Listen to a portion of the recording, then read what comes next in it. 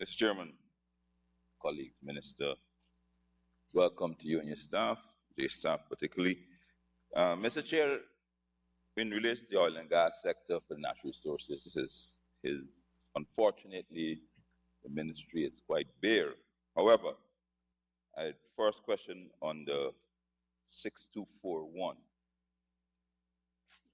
rentals of building. Maybe. Chair, can the Honorable Minister provide some details? Honorable Minister, could you provide some details of this rental? Thank you, Mr. Chair. Mr. Chair, let me thank the Honourable Member for the question as well. Mr. Chair, this building has been rented by the Ministry of Natural Resources since 2019. It's the building on Main Street that houses the Compliance Department of the Ministry as well as the EITI Secretariat. Thank you, Minister. Honourable Member, Mr. Patterson. Follow-up, Mr. Chairman, there is a new Guyana Oil and Power Inc. Does this new agency, fall under the Ministry of Natural Resources? If not, can the Minister inform where it is? Rental of buildings, right? Honourable Minister. Mr. Speaker, the direct answer is no. As I mentioned, the building will house the compliance department as well as the EITI Secretariat. Thank you, Minister. Honourable members. Honourable Member, Mr. Patterson.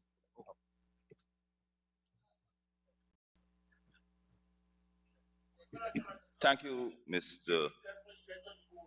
Speaker. Subsidies and contributions to organizations, 6322. Sir, might be a good time now to put her back on the AC as well, sir. Can I proceed, sir? Subsidies and contributions to international, there is a sum for 2.1 billion. 2 million, which I assume is our annual contribution. And EITI. Can the Minister inform us or inform the House where the actual budget for EITI is? You're paying the contingent. Is it on the? Honourable Minister. Mr. Chair, the Honourable Member is right. This is the annual subscription for EITI. And the allocation for EITI is in this program as well, I'm advised. Thank you, Minister. Honourable Member. Follow-up question. What is the allocation for EITI for 2023? Honourable Minister. Honourable Minister.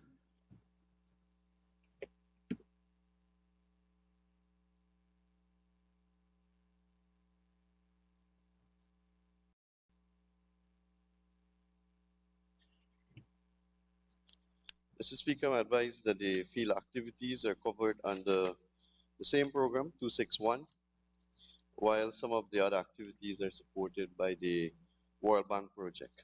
Thank you. Thank you, Minister. Honourable Member, Mr. Patterson.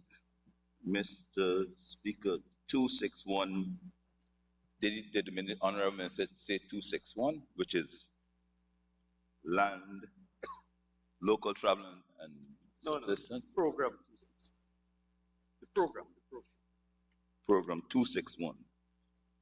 Sir, but I asked specifically, sir, this is the Minister's budget. What is the allocation for EITI for 2023? No, I'm asking him to disaggregate the amounts committed to EITI. GITI. Under which line item?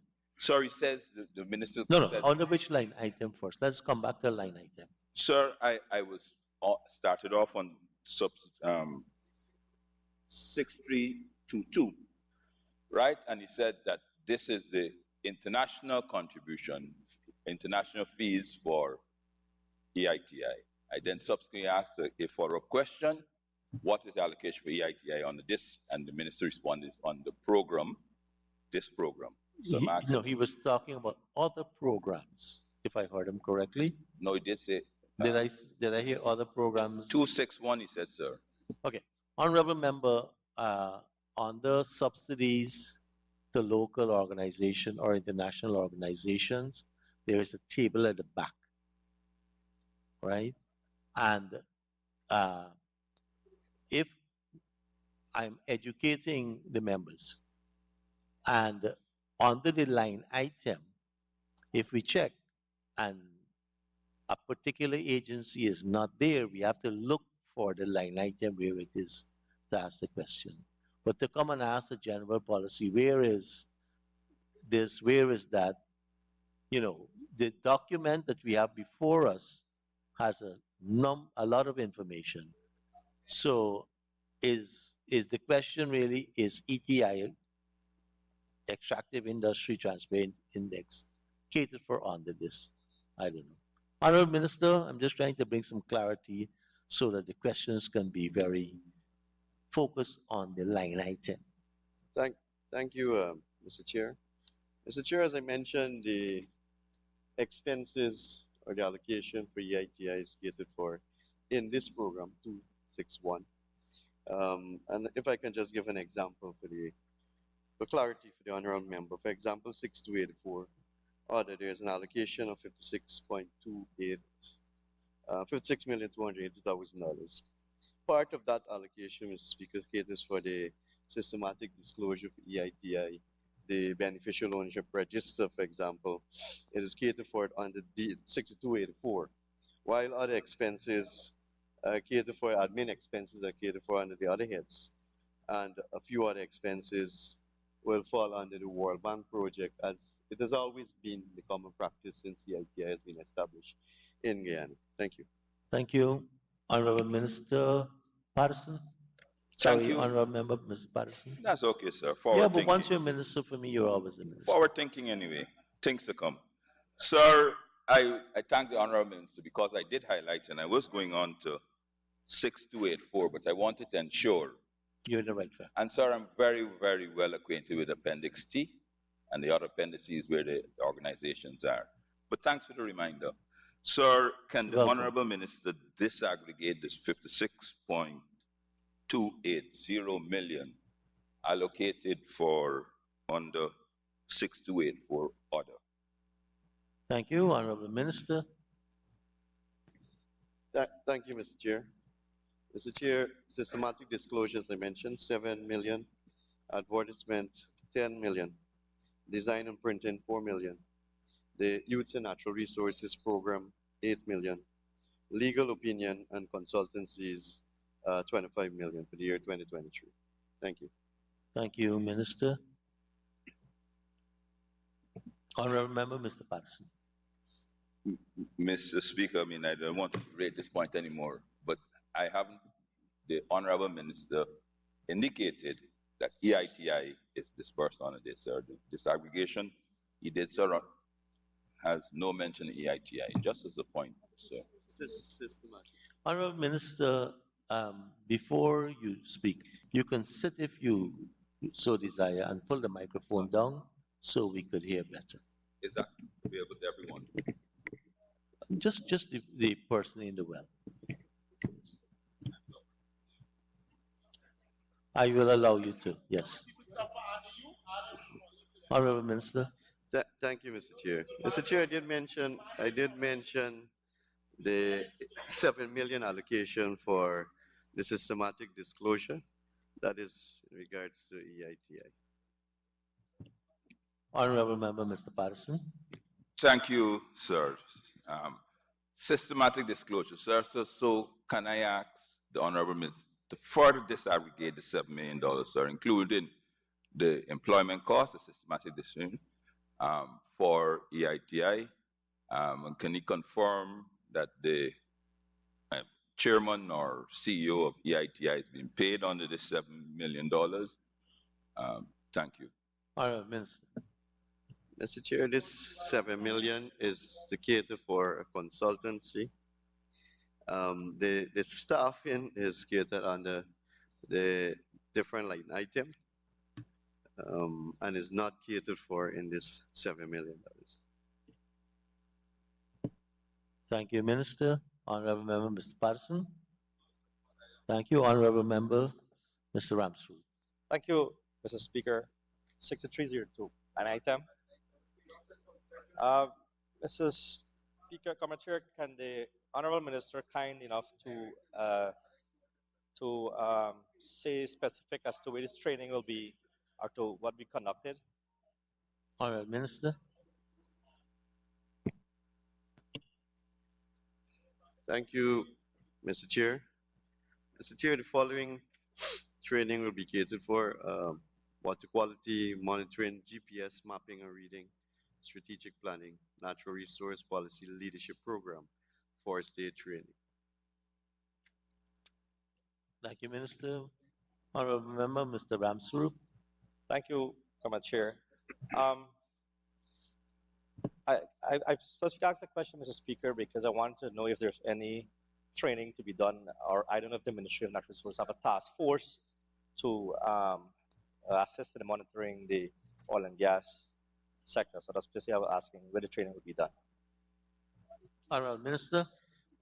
Not under this program, Mr. Chair. Thank you, Minister. Honorable members, I now put a question that the sum stated for Agency 25, Ministry of Natural Resources, from 261, Policy Development and Administration, current expenditure, stands part of the estimates. Those in favor say aye. Those against say no. Ayes have it. Sum stated now stands part of the estimates. Honorable members, please turn to page 505.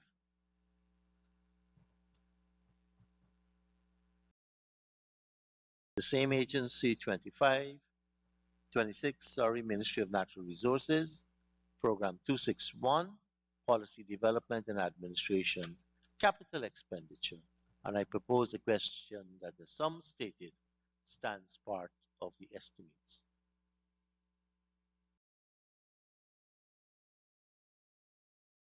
Honorable members, I now put a question that the sum stated for Program 261, Policy Development and Administration, Capital Expenditure, stands part of the estimates. Those in favor say aye. Those against say no. Ayes have it.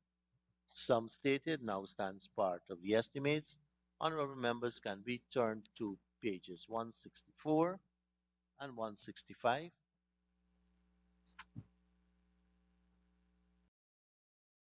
And I propose a question that the sum stated for Agency 26, Ministry of Natural Resources, Program 262, Natural Resource Management, current expenditure, stands part of the estimates. Honorable Member, Mr. Patterson. Sir, I stand because you seem to miss me. 6284, order. Once again, can the Honorable Minister disaggregate the 405 million, 405 million? Honorable Minister. Thank you, Mr. Chair. Mr. Chair, definitely reforestation program, 300 million. The final phase of the forest inventory program, $95 million. Advertisement and other services to support these, $10 million. Thank you, Minister. Honorable Member Patterson.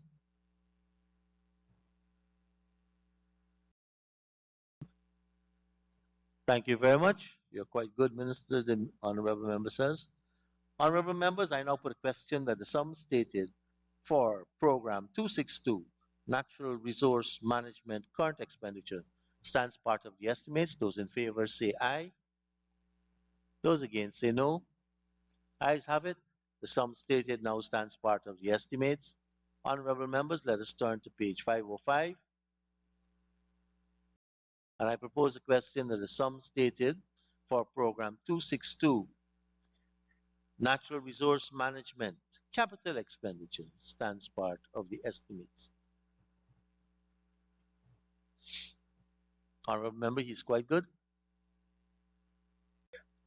Thank you very much.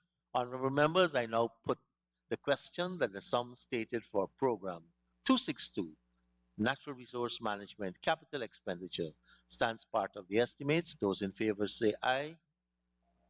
Those against say no. Ayes have it. The sum stated now stands part of the estimates. Honorable members, please turn to pages 166 and 167.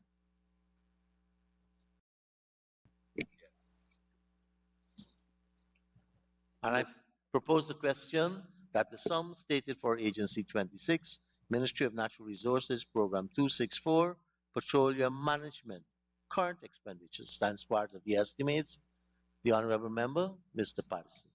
Mr. Chair, I'll ask for save time brevity 264 and 6284, sorry, and 6294. Both are orders. Can that be disaggregated?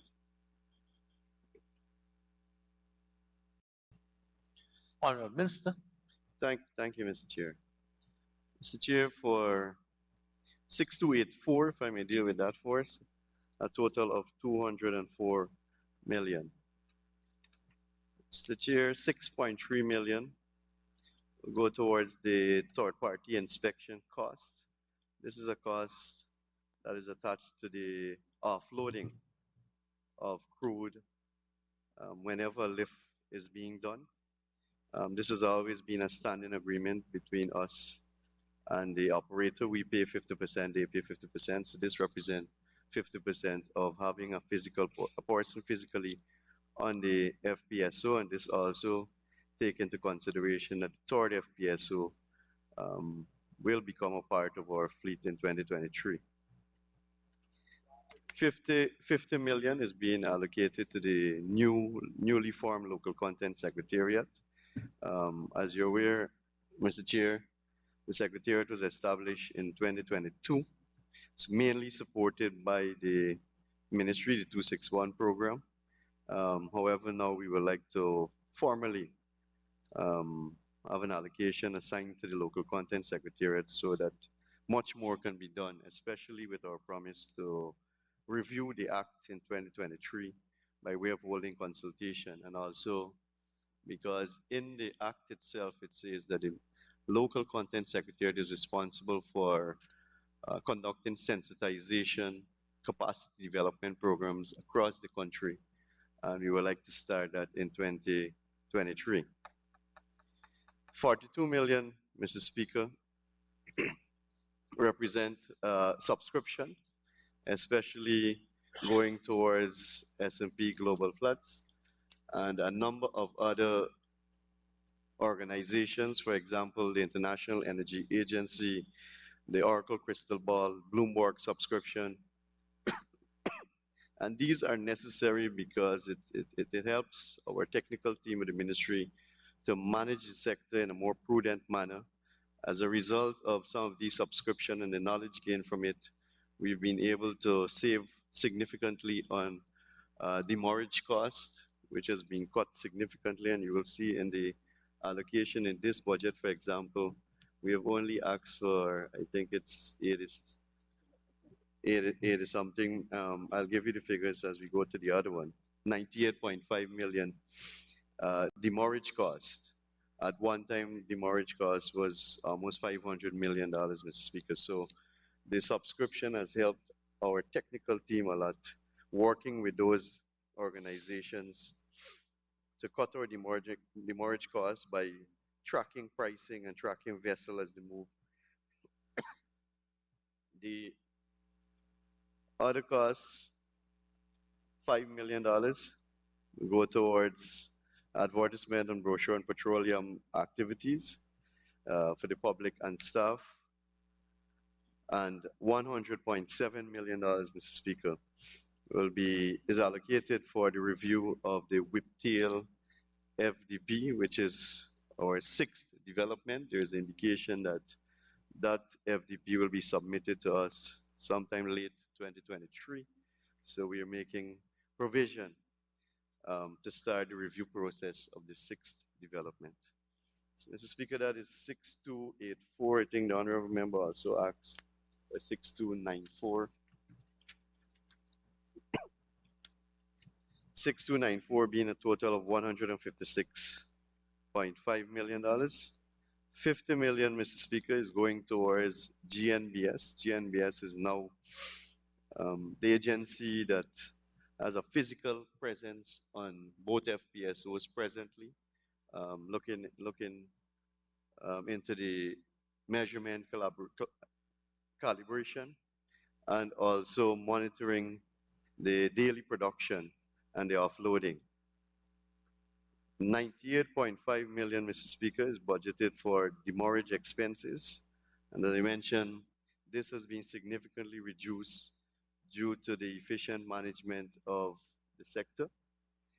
In the past, Mr. Speaker, for example, if I may give you an example, in 2020, we had a total of 19 lifts, and the demurrage cost was $2.8 million. And for example, in 2022, we had 32 lifts with a demurrage cost of $2.8 million. So it more than almost doubled the amount of lifts for the same cost, demurrage cost. And as you're aware, Mr. Chair, demurrage is not something that it can be avoided. It's almost unavoidable, but at the same time, you cannot determine a fixed cost to every lift, depending on the downtime or the time a vessel takes to load at the FPSO. This 98.5 million is also factoring the third FPSO coming on board in 2023 as well, too, Mr. Speaker. And finally, $8 million will go towards the local content secretariat and the petroleum unit in general, participating in international forum and expos, like our International Energy Expo coming up on Valentine's Day, and of course the number of international expos that we are all usually invited to as well, OTC and a few others. Thank you. Thank you, Minister. Honorable Member, Mr. Patterson. Thank you very much for the explanation, sir. 62846. Can I ask the minister, with your leave, sir, say the audits which was awarded, sir, under which line head? For the last time it was under this, but which head is the audits that are being conducted, that have been conducted for the last 2.5 years? Honorable Minister. Yes, Mr. Chair, I know it's not linked to any line item, but in the interest and in the spirit of transparency and accountability, because there is nothing to hide with regards to the management of the oil and gas sector, and there is nothing sinister or hidden in the budget with regards to management of the oil and gas sector. So I would volunteer to give the information regardless. I think the honorable member is fully aware that there is a petroleum account at the Guyana Geology and Mines Commission, of which license fees and other dues are paid into that account. And for example, in the new production license that we are issuing now, we have actually included an auditing fee. So the operator is paying an auditing fee to Guyana in those new licenses, and that money is being paid into the petroleum account at GGMC.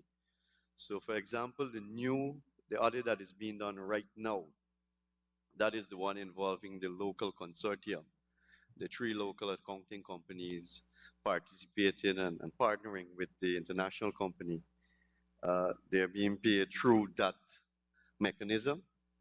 And I would like to say that an initial report was submitted by the consortium, and we are awaiting the second report, which should be submitted in another 2 months from today. Thank you. Thank you, Minister. Honorable Member, Mr. Patterson. Mr. Chair, thank you very much. Thank you very much for the minister's frank answer, and his commitment that everything is transparent. Sir, what about the position of the first audit, which was completed by GRA in November 2020, some 2.5 years ago? Can the honorable minister be so equally forthright with that? Honorable Minister. Thank you, Mr. Chair. Mr. Chair, I think what the honorable member meant is that the review was done by GRE in 2020 indeed, and they would have found that there was need to go back and to do some further work with the operator, which was done, and a final report has now been submitted and is being reviewed by all the relevant agencies, stakeholders, including the petroleum unit at GRA. So once that is over, we will conclude the forest audit hopefully very soon. Thank you, Minister. Honorable Member, Mr. Patterson. Sir, a follow-up. Thank you once again for your frankness, Minister. Place get smelly.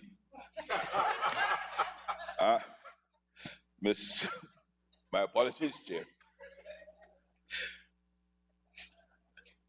Mr. Minister, in November of 2022, it was, I'm not allowed to call his name, reported that the audit for the second audit would be completed by the end of last year. You've now said it out that the second report will be done in 2 months. Can you inform this nation when you expect the final report to be ready and available and laid in the Parliament? Honorable Minister. Thank you, Mr. Chair. Mr. Chair, the final report is due in March of 2023. I think from the inception when the contract was signed, there was a bit of misunderstanding. In the contract, it says 120 working days. And I think there was a lot of misconception around, not necessarily by the opposite, but I think the media as well too, as to that it will be 120 running days or calendar days, but it's 120 working days. What has happened since then is that the consortium would have sent a number of their accountants, auditors to Oklahoma. I know they went to Oklahoma for sure to do some training program. They went to Houston as well too, because the whole idea of having a local consortium participating in this audit is to build capacity. So yes, there's been a slight delay, but it is at the expense of building capacity locally so that we can have this very local consortium and even add more local companies to them. The door is not shut to that, so that they can do the future audits and we can reach a stage where we will not be auditing 2018 and 2019, but we can actually audit 2021 and 2022. Or even half-yearly audit once we have that capacity, because we do have good auditors and accountants in Guyana, but can they actually audit oil and gas expenses? The answer to that is no. They need to familiarize themselves with the expenses associated to the oil and gas sector, because if we're going to talk about a Christmas tree or a riser or drilling fluid, then they're not quite familiar with that. So it's more of a learning process too on building capacity. So yes, there have been a slight delay, but the last report is due in March of 2023. Thank you. Thank you, Minister. Honorable members, I now put a question that some stated for Program 264, Petroleum Management. Current expenditure stands part of the estimates. Those in favor say aye. Those against say no. Ayes have it. The sum stated now stands part of the estimates. Honorable members, could we turn to page 505? The same program, 264, Petroleum Management, Capital Expenditure. And I propose the question that the sum stated herein stands part of the estimates. Honorable Member, Mr. Patterson. Thank you, Mr. Chair. My apologies. I'm speaking on the oil and gas sector development program. I don't have program 1 here, so the line item, if you could help me with the line item, sir, for the minister. So from the volume 3, the profile, the capital profile, Number three, creation of oil and gas data management system. That's one of the targets and deliverables. Can the Honorable Minister update us on that? And I have follow-up questions, sir. Minister? Thank you, Mr. Chair. Mr. Chair, indeed, part of the allocation is to ensure that we start the process of having our very own data repository right here in Guyana. The disadvantage that we face right now is that our data, our oil and gas data, is not stored in Guyana. And the issue with that is that we can make a lot of revenue by selling on that data, by having that data in country, and we being the sole agent and responsible for it. Presently is being hosted by one or two different companies in Houston that has the kind of capacity to hold our data. And these are not new arrangements, Mr. Chair. This is the arrangement that has been in place since the previous administration has been in government. We have maintained the same arrangement. We haven't changed anything. And if I can give you an example right now, Mr. Speaker, that we have this bid round, or bid rounds that is now public, 14 blocks up for auction. If any company, take for example Exxon, that they need additional data on Guyana, seismic data or any other data, then they have to go to this third party in Houston and to pay for that data. Of course, 50% will come to us. But it is because we don't have our own data repository in Guyana that we have to take 50% and not 100%. So we're aiming to change that so that we can have our data, Guyana data, stored in Guyana. We can manage it and to make the revenue for ourselves right here in Guyana too. Because obviously, as we continue to develop the oil and gas sector, there will be much more data, not only from the Stabroek block, but all other blocks outside of Stabroek, and also near shore and onshore blocks. So there is an allocation here to start that process, to get a consultant, of course, to look at our needs as a country, because we will have to determine, first of all, what data we need to store, the size of the data, what software will be needed, what hardware will be needed, the specification requirements. These are all information that we need up front. So there's an allocation here to hire a consultant to start the initial work so that we're advised properly before we rush into setting up the data repository in Guyana. It's not as simple as it sounds. It's highly technical, Mr. Chair. Thank you. Thank you, Minister. Honorable Member Patterson. Thank you, Mr. Chair. Under this program, and in light with the gas ashore, does this program cater for a gas leak management plan? If not, where it has been publicly committed to be available since last year, can I ask the Minister, where is that funded and what's the status of that? Honorable Minister. Mr. Chair, thank you. Let me thank the Honorable Member for the question. Mr. Chair, these studies are ongoing. The operator has been assisting with all the studies along with our technical team. So you will not see an allocation assigned to it, but it is being done between ourselves and the operator. They're actually paying for it then, in other words. Additionally, too, Mr. Speaker, we have managed, through His Excellency President Ali, we have managed to, on the recent visit of the Petroleum Minister from Qatar to Guyana, we have managed to, on building our relationship, secure 2 exports that will be in country next week. They'll be in country next week. That is Qatar sending 2 exports to Guyana to assist us with this very plan that the Honorable Member spoke of, the gas leak plan, the gas utilization, monetization plan.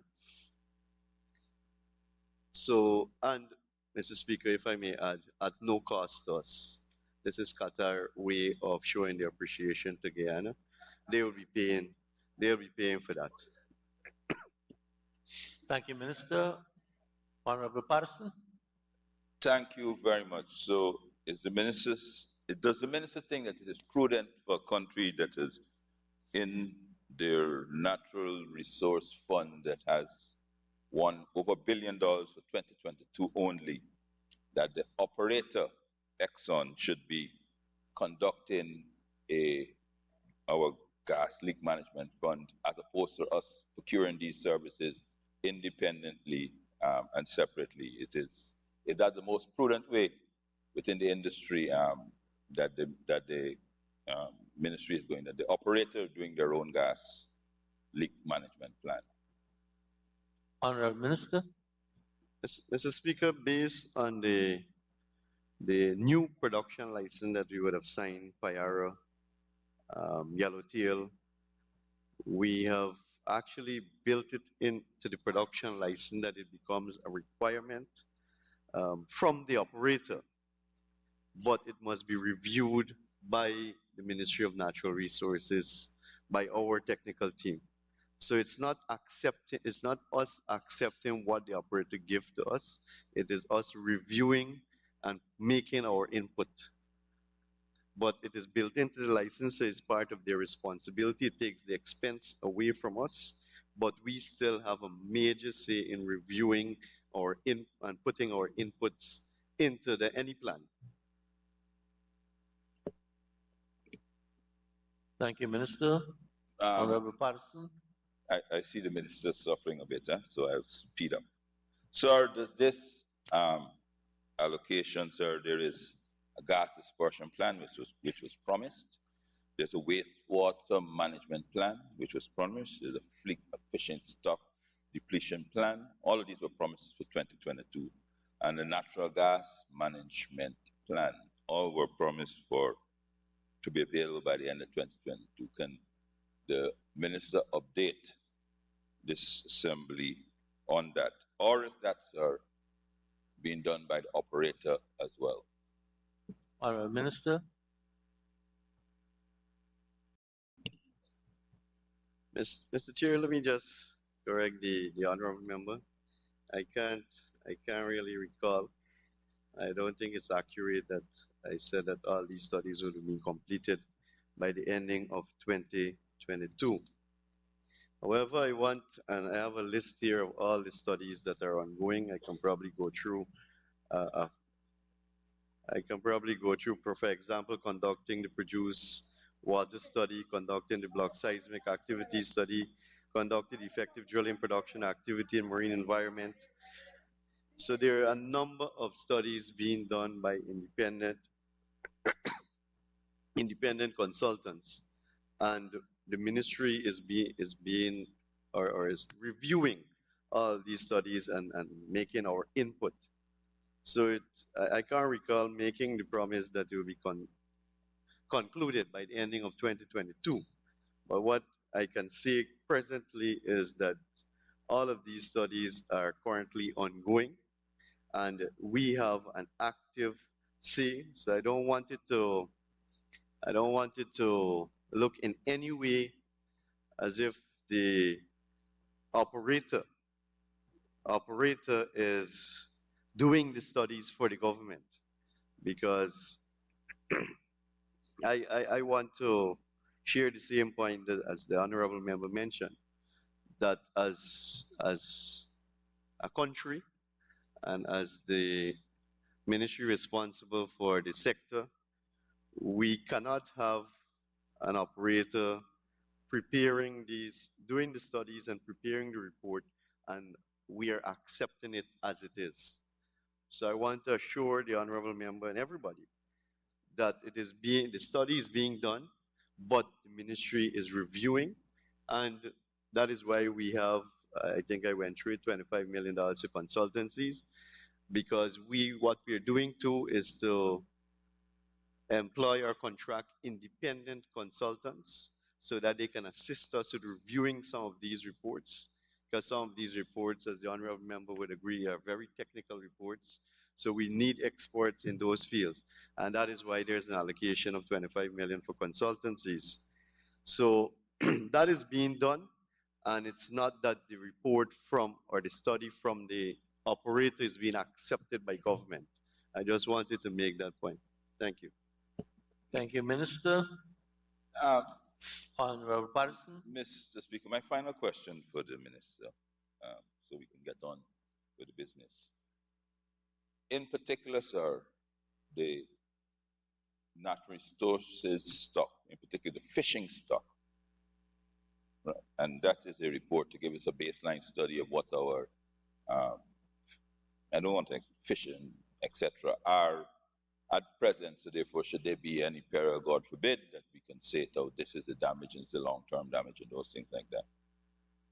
I know that the minister has said so that it is the operator and you're checking, but I would like to ask the minister, you know what I mean, if he doesn't think it's advisable at this stage, because it is not only for Exxon, it is for our country worldwide, not only for offshore, but onshore, and all the villages and communities and the coastline, that it is done independently, the baseline study done independently of the operator. They are only concerned about where their operations are. That's what is covered. It should be a countrywide, independent fishing stock baseline study, not limited to where the operator, who's Exxon, is operating. Honorable Minister.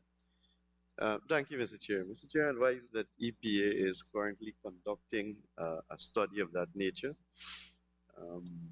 but it's countrywide. It's countrywide and it's under the EPA permit before we can actually issue a production license. Thank you, Minister. Honorable Member, Mr. Ramsey. Mr. Comment Chair, just a follow-up question from Mr. Patterson. I know that there was this Alison Redford report. Can you say if you have the report or if you can have a copy of that? Honorable Minister. Thank you, Mr. Chair. Mr. Chair, if I can just, even though it's not part of the budget, I'm willing to give an answer. We have, as I mentioned, we have nothing to hide in the oil and gas sector. When we took government in August of 2020, the Payara license was almost completed by the then administration. However, it was the PEP Civic Administration who was going to sign that production license. So His Excellency decided that if we are going to sign a production license, then we should do a review to ensure that we are satisfied, because if not, the President will be asking me to sign a document that I have no knowledge of, and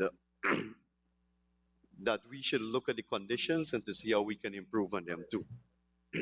So, Mr. Speaker, what we did, instead of going ahead and signing the Payara license as it is in August of 2020, we delayed by a month in order to have a second review of the work done by BFAs, because BFAs was the consultant contracted by the previous administration, and BFAs is still contracted by us even now, to review the FDP for Payara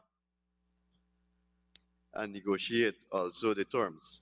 So what we did was to contract somebody quickly, because in the essence of time, the Payara license was actually supposed to sign since before August 2020, so that the company, the operator, could have made a final investment decision. So we were definitely behind time. So we reached out to a reputable consultant from Canada. The contact was made, of course, through the Canadian High Commission in Guyana. So we didn't just pick somebody out of the thin air, but it was made through the High Commission of Guyana. And that is the very person that the honorable member is speaking of.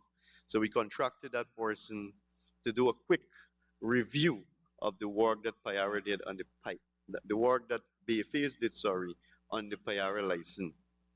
So to ask for a report from that person is the license. The recommendations if any, the addition or the change is made, it is contained in the prior license. So I would say to the honorable member that the prior license is the report.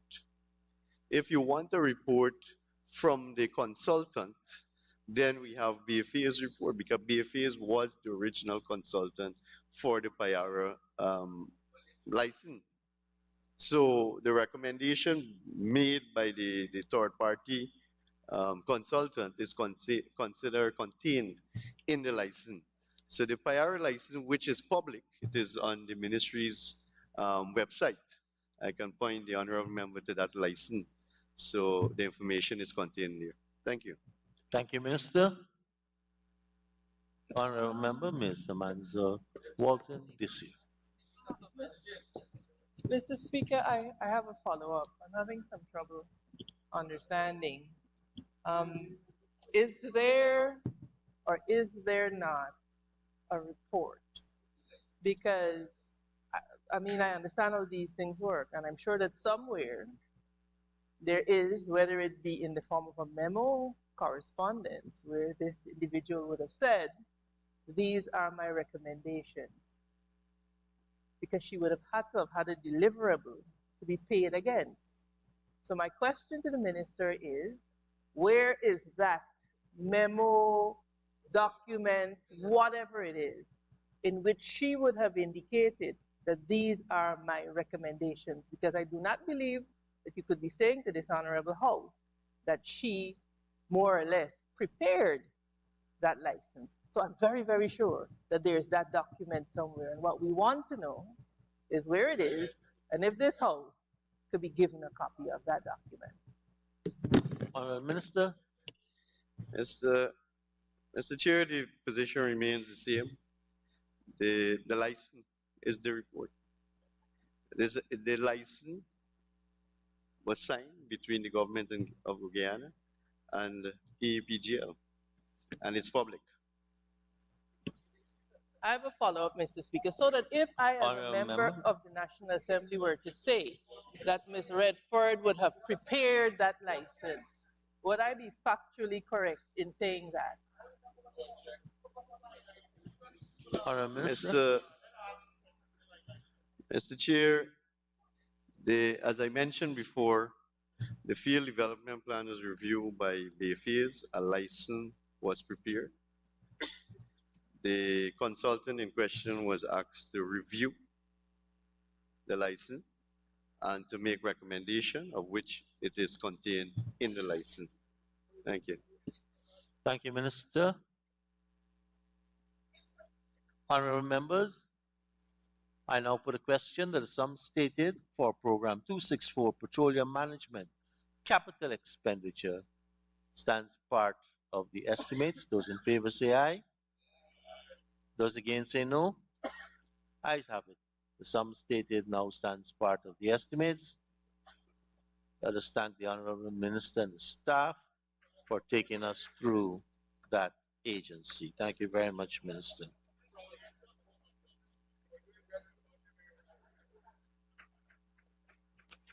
Honorable members, let us now invite the Honorable Minister of Public Works, the Honorable Bishop Juan Edgehill, and his team to join us to take us through his Agency 31.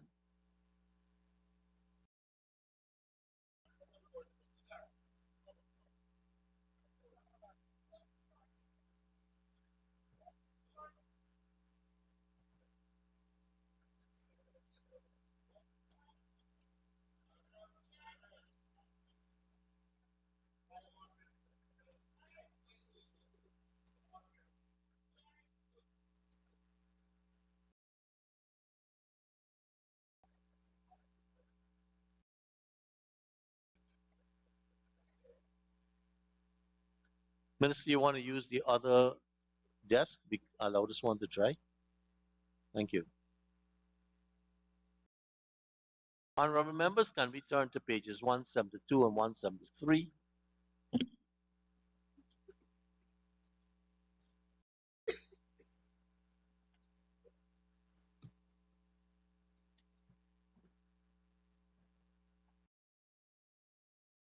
And I propose the question that the sum stated for Agency 31, Ministry of Public Service, Program, Public Works,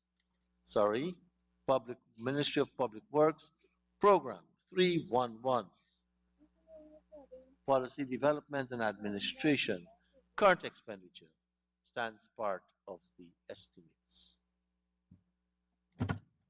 Honorable Member, Ms. Ferguson.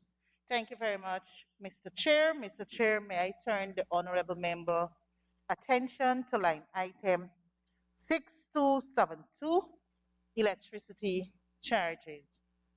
I recognize we had a revised amount of 32 million in 2022, and I recognize we have an increase by some 23 million and change.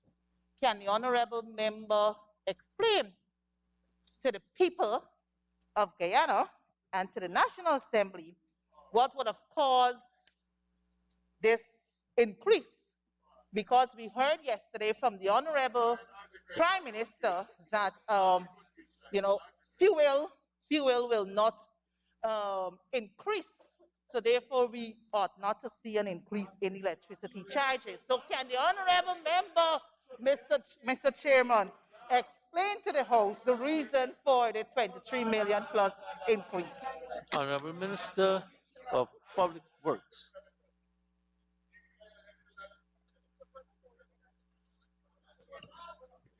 Thank you very much, Mr. Chairman, and thank you for the honorable member for the question. Mr. Chair, just to indicate that this amount will be required because the Ministry of Public Works have rehabilitated and have made habitable and usable 10 additional buildings that were not previously in use. Thank you, sir. Thank you, Minister.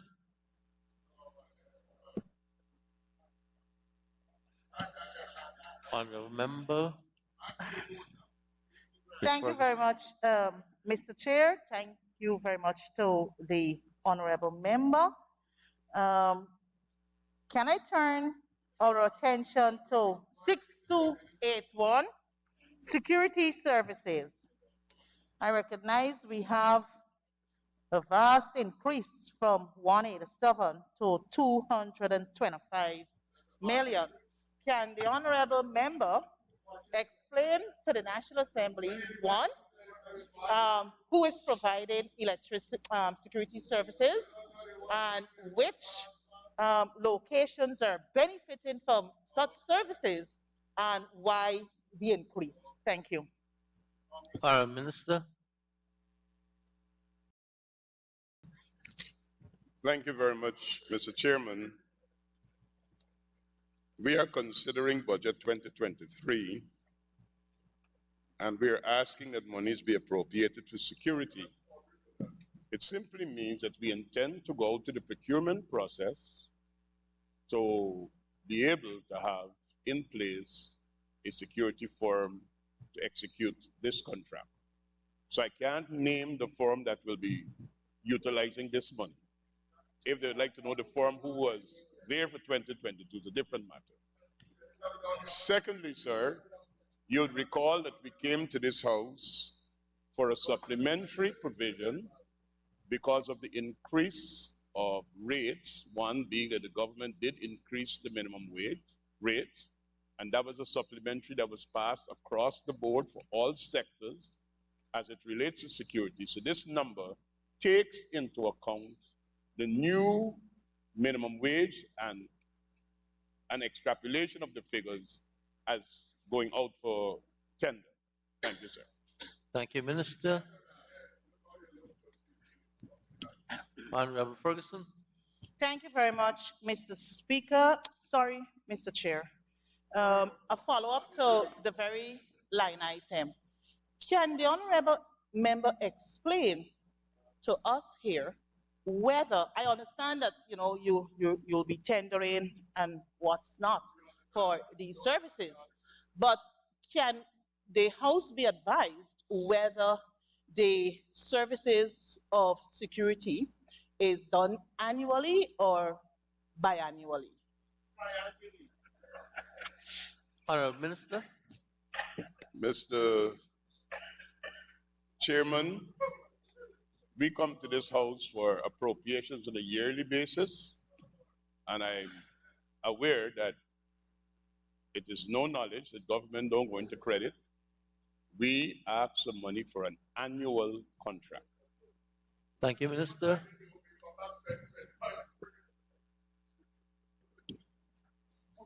Honorable Ferguson. Honorable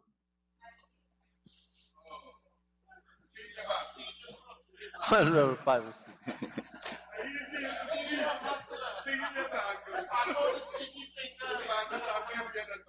Thank you very much, Mr. Chair. I am going to 6-3-2-1. We in there, so you know. We in there, so at all. 6-3-2-1, which is subsidies, sir, and I start off with Barby's Bridge. Right, sir, the 166 million previously represented 10% of the cost. Can the minister confirm that this is still the case? Honorable Minister. Mr. Chairman, the subsidy for tolls at the Barby's Bridge remains the same. Thank you, Minister. Honorable Patterson.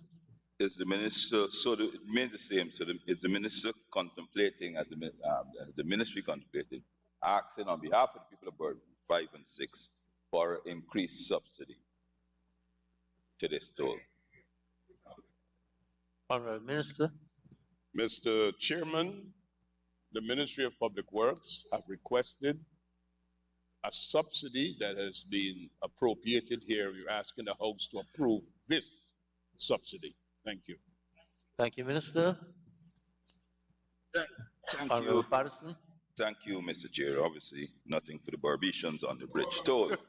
Mr. Speaker, Mr. Chairman, can I ask the honorable member the status of the negotiations and discussions that they're having on the Barby's Bridge? And can I remind him, sir, if you permit me, the quote from the Hansard last year, and this is 6-3-2-1, sir. And this is the Honorable Minister, Bishop Edgell. As a responsible government, I just said that we're engaging the Barby's company. The cabinet is discussing the matter. Based upon the discussions that we're having with the Barby's Bridge Company, the Honorable Attorney General is involved in the matter. I would have to say at the appropriate time, so this last year, come to the National Assembly and tell the people of Guyana what the future is. Can I ask the honorable member, what is the future for the Barby's Bridge in the government? Honorable Minister. Mr. Chairman, to answer the honorable member, we must remind ourselves that it was the honorable member, while he was the Minister of Public Infrastructure, compulsory acquired the Barby's Bridge, bringing a private sector investment under the control of the state. When we came to government, sir, because we are a government that understands that the private sector is the engine of growth, it must not be strangulated. Their investment must not be placed in jeopardy, and that we must send the right signals to all private investors coming to Guyana where private-public partnerships are concerned. We indicated by way of instructions to the Attorney General that we wish to discontinue those proceedings where the Berbice Bridge will be an asset of the state and that it should go back to its private-public partnership agreement. Those actions have engaged the offices of the Attorney General of this country and the Berbice Bridge Company. There were matters in the High Court that were filed, matters for discontinuance, and the rest of it had to be indicated and signed. And sir, that's a matter that I believe that if it comes in the form of a proper question on the order paper, we can provide all of the details to the honorable member to bring this House up to date on this particular matter. But the clear policy direction of the government is that the Berbice Bridge Company should remain a private company, and we will want to ensure that it stays like that. Thank you. Sir. Minister. Honorable Member Patterson. Mr. Chairman, I really don't know what the Honorable Minister is speaking about. This matter went to the CCJ, the apex and the final court. It went to the CCJ, the apex and the final, and they ruled, sir, sorry, I was a named party, and they ruled in my favor, if I can be so not bothered. So can I, and I thank the Minister for enlightening the people of Berbice that they very shortly will be discontinuing the order which caps the toll for the Berbice Bridge. I'm sure they're eagerly. Mr. Speaker, on the same line item, Transport and Harbors Department. Sir, there is $563.964 million allocated, sir.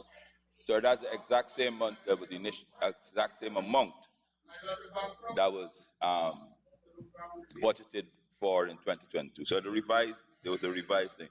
But the Honorable Minister, there was a revised in 2022, but the actual number. So the Honorable Minister waxed lyrically that they're bringing in a new boat to the Northwest. They're buying tugs. How come, sir, can I ask the Honorable Minister, these vessels were not available in 2022? Where has he budgeted for these vessels to come? Or does he does not anticipate them to be here in 2023, sir? Honorable Minister. Mr. Chairman, thank the honorable member for the question. The Transport and Harbors Department provides a service to the people of this country and has always done so. The monies that have been appropriated year after year, of which the honorable member is fully aware, has always been a subsidy for the cost of fuel. It has always been a subsidy for the cost of fuel. The honorable member made mention that I wax lyrically, which means he admired my speaking ability, in explaining to this House that because the Transport and Harbors Department receives a substantial subsidy from the state for fuel, myself and my colleague who serves with me in the ministry, Minister Indar, has paid specific attention to the utilization and management of fuel of our vessels. And even though our boats have made more trips in 2022, we have burned less fuel.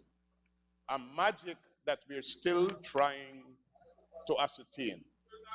So all that we're asking for here, sir, is to continue the fuel subsidy.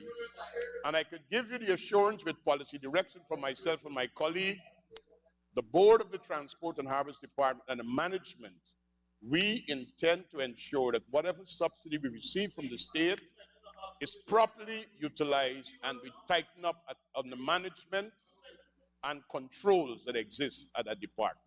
Thank you very much, sir. Thank you, Honorable Minister. Just to follow up. Honorable Patterson.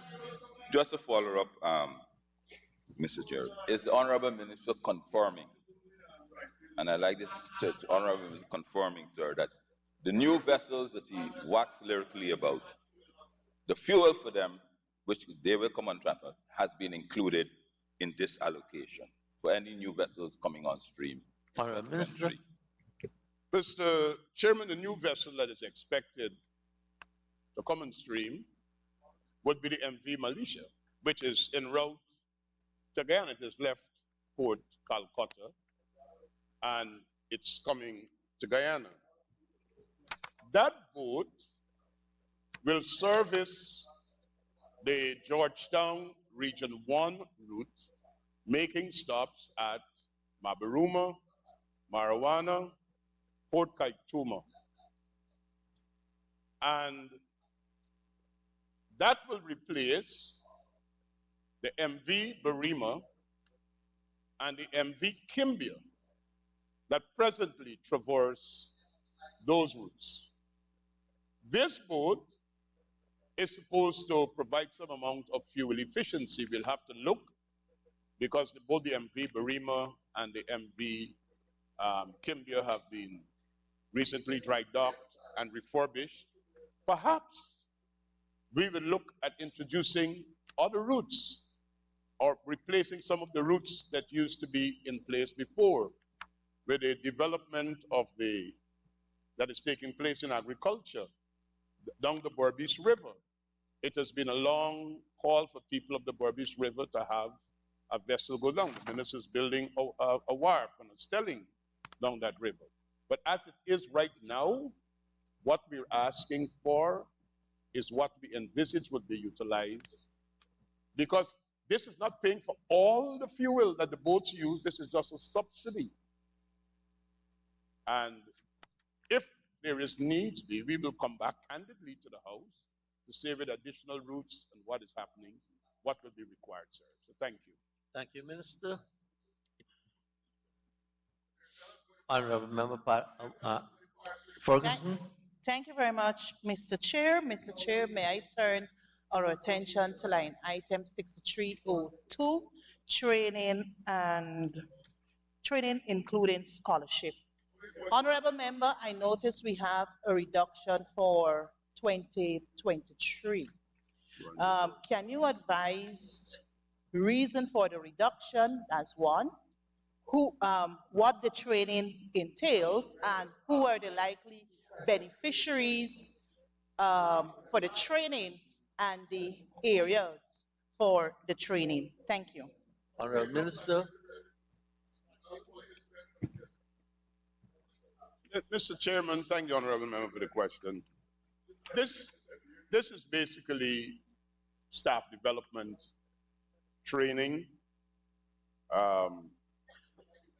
And what we envisage, it will be undertaken there as a business and marketing management, business management and foundation in accountancy. And what we're asking for is what we envisage would cost. Thank you, Minister. It's a difference of 200,000.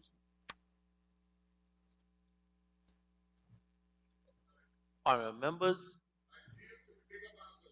I now put a question that is sum stated for Program 311, Policy Development and Administration. Current expenditure stands part of the estimates. Those in favor say aye. Those against say no. Ayes have it. The sum stated now stands part of the estimates. Honorable members, please turn to page 506.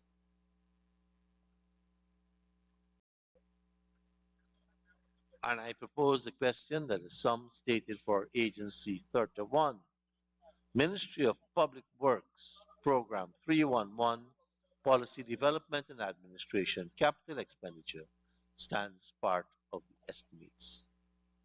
Honorable Member, Mr. Patterson. Thank you, sir. Government buildings. Once again, my apologies for the... Can the Honorable Minister inform the House, one, the location of these offices, the value of the contracts awarded, name of the contractors and amounts paid?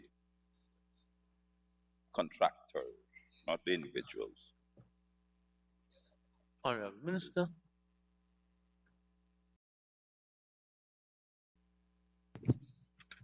Mr. Chair, we're talking here about the 2023 budgetary allocations. I don't know how I could name a contractor for a project that is going out to procurement.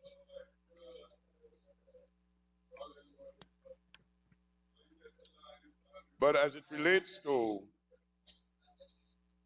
the new office complex, which I spoke about in my budget speech, this project was advertised publicly starting on July 31st, 2022. The deadline for submissions was September 30th, 2022. This contract was awarded December 30th, 2022. There were 4 companies that submitted bids, and there were 3 companies that passed the technical qualifications, and this contract was awarded to Caribbean Green Building, Inc. And the contract sum is $15,874,143,300. Thank you, Minister. Honorable Patterson.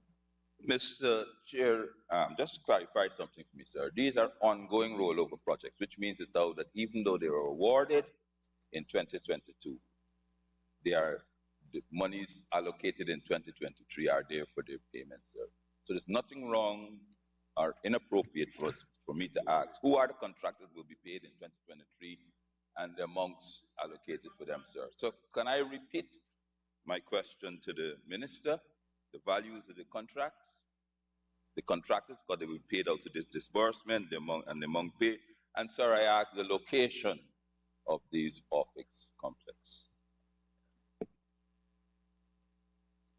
Thank you very much, Mr. Chairman. Mr. Chairman, there are going to be 2 buildings along with the office complex that I just spoke about, giving every minute detail to the honorable member in this house.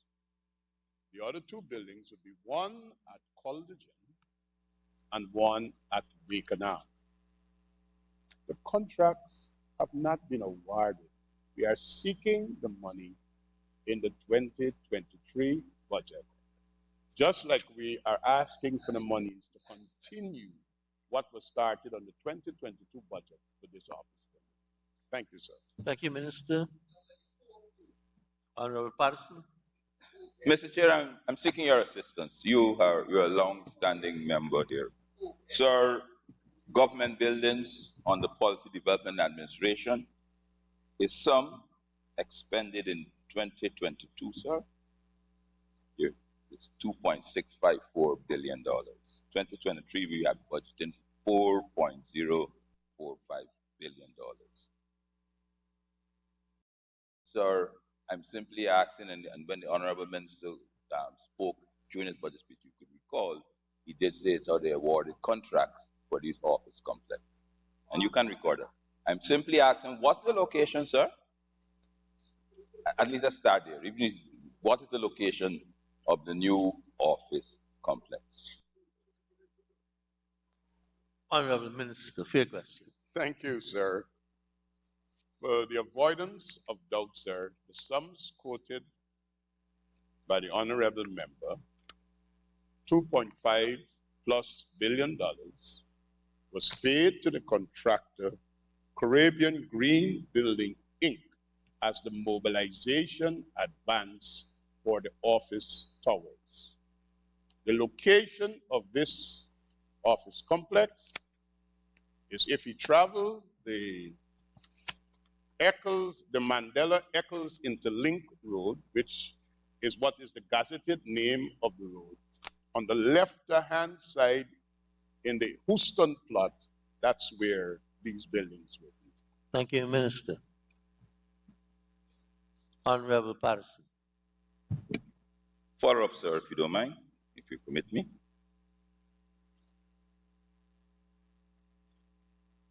Sir, this exact same question was asked last year, and I hope I could stimulate your memory.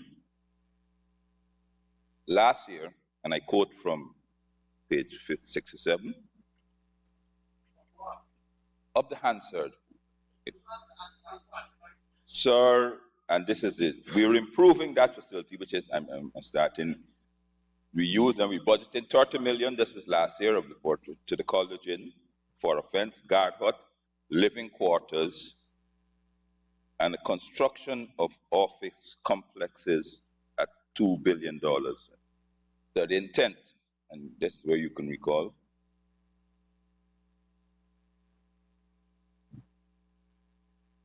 we're talking to the architects and we will utilize plots of land within the vicinity where the office now being held rather than spreading out.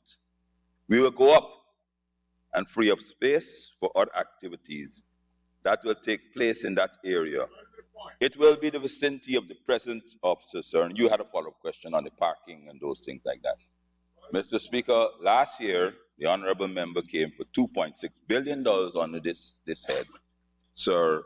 And he said, sir, the designs and those things are finished. This year, we now going to Echoes. So the question is, sir, and I have follow-up questions. What and when necessitated, because this, sir, was in February of 2022, sir. He went out to tender, what date is it? July, which is 3 months after, in 2022, sir. How and when, sir, necessitated this change for the government building, based on his response to this parliament last year? Honorable Minister. Mr. Chairman, I must admit that I have some confusion trying to understand what the gentleman is inquiring. So if you could guide me. But for full disclosure to this House, the government of Guyana went out for a design build office complex. We went out for a design build office complex. And if the honorable member is the shadow of this sector, at minimum, he should be following the advertisements and the rest of it that is taking place, at minimum. The intent of us with these office complexes is a consolidating of government facilities into one location for greater efficiency and to be able to improve on the delivery of service. Our ministry and its agencies are scattered into several buildings in different locations. The intent, based upon what we are looking at, these office complexes should be able to accommodate about 6,000 persons. As it relates to college inn, where the honorable member is inquiring about, I think every Guyanese who traverse Lemaha embankment will see the transformation that is taking place there. That we are moving that corridor from a graveyard of old excavators, junk, old trucks, and the rest of it. And we are bringing it as a part of the beautification of our urban rehabilitation and renewal program. The Special Projects Unit, which I heard the honorable member said he started, but I guess Minister Ben and others who were there before would indicate to him that if you do an affidavit and change the name of force account to special projects, it's the same child we're talking about. The force account unit was always, the force account was always there. And what we would have done is that we have moved the force account operation to college. And we are completing that by ensuring it is adequately housed, our machines and trucks and so on that we are purchasing, and equipment for the maintenance and servicing. I don't think any Guyanese would want to know that you're using prime government land for mechanical work and the rest of it. We have land at Culligan. We're doing the repairs, the maintenance there, and we're rehabilitating that whole corridor. And I would like to remind the honorable member, with Guyana going towards being a tourist destination, part of the vision of Lemaha Street, where the old train station was located, and my colleague, Minister Indar, has been taking the lead in carrying out the execution of that project. We intend for it, apart from being a safe space for children and family, we intend to put in place an art gallery. We intend to be able to allow and facilitate local food so that the people from the prime hotels could come down there and have breakfast in the morning. The people from the ministries nearby could go and get a good Guyanese lunch. And we are rehabilitating and putting that at a prime tourist spot. The intent is that the old train and the engine that is there is going to be rehabilitated so that people will be able to go and see what the train used to look like. We're not changing the outlook nor the structures. We're keeping it in its old form, but we're renewing it, rehabilitating it, and putting it into use so that the Guyana can benefit and that we can have a better looking environment in that area. So that will help the honorable member and all members of this house. Thank you, sir. Excellent.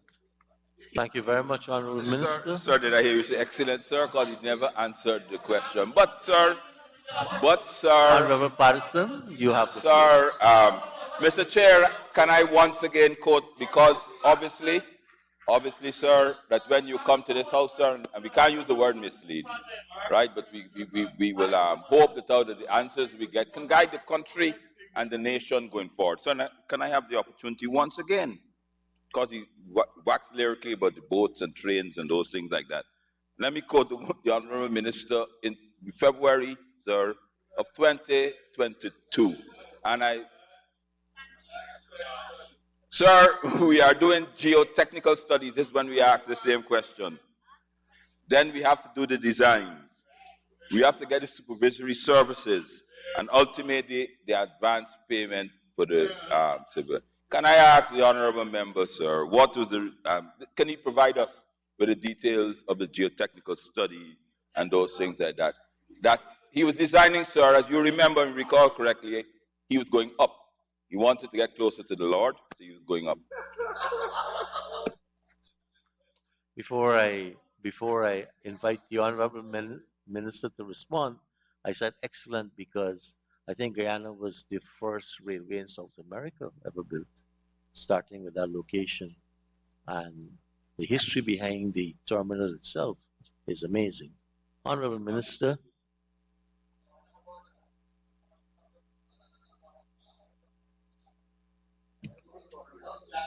Mr. Chairman, if the honorable member would like to get information on the geotechnical studies that were done for these 12-story towers that are going to be built, because they are 12 stories high, and the geotechnical studies were done, here's another way in which he could get it and coming at the Committee of Supply to ask this. But just to let him know, in that very same vicinity, to put everybody at ease, there will be a hospital, there will be a hotel, and there are other developments that are taking place in that very same area. And the geotechnical studies were all done. So, thank you. Thank you, Minister. Honorable Patterson. Moving on, sir, because obviously, I mean, time. So we do have extra time in this ministry. We did a lot of time savings. I assured my colleagues do that, at least an hour and a half extra. The lands echoes if it goes along there, sir. How has the lands been acquired by the Ministry of Public Works? From whom? How much? And what legal instruments, sir, are there in place, right, for the land which the Ministry of Public Works are now occupying? Honorable Minister. Mr. Chairman, unlike what my colleague would have experienced when he was part of a cabinet where lands were given to individuals and then flipped to others for development Thank you. purposes. Improve. This Honorable Minister, the word you just used is a beep. is to a me. beep. I withdraw the word flip, sir. Thank you. This is a government project. This is for the development of the state of Guyana, and the acquisitions of the land will be through the competent authority under whose portfolio those lands fall, the Lands and Surveys in conjunction with the Ministry of Housing and Water, and His Excellency the President, has always been in the Cooperative Republic of Guyana, is the sole person who can give government lands. And this is government lands for government building. This is not private lands we are buying from anybody. This land was not passed on to any private individual that the government is buying back from. This is a straight government transaction. Thank you very much, sir. Thank you, Minister. Honorable Patterson. So the Honorable Ministers confirmed that there's no transaction in place. Thank you very much for that confirmation, sir. There's no, anyway. Sir, in 2022, this was an ongoing project, sir. Well thought out, of course, and the Honorable Minister took his time out, sir, to say it out. It is an ongoing project, and it's in 2022, sir, we budgeted $10.254 billion, of which last year we expended 2.6 of the 10.2. Sir, if you look at the capital profile, once again for the same building, sir, it has now risen to 15.5 billion, sir. It's not a 5.5 billion for this government building, sir. Same description, exact same as last year, sir. Can the Honorable Minister explain? I know he can't, but can he give us an explanation, sir? From July 2022, sir, to January of 2023, sir, the $5.5 billion increase in the overall project, the total project cost, sir. And what occurred to this increase? Honorable Minister. Mr. Chairman, I was really trying to check to see exactly what the member is inquiring about, because he didn't even quote the line item, but I believe it's the same line item on government buildings we run there. So I'm answering as it relates to that. The honorable member, a former minister of government, fully knows that you could have a project proposed cost, you go out to public bid, bids are evaluated, and the final cost may differ from the original projected cost. So I really don't understand what we are getting at. But what I can tell you is that I have been advised, based upon all that we would have seen, based upon all we would have seen in terms of the project that we have signed on to, what we are getting is a superior product. I just told this National Assembly, this facility will be able to house about 6,000 staff. It would have parking for close to 1,000 vehicles. It would have a conference center that could accommodate 1,500. It would have backup facilities that could, with power for up to 7 days. And many, many other facilities that go along with this. So I don't know what the honorable member is talking about, sir. So thank you.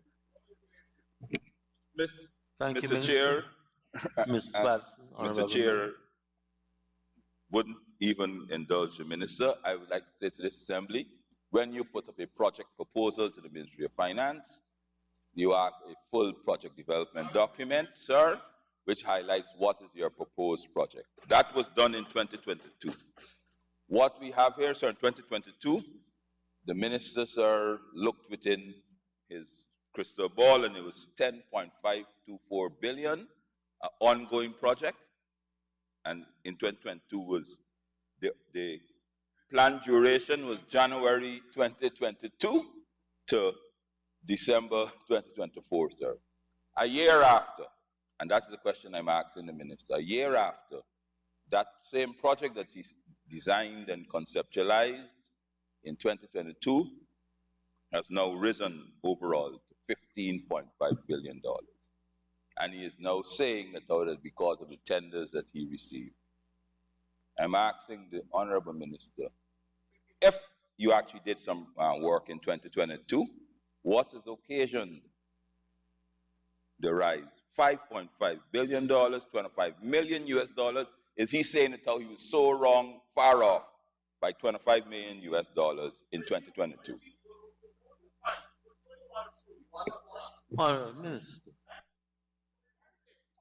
Mr. Chairman, thank you.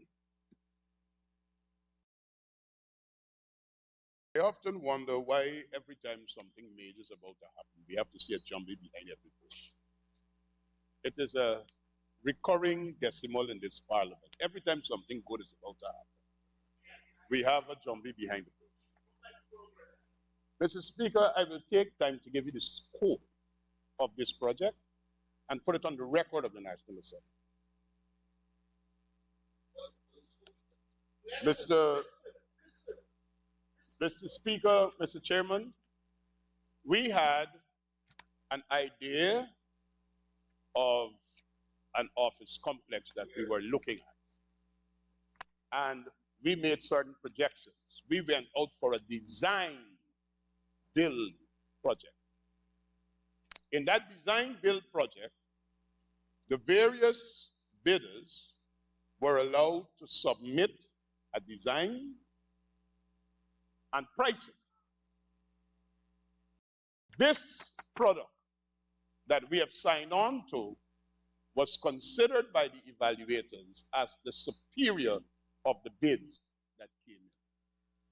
And what we are getting here, sir, is far beyond what the ministry had envisaged. There's an expanded scope, and we're getting more. And this is something that the people of Ghana should be very proud of, sir. Thank you, Minister. Mr. Chair, Mr. Chair,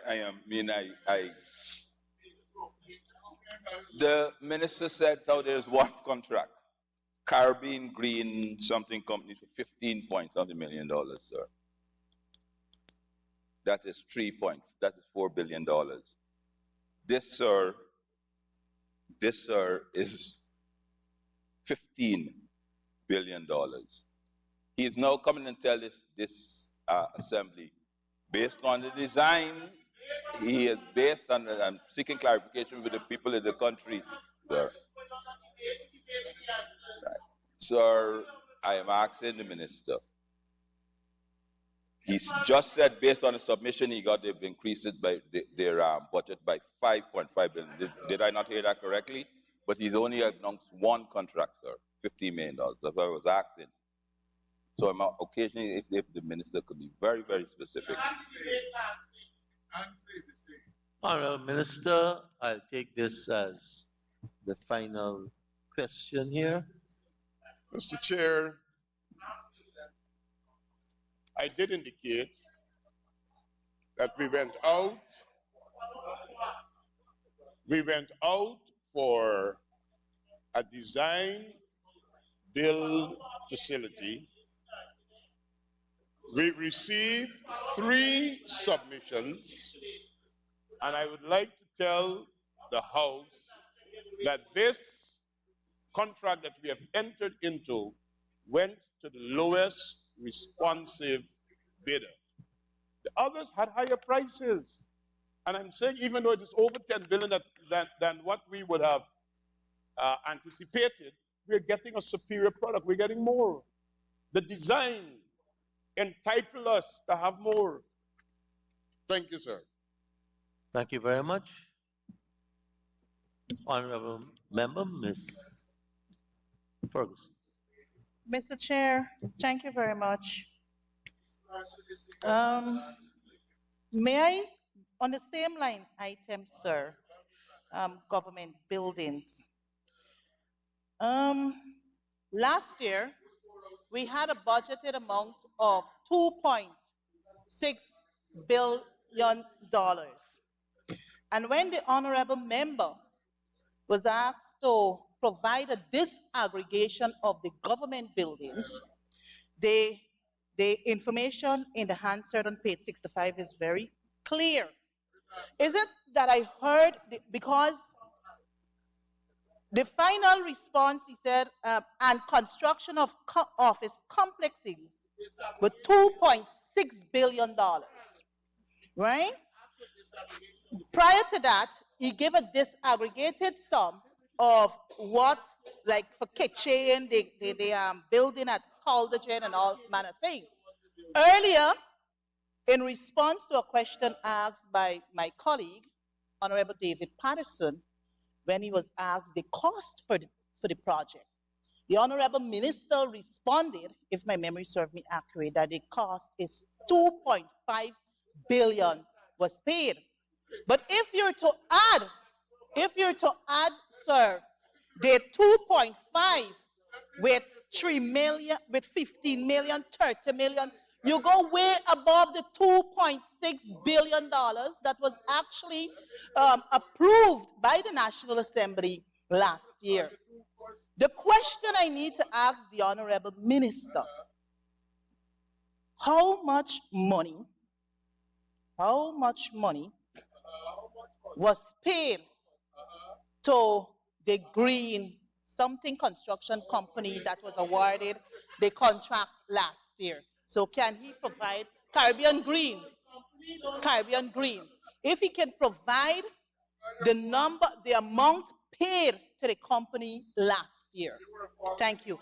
And you know, the honorable, before I yield to my seat, Comrade Chair, the honorable member mentioned that the building will be constructed along the Eccles carriageway.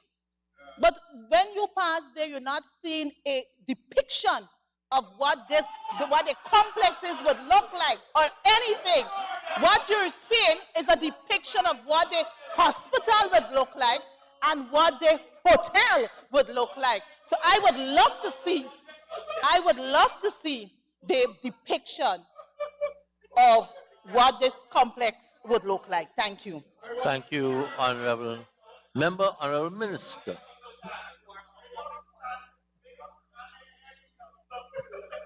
Mr. Chair, I came to the National Assembly last year and I asked that the honorable members of this House appropriate $2,654,000,000 for government buildings.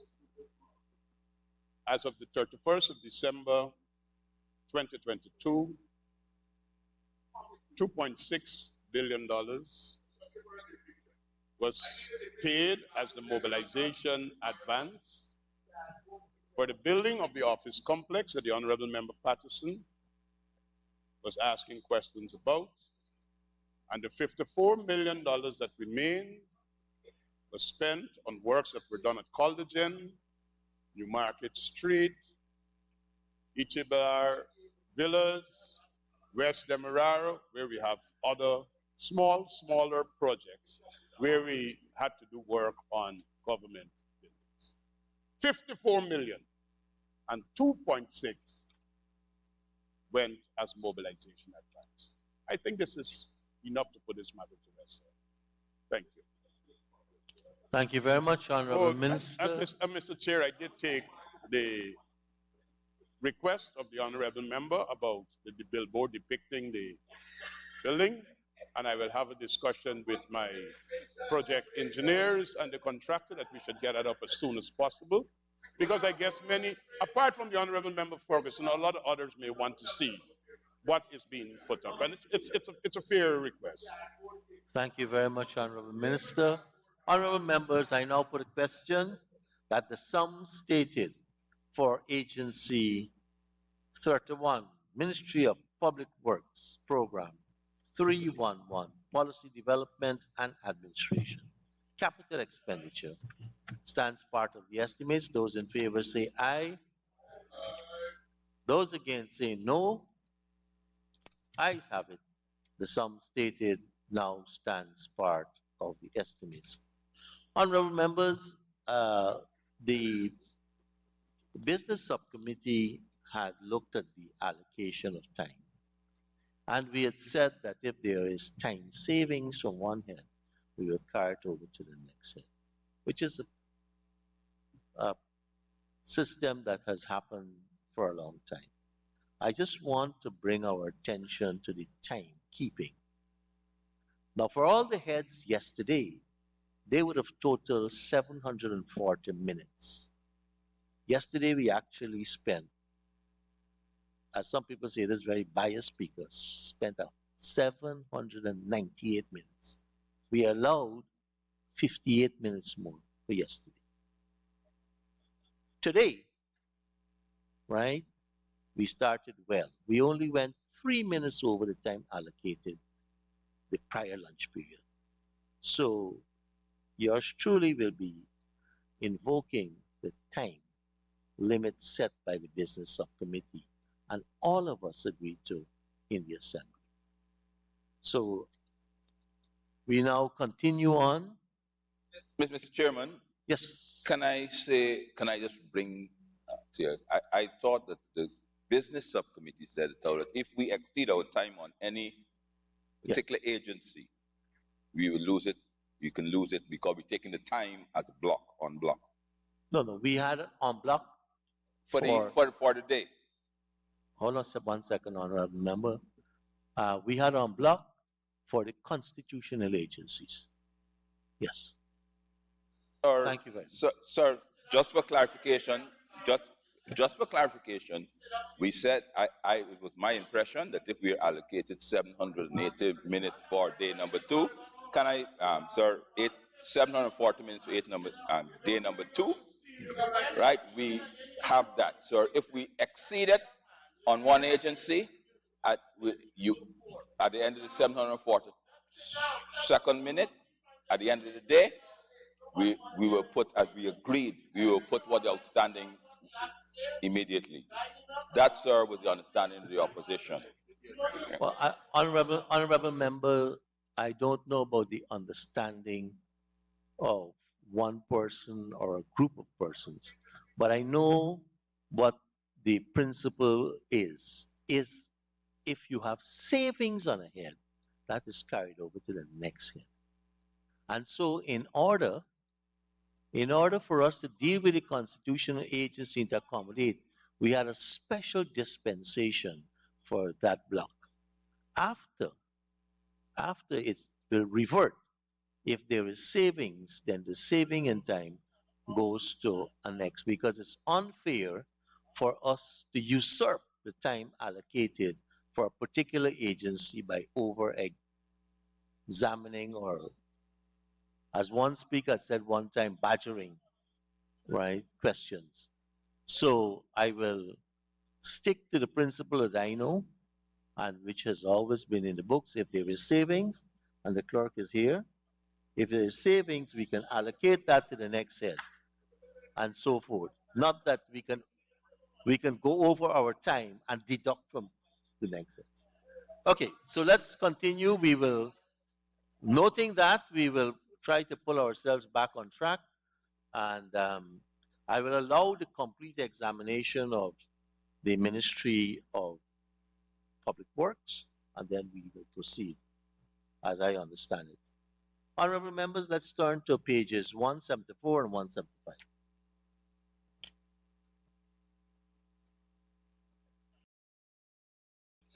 And I propose the question that the sum stated for Agency 31, Ministry of Public Works, Program 312, Public Works, current expenditure stands part of the estimates. Sir, Mr. Chair. Honorable Patterson. 612, 613, sir. We see a reductions, and as opposed to always, sir, I'd ask the Honorable Minister to give us a designation of the technical and the staff that has departed the ministry in 2023. Honorable Minister. Mr. Chairman, I hear 612 and 613. Okay, I was just checking for those line items.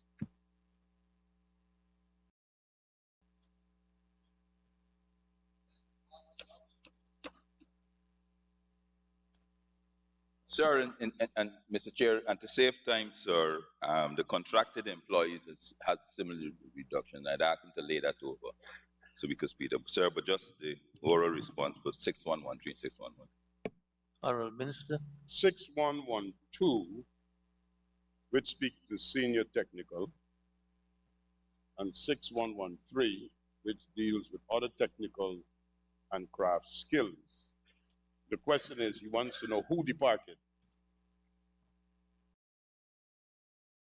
So at 6112, we had 4 persons, and at 6113, we had 3 persons. These were electrical technicians and other staff. And this also had a situation that you will recall the 2018 policy is that everybody should have gone on the establishment. And a number of people watched their colleagues as contracted employees who were getting gratuity every 6 months, and they were not. So a number of these persons actually resigned their positions to benefit from contracted positions, because the policy of the PPPC's administration is that employees can be both on the establishment and or contracted workers. Thank you, sir. But we have, similarly, if you're saying that you would have seen a similar increase in contracted employees, sir. 43 persons left the ministry in 2023, sir. But I've asked if he's willing to lay over the position of the person that departed, as opposed to those retained. Thank you, Honorable Member. Are you prepared, Honorable Minister, to lay over? So, Lay over. yes, that's not a difficulty. I'll ensure my PS have the necessary documents. But just to let you know, people, when they're looking after their financial welfare, time when they will resign, these people resigned at the end of December, so they could have their full year, and then they intend to transition into the new contractual arrangement. But we can lay that over. Thank you, Minister. Honorable members, I now put a question that the sum stated for program 312, Public Works. Current expenditure stands part of the estimates. Those in favor say aye. Those against say no. The ayes have it. The sum stated now stands part of the estimates. Honorable members, please let us turn to pages 506 and 507. And I propose a question that the sum stated for program 312 Public Works, capital expenditure stands part of the estimates. Mr. Honorable Chair, Member, Mr. Patterson. sir, I go swiftly to Damara River Crossing, sir. Looking at the project profile. Sir, can the Honorable Minister state the percentage of work completed, if any? Because we paid 22 billion last year. If this sum budgeted for 2023 includes anything for land acquisition costs, can the Honorable Minister ask, sir, it's in the thing of time, has a contractor submitted any geotechnical or any design reports? If so, has these been approved? Has the commencement order for the project been issued? And if so, on what date? Thank you. Thank you, Honorable Minister. Mr. Chair, I did not hear a line item, but I suppose that he's referring to Project Code 1101-200. Demerara River Bridge New crossing. Demerara. Thank the honorable member for the question, sir. Sir, you would recall that this contract for this bridge was signed on the 25th of May 2022. I would also like to indicate that we have just recently received in country the supervisory firm that will be supervising this design build project. That supervisory firm took effect, I think it's from the 15th of January 2023, and they are in their mobilization stage. I met them last Friday for the first time. The contractor is required to submit all the things that Mr. Patterson, the honorable member, was asking to the supervisory firm so that they can review them and approve them so that we could actually have approvals for the construction. The minister would not approve designs, geotechnical, and other technical things. We have asked that a supervisory firm, which we went out publicly advertised for supervision of this project. Polytechnical, sorry. Polytechnical out of Italy won this bid, and they're now the supervisory firm in place. Just last Friday, a engagement was held with the contractor and the supervisory firm and my project team, and we will be able to keep the nation updated in another couple of weeks, various stages of where the bridge will be. As it relates to land acquisition, the Ministry of Housing has successfully, and I would like to say successfully, negotiated and handled all of the properties that are in the path of the bridge, and we have no resistance from anyone not wanting to move. So I would like to report that to the House. Thank you very much, Minister. Honorable Mr. Patterson. Sir, I asked if the commencement order for the project has been issued and what date. Honorable Minister.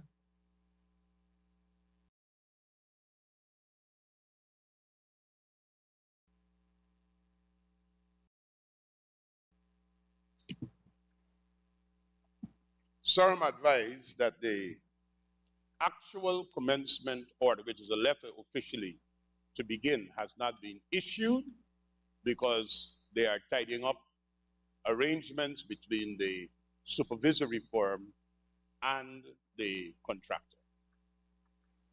Thank you, Minister. Can Honorable the minister confirm to the nation that without the commencement order being issued, that the project officially wouldn't start, so the time frame that the government has been giving the people of the country has not started as yet? Honorable Minister. Mr. Chairman, the Honorable Member Patterson and all other members of this House who traverse that corridor would see that the civil works contractor has been mobilized. The site office is already established. It has been in the media, site clearing that has been done, preliminary work But when we're talking about here the civil works, construction, which deals with the technical details, we had to get in place the supervisory firm to sign off on those things before we could issue the commencement order. But the mobilization of staff, the last word I had, they're in excess of 35 technical staff from the contractor from China that is already in country. There are a number of Guyanese who have already been hired. The issues of the alignment and where the bridge is going has already been clarified. The surveys, levels, and everything that needed to be done that would have necessitated the Ministry of Housing engaging people for relocation, all of that has been done. Now that we have in place the competent, properly put in place supervisory firm, Polytechnica, those other issues of actual construction. But I would like to assure the House, the clear instructions that I have, and the clear instructions that I have given to the contractor and to the supervisory firm is the contract states 24 months from the time of commencement of this contract. And we are holding the contractor and the consultant to those timelines. Thank you very much, Honorable Minister. Honorable Member Patterson. Sir, I go straight on to East Bank, East Coast Road. For the honorable members, 1403800.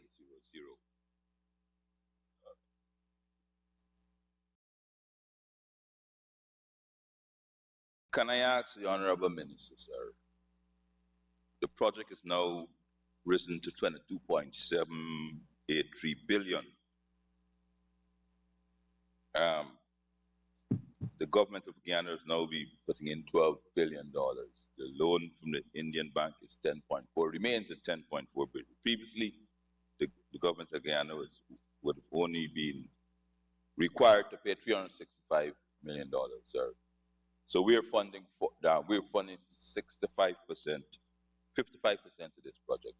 Can I ask the honorable minister, since the 55% being the larger among $12 billion, why is it, sir, that the project was not disaggregated and allowed local contractors to bid for the $12 billion which are being funded by the government of Guyana, as opposed, sir, allowing companies from India who are only funding $45 billion to do the entire project? Honorable Minister.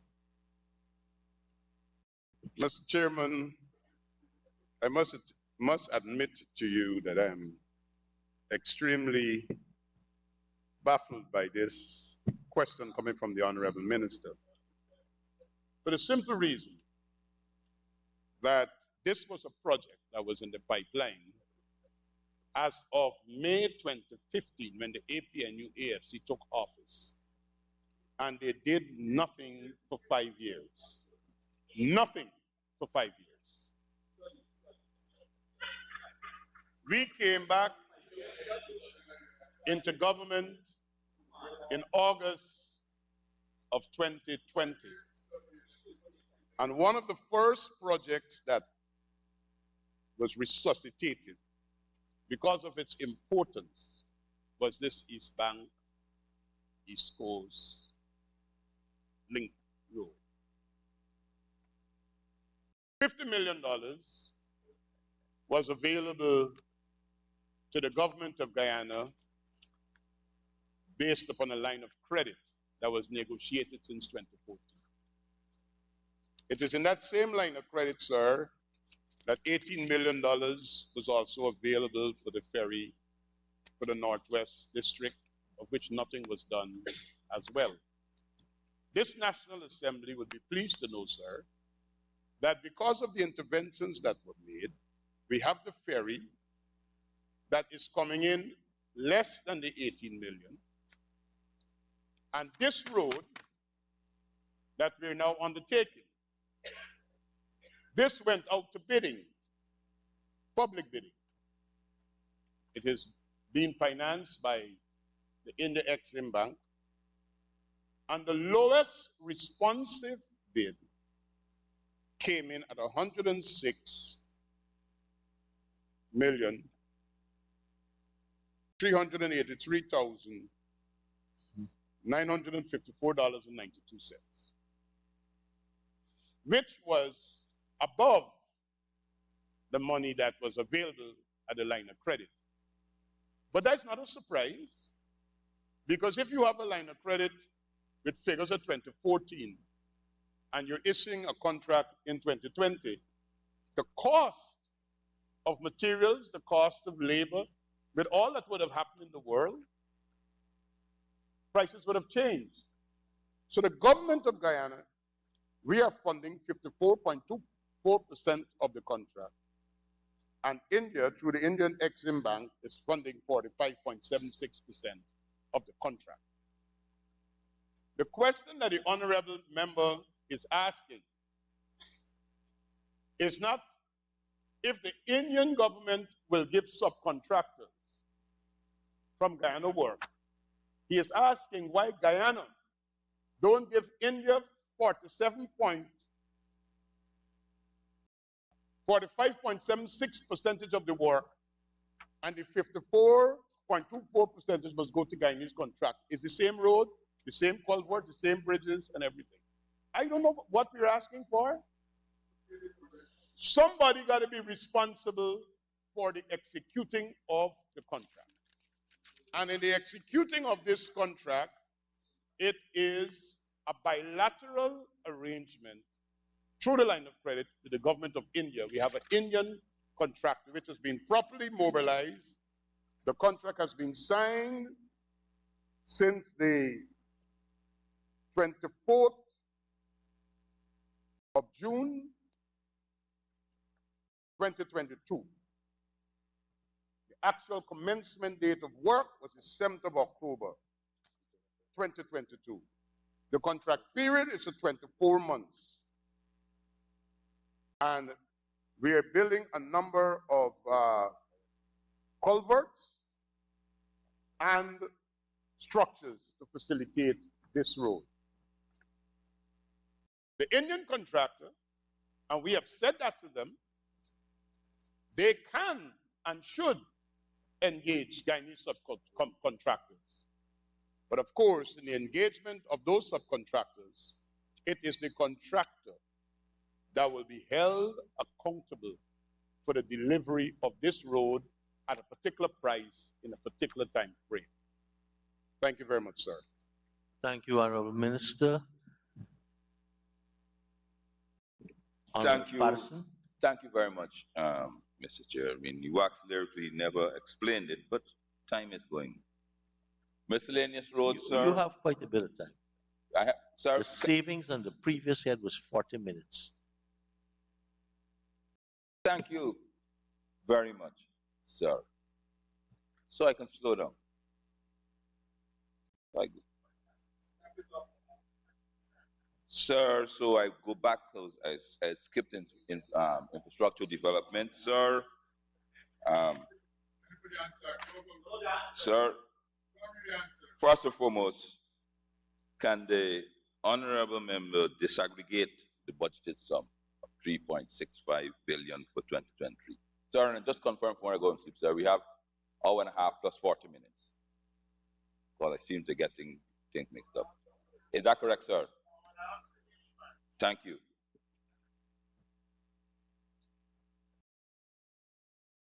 Honorable Minister.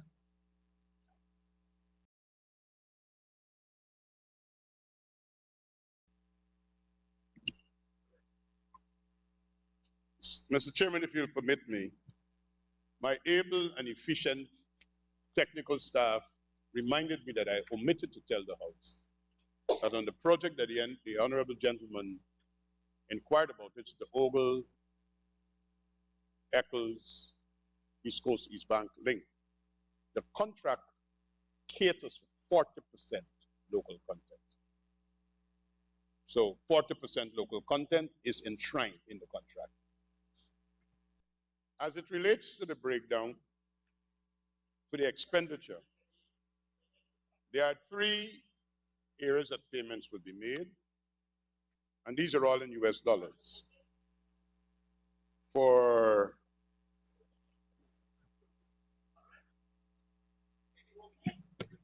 Mr. Chair, I had moved on from that. no, Are you going back? Can I finish my answer? The payments, which will be to Ashoka Bilcon, the civil works contractor, from the foreign funded, 4.6 billion. From the local monies, 5.4 billion, which would just give us just over 10 billion. I'm trying to go to the nearest number. For the supervisory consultancy, which is going to Rights. Rights is the supervisory consultant. Yes, Rights. 224 million, and that will be paid from local monies. Project management, $15 million. A total of $10,290 million. That's the breakdown. Thank you, Minister. Honorable Patterson. Mr. Chair, as you said ahead of time, I'd moved on to infrastructure development, which is, and he's answered the question, a previous question, sir. So the infrastructure development disaggregation is still outstanding. Thank you. The disaggregation of that particular line. 1,214,900.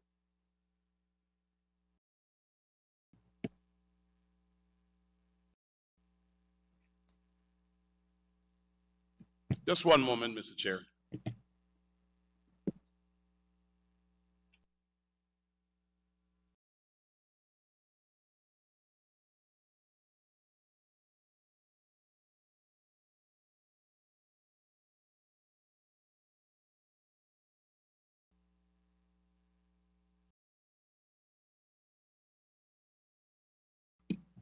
Thank you very much, sir.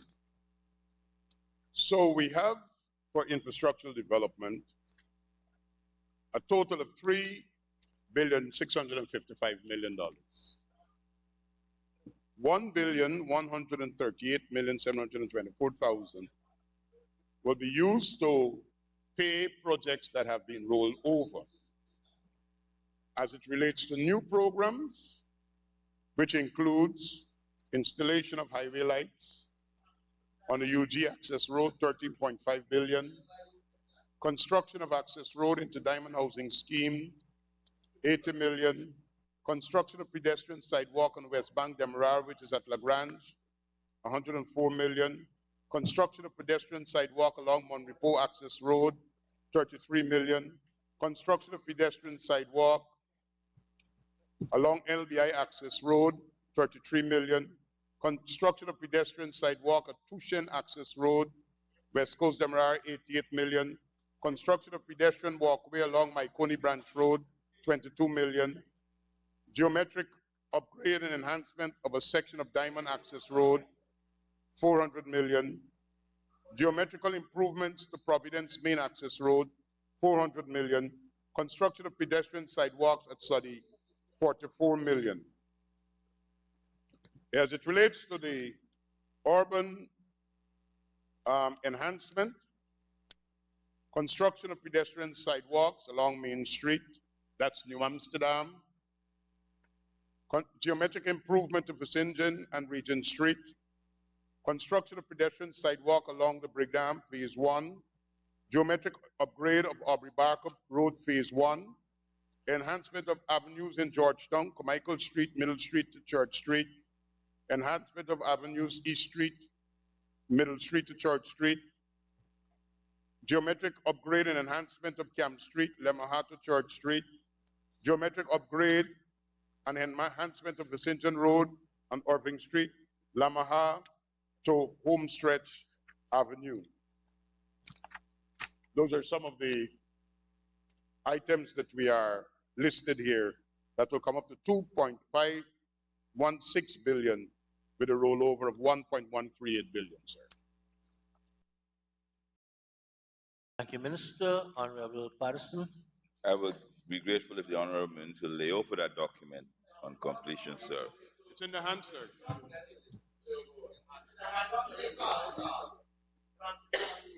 Mr. Speaker, 1404-100. Miscellaneous roads, sir. Sir, can I ask the Minister specifically, sir, what is the rollover amount for included in this and the retention amount? That's a very specific question, sir.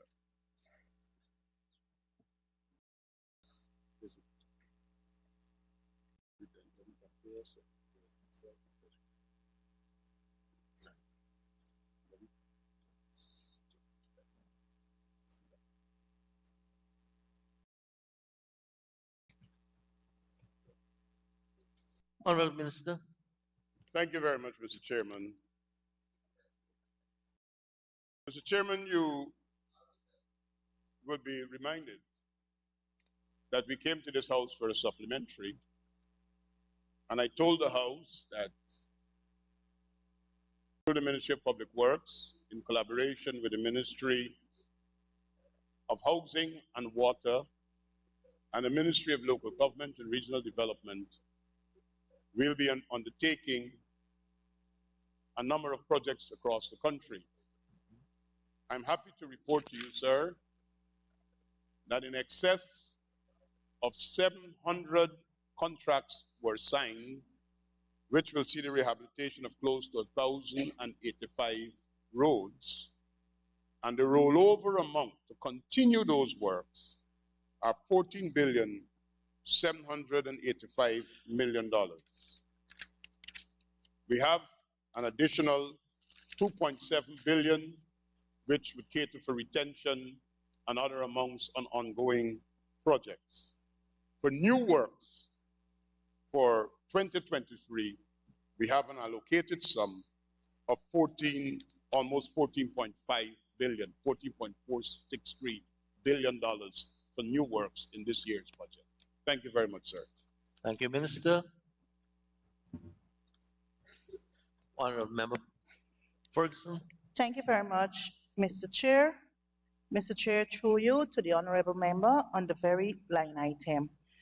Since he provided this aggregation of the 31.9 billion, he said that the remaining 14.5 billion will go towards new works.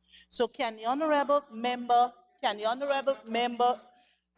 share with this National Assembly or lay over to the National Assembly the works which will complement the 14.5 billion? Honorable Minister. Mr. Chair, we have 14.5 or 14.463 to be exact, $billion for new works in 2023. At this current stage, as I stand here for budget 2023, there's an exercise that is continuing and ongoing. And it's not just merely mapping on paper, but it is also physical verification. Because you would recall, sir, that we had roads that were done by regions, roads that were done through the Ministry of Agriculture, farm to market access, and there were roads that were also done through the Ministry of Housing and the Ministry of Local Government. So what we are doing is that we are continuing that grand scheme of physical verification. So you don't want to be advertising for a road that is in a program, but it is already done. And it's not just matching information from various entities, but it's physical verification. As soon as that is completed, the honorable member, who I'm sure is a very avid reader, will see all of the lots and roads that are to be fixed, advertised publicly for contractors to bid. And that will continue to be a public process. Thank you very much, sir. Thank you very much, Honorable Minister. Sir, thank you very much. Honorable Sir. Patterson. Right. So the minister confirmed that over half of the work, sir, is from last year. Never mind. Sir, that's the exact same question for the next one, sir. Urban road. Sir, I only asked for the rollover and the retentions amounts on the urban roads, sir. Yeah, we can do it.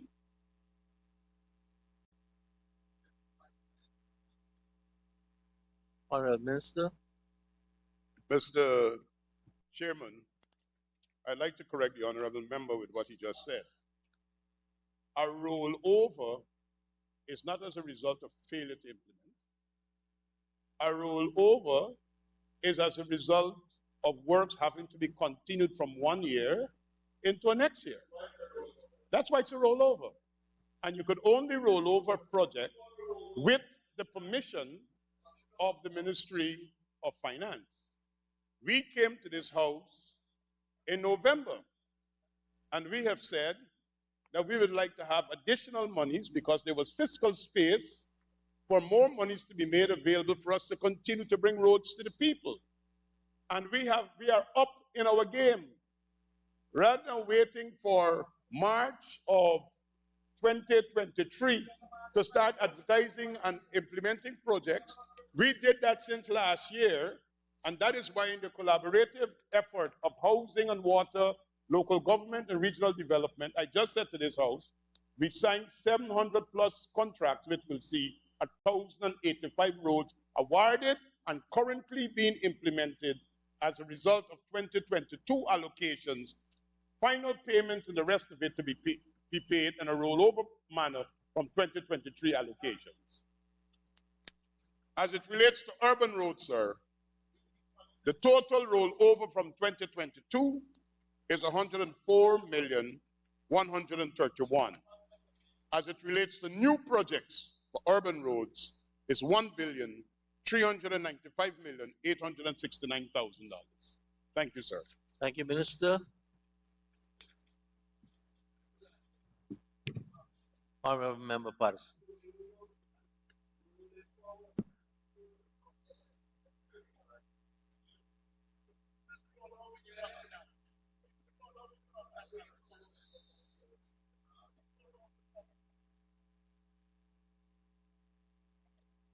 Go ahead, Honorable Member. So you heard me. Highway improvement, sir. Highway improvement. Sir, in the project profile, there has feasibility studies and designs. So where and how much in the project profile on? We're talking highway improvement.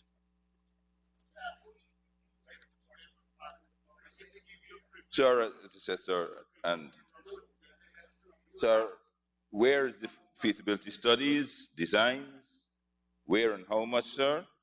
And the other projects listed under the project profile, sir, were feasibility studies and designs done to this, sir? And if so, would the honorable member will to lay it over? Honorable Minister, willing to lay over? Sir, I asked one, there is listed there feasibility studies and design, where and so forth. And for the remainder, will you lay those over? Feasibility study and design, and then would you be willing to lay over the rest? Mr. Chair,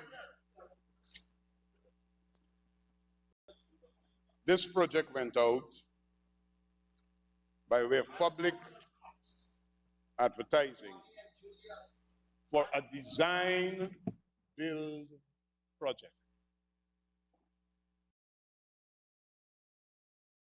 It was a design build project.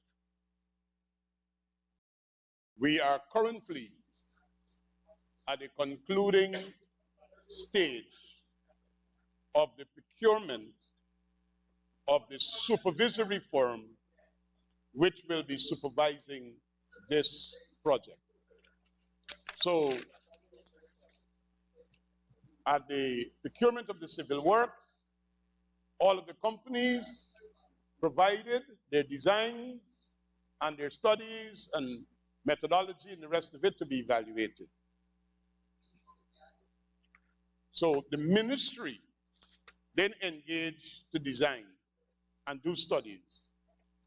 It was the contractors who did, and the supervisory firm is now going to ensure quality controls and implementation when they are put in place. Thanks. Thank you, Minister. I'm sorry, Mr. Chairman, can I get a confirmation from the minister that the 4-lane road, there are 4 projects listed there: embankment to Orin-Nassau, Belfield to Orin-Nassau, Orin-Nassau to Mahaica, and a bridge once more, sir, over the Hope Canal. As the minister saying to this house that all of these have gone out for tender or will go out in a design supervised manner. Honourable Minister. Mr. Chairman,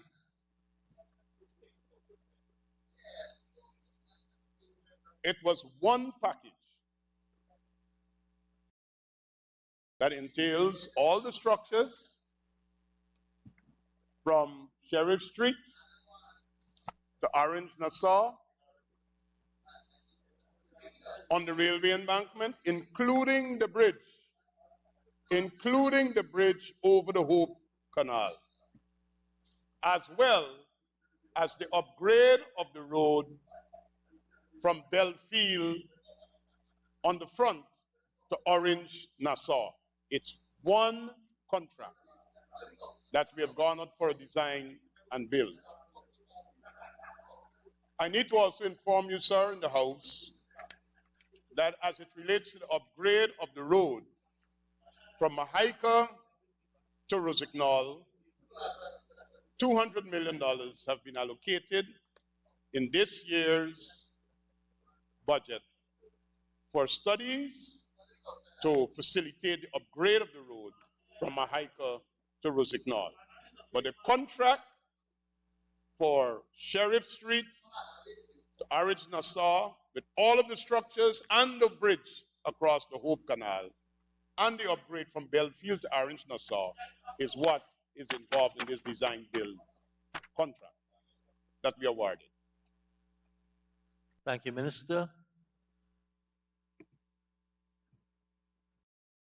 Honourable Patterson.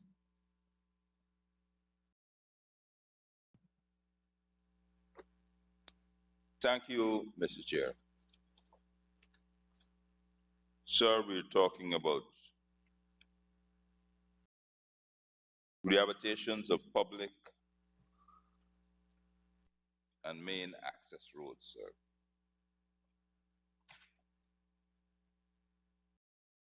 Sir, can I ask, and this, sir, is funded locally for the total project cost of $105.4 billion, of which 33.8 is going to be expended. Can I ask the honorable member, was a study, feasibility study done for this? Right? Sir, will sir, we're looking, sir, and I want these for the record, sir, so we're looking for value for money. Sir, was a feasibility study done for this amount? And if yes, is the minister willing to lay over a copy? Sir. And sir, can he disaggregate, sir, the 33.85 billion as appropriated in 2023? Minister.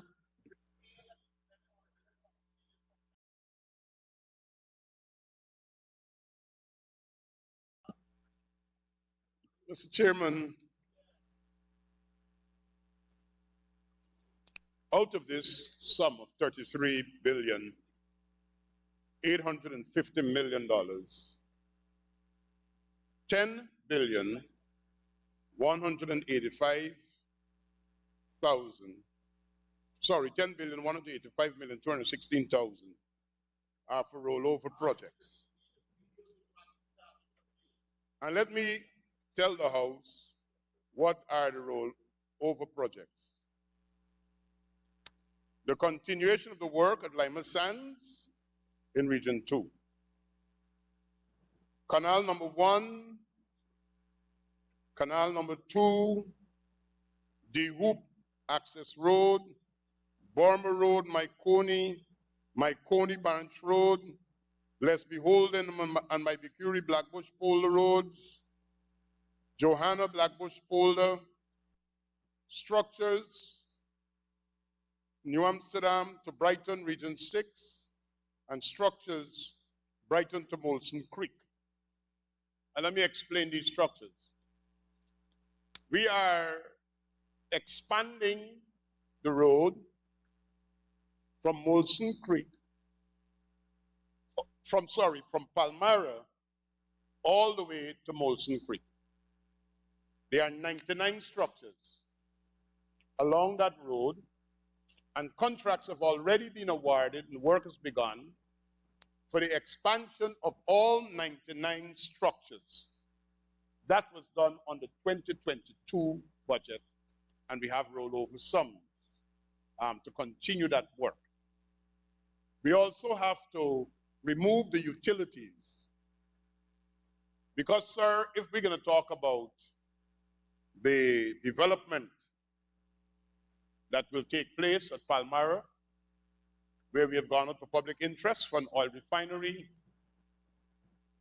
building of a new stadium, putting in a municipal airport, hotel development, housing development, a bridge across the Quarantine River. The current East Berbice main road has become inadequate. It is now being converted into a 4-lane road. We have to move the GWI mains, the electricity and telephone mains to facilitate the construction of this road. And those are what we went out for and what is being engaged. In terms of the new works for this year, we have 23,664,000,000, and we'll be spending a substantial sum continuing the work on that 4-lane, Palmyra to Molson Creek. I'm sure all of us are pleased that we are rehabilitating that section of Lamahad Street from St. Road to Sherry Street, which was practically shifted into the canal. Aubrey Barker Street, or Aubrey Barker Road, is being moved into a 4-lane road to facilitate the kind of housing development and to provide a link of how you can get straight from south into Commons Lodge all the way through to Ogle. A 4-lane road is going in, so Aubrey Barker Road is being improved. The Conversation Tree Road is being upgraded to a 4-lane road. There will be rehabilitation of High Street, Main Street, and Avenue of the Republic corridor. Burma Road, Myconi is catered for. Sections of D Hoop Road at Mahika. Continuation work at sections of Canal number 1. The upgrade of Homestretch Avenue, which we're all aware needs some serious attention. Cane View Avenue South. So because now when you come out from the Eccles-Mandela Interlink, which is the concrete road, Cane View Avenue, which used to be a back road, is now becoming a main access road as a turn-off to get access into the city. So we are paying attention to the Cane View access road. And of course, we want to do some further upgrades to Carifesta Avenue as well. A total of $23,664,784,000. Thank you very much, sir. Thank you, Minister. Honorable Ferguson. Thank you very much, Mr. Chair. Mr. Chair, to the honorable member. if I'm to turn our attention to project code 161,000 sterlings. And I note in the profile document here, focus the sum of $240 million to be expended on Parika, Rosignol, and New Amsterdam sterlings. Can the honorable member provide a disaggregation of the $240 million? Thank you. Honorable Minister.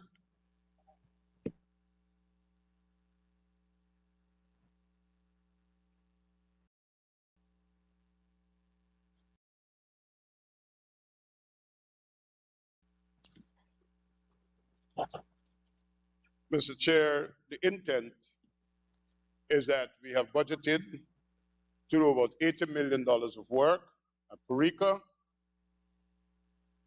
80 million, at New Amsterdam, and 80 million at Rosignol. Thank you, Minister.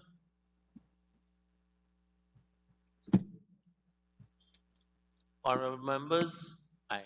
Honorable Member Patterson. Sorry, sir. Somebody has indicated they want to speak, so I was giving them the opportunity to have. Sir, we're looking at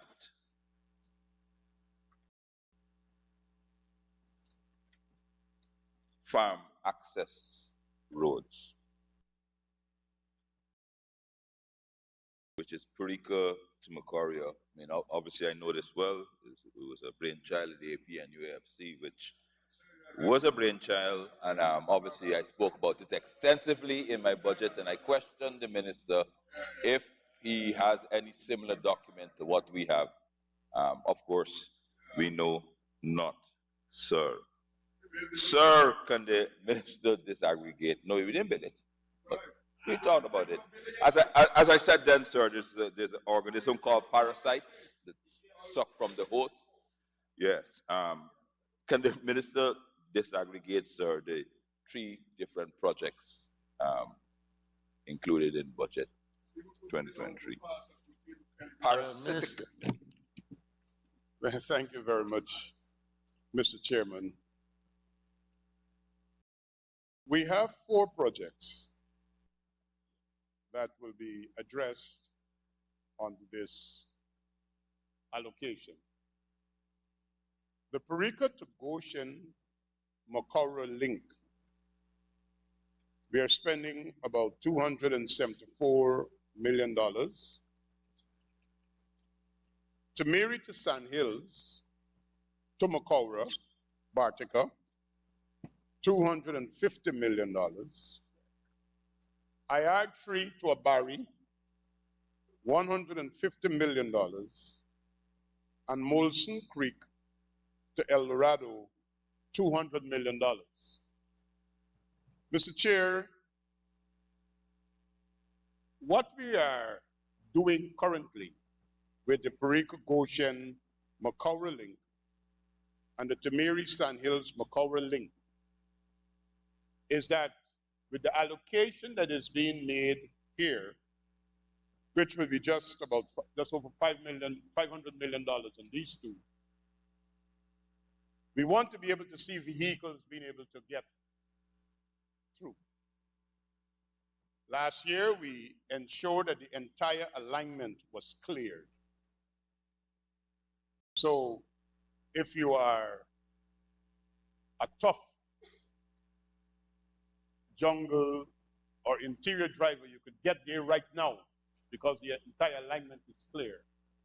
What we are going to do this year, while we wait to bring it up to its optimum level, is to do additional works so that trucks and other heavy duty carrying vehicles to get produce and get expansion in that area could start moving through.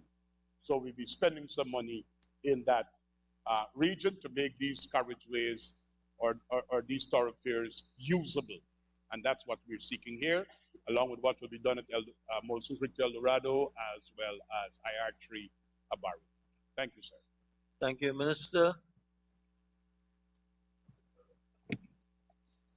Sir, just doing a time check before I run through my other notes. Well, if we add on the savings from the previous year, we can go until, according to my clock, 450. Oh, 20 minutes. Thank you, sir. Sir, I move on to sea and river defense work, sir. And I'd ask, particularly, sir, what is the rollover amount for? And I'm particularly interested for the rollover amount included in this sum and the retention amongst included this sum, sir. And not, sir, the new works. I'll come to that if needed. Honorable Minister.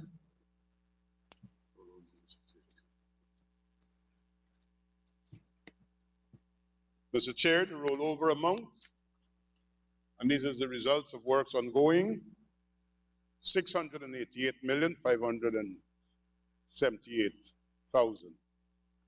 In terms of new works projected for this year under this program, because you will see there is sea and river defense maintenance, which is different to the capital works, 2,811,422,000.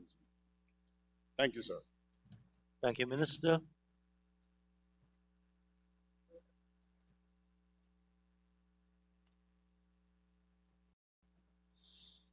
Honorable members, I now put a question that is sum stated for Agency 31, Ministry of Public Works, Program 312, Public Works Capital Expenditure, stands part of the estimates. Those in favor say aye.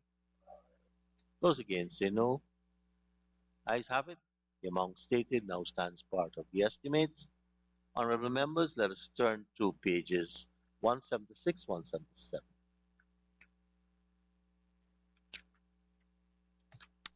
And I propose a question that the sum stated for Agency 31, Ministry of Public Works, Program 313, Transport, current expenditures stands part of the estimates. Honorable Member Ferguson.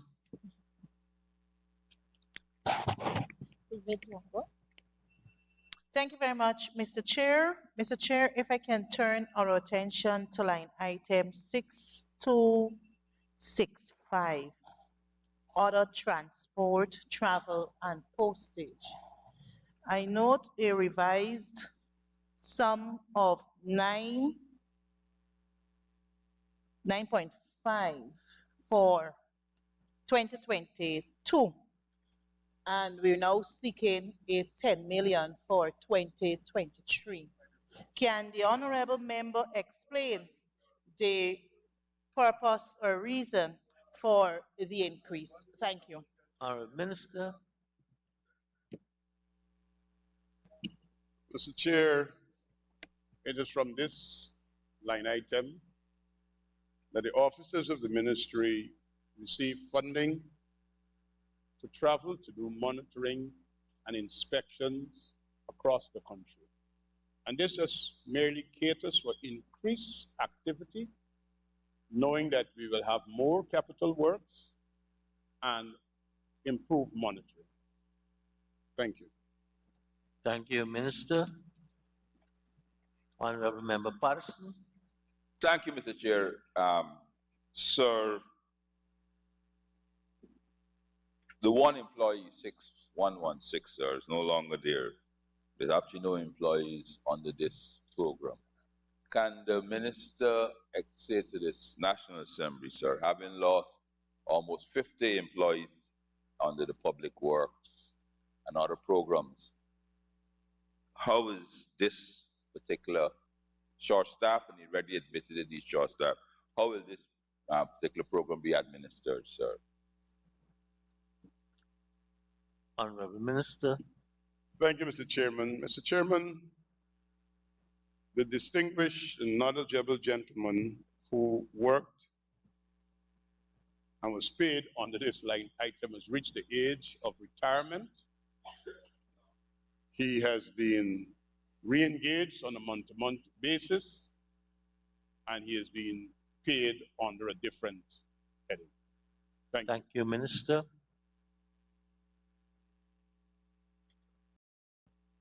Honorable members, I now put a question that the sum stated for Program 313 Transport current expenditure stands part of the estimates. Those in favor say aye.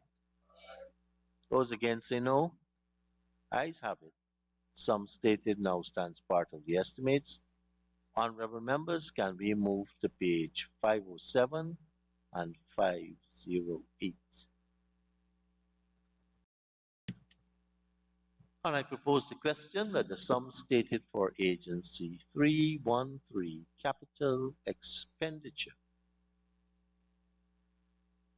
stands part of the estimates. Honorable Thank you, Patterson. Mr. Chair. So following up from my last question, is the honorable member saying that one retiree will be responsible for $1.4 billion of hinterland airstrips in 2023? Is that what he's saying to the country? So are we speaking of hinterland coastal airways? Do you have $1.4 billion there? You said the honorable gentleman who is a retiree paid elsewhere. And that's the question. The one retiree will be looking at $1.4 billion of airstrip and coastal works.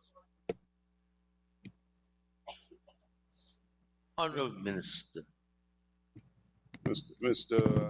Chairman, I recall reading somewhere that assumption is the lowest form of wisdom. No, sir.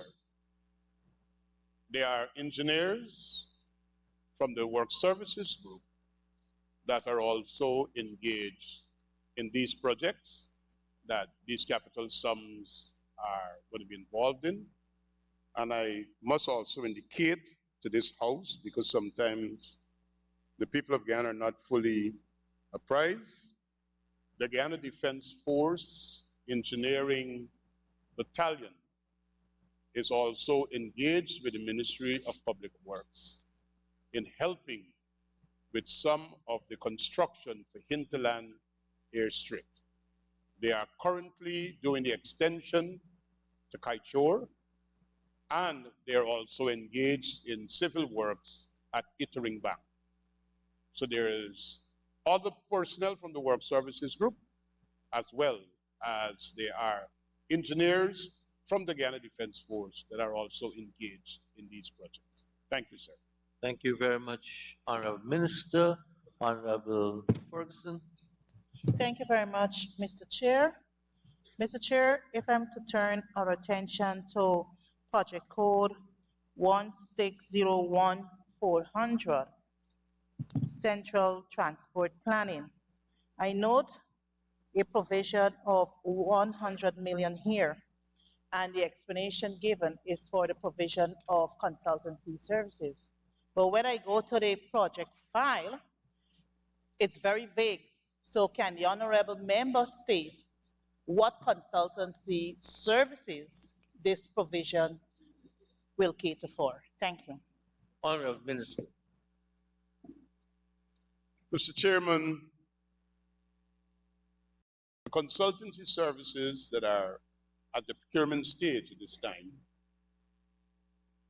will allow us to have in place a supervisory firm to oversee the construction of the Kingston Goods Wharf, which is being rehabilitated and reset to facilitate the MV Melissa that is on her way, as well as the new stelling to be built out at Port Kaituma. And there will be continuing engagement for the stelling for Mabaruma, as well as Marijuana. Thank you, sir. Thank you, Minister.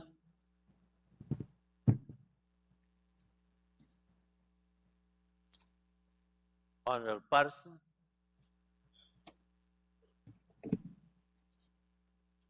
Thank you, Mr. Chairman.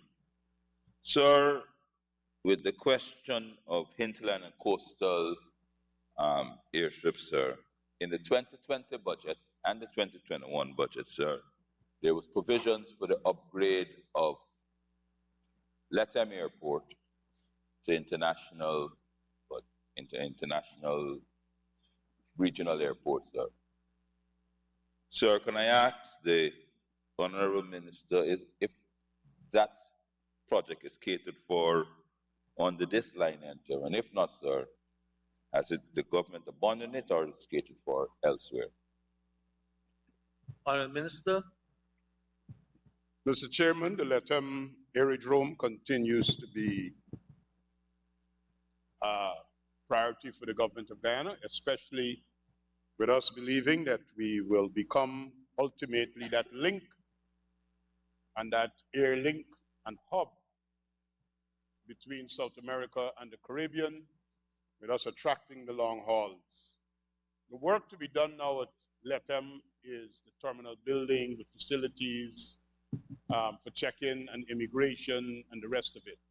It is not in these sums that have been appropriated. These are directly for airstrips, but we are in engagements with bilateral partners addressing the terminal building and other issues to Lethem. Thank you, Minister. Honorable Ferguson. Thank you very much, Mr. Chair. Mr. Chair, Project Code 160-2000, Civil Aviation Authority. I note here they're seeking a sum of $385 million. When I look at the project file, the profile explanation, sir, it is to procure software and equipment.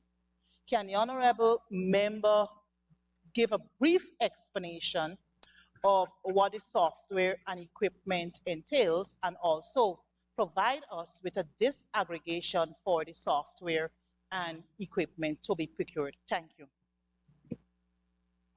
Thank you, Honorable Minister.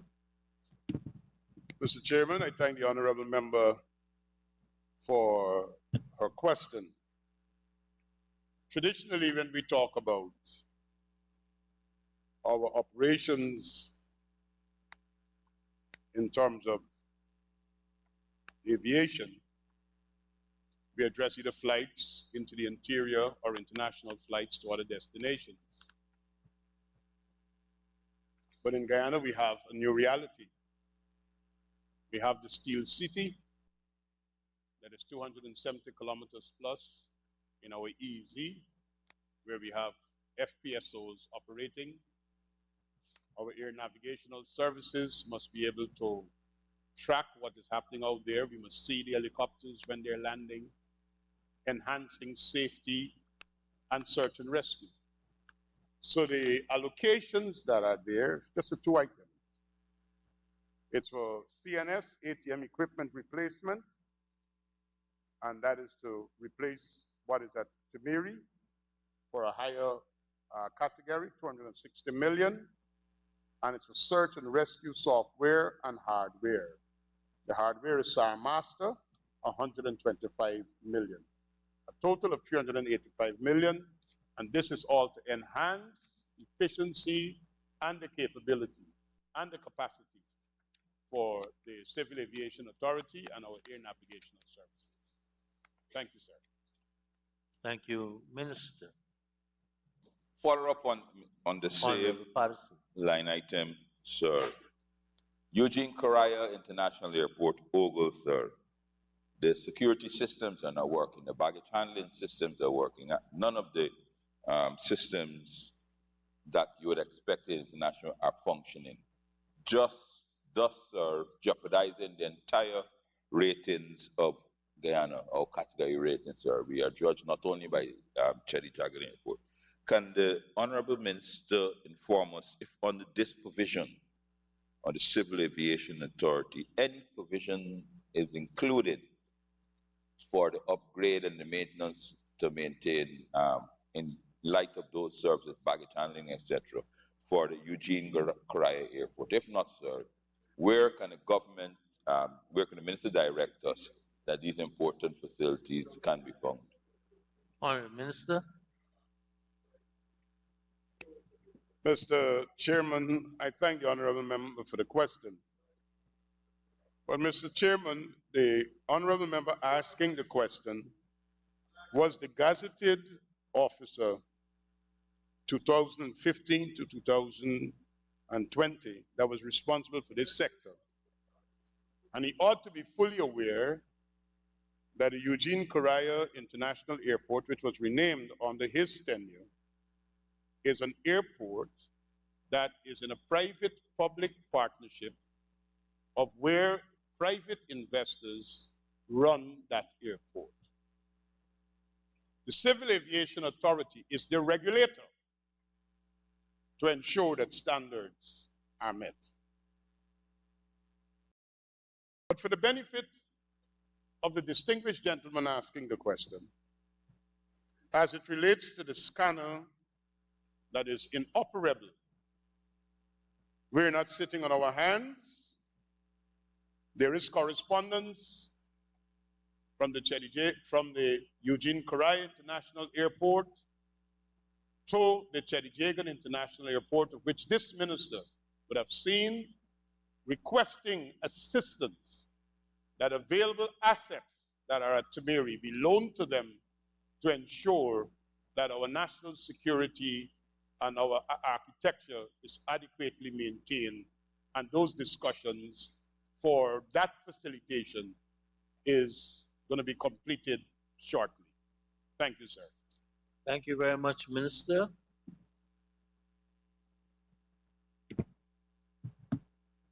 Honorable members, I now put the question that the sum stated for Program 313 Transport Capital Expenditure on the Agency 31 Ministry of Public Works stands part of the estimates. Those in favor say aye. Those against say no. Ayes have it. The sum stated now stands part of the estimates. And let me thank the Honorable Minister for that. Mr. Chairman, if you would Honorable Minister. If you would permit me, sir, I would like to take this opportunity to thank my permanent secretary and my colleague, Minister Indar, and the heads of the various agencies and departments of the ministry for the fine work they've been doing in managing and keeping us up to date that we could provide adequate answers to the National Assembly on such matters. I would like to say thanks to them very much, sir. Thank you very much, Honorable Minister, and on behalf of all of the members of the Assembly and on my own behalf, thank you and your staff for taking us through your agency during the past 2 hours and 2 minutes.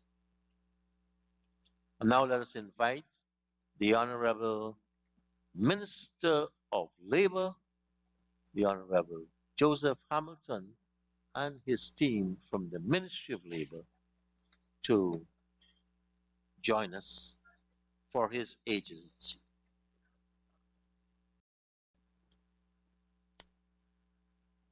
This agency has half an hour and we have 5 minutes from the previous two heads.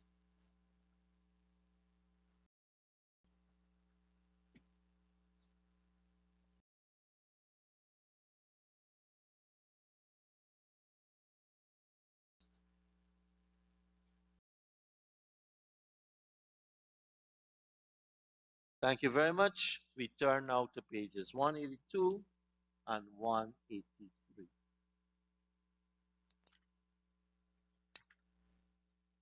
Sorry, Ministry of Labor. Sorry, I'm at 180 and 181. Sorry, my computer screen jumped a bit. Thank you, Sherlock.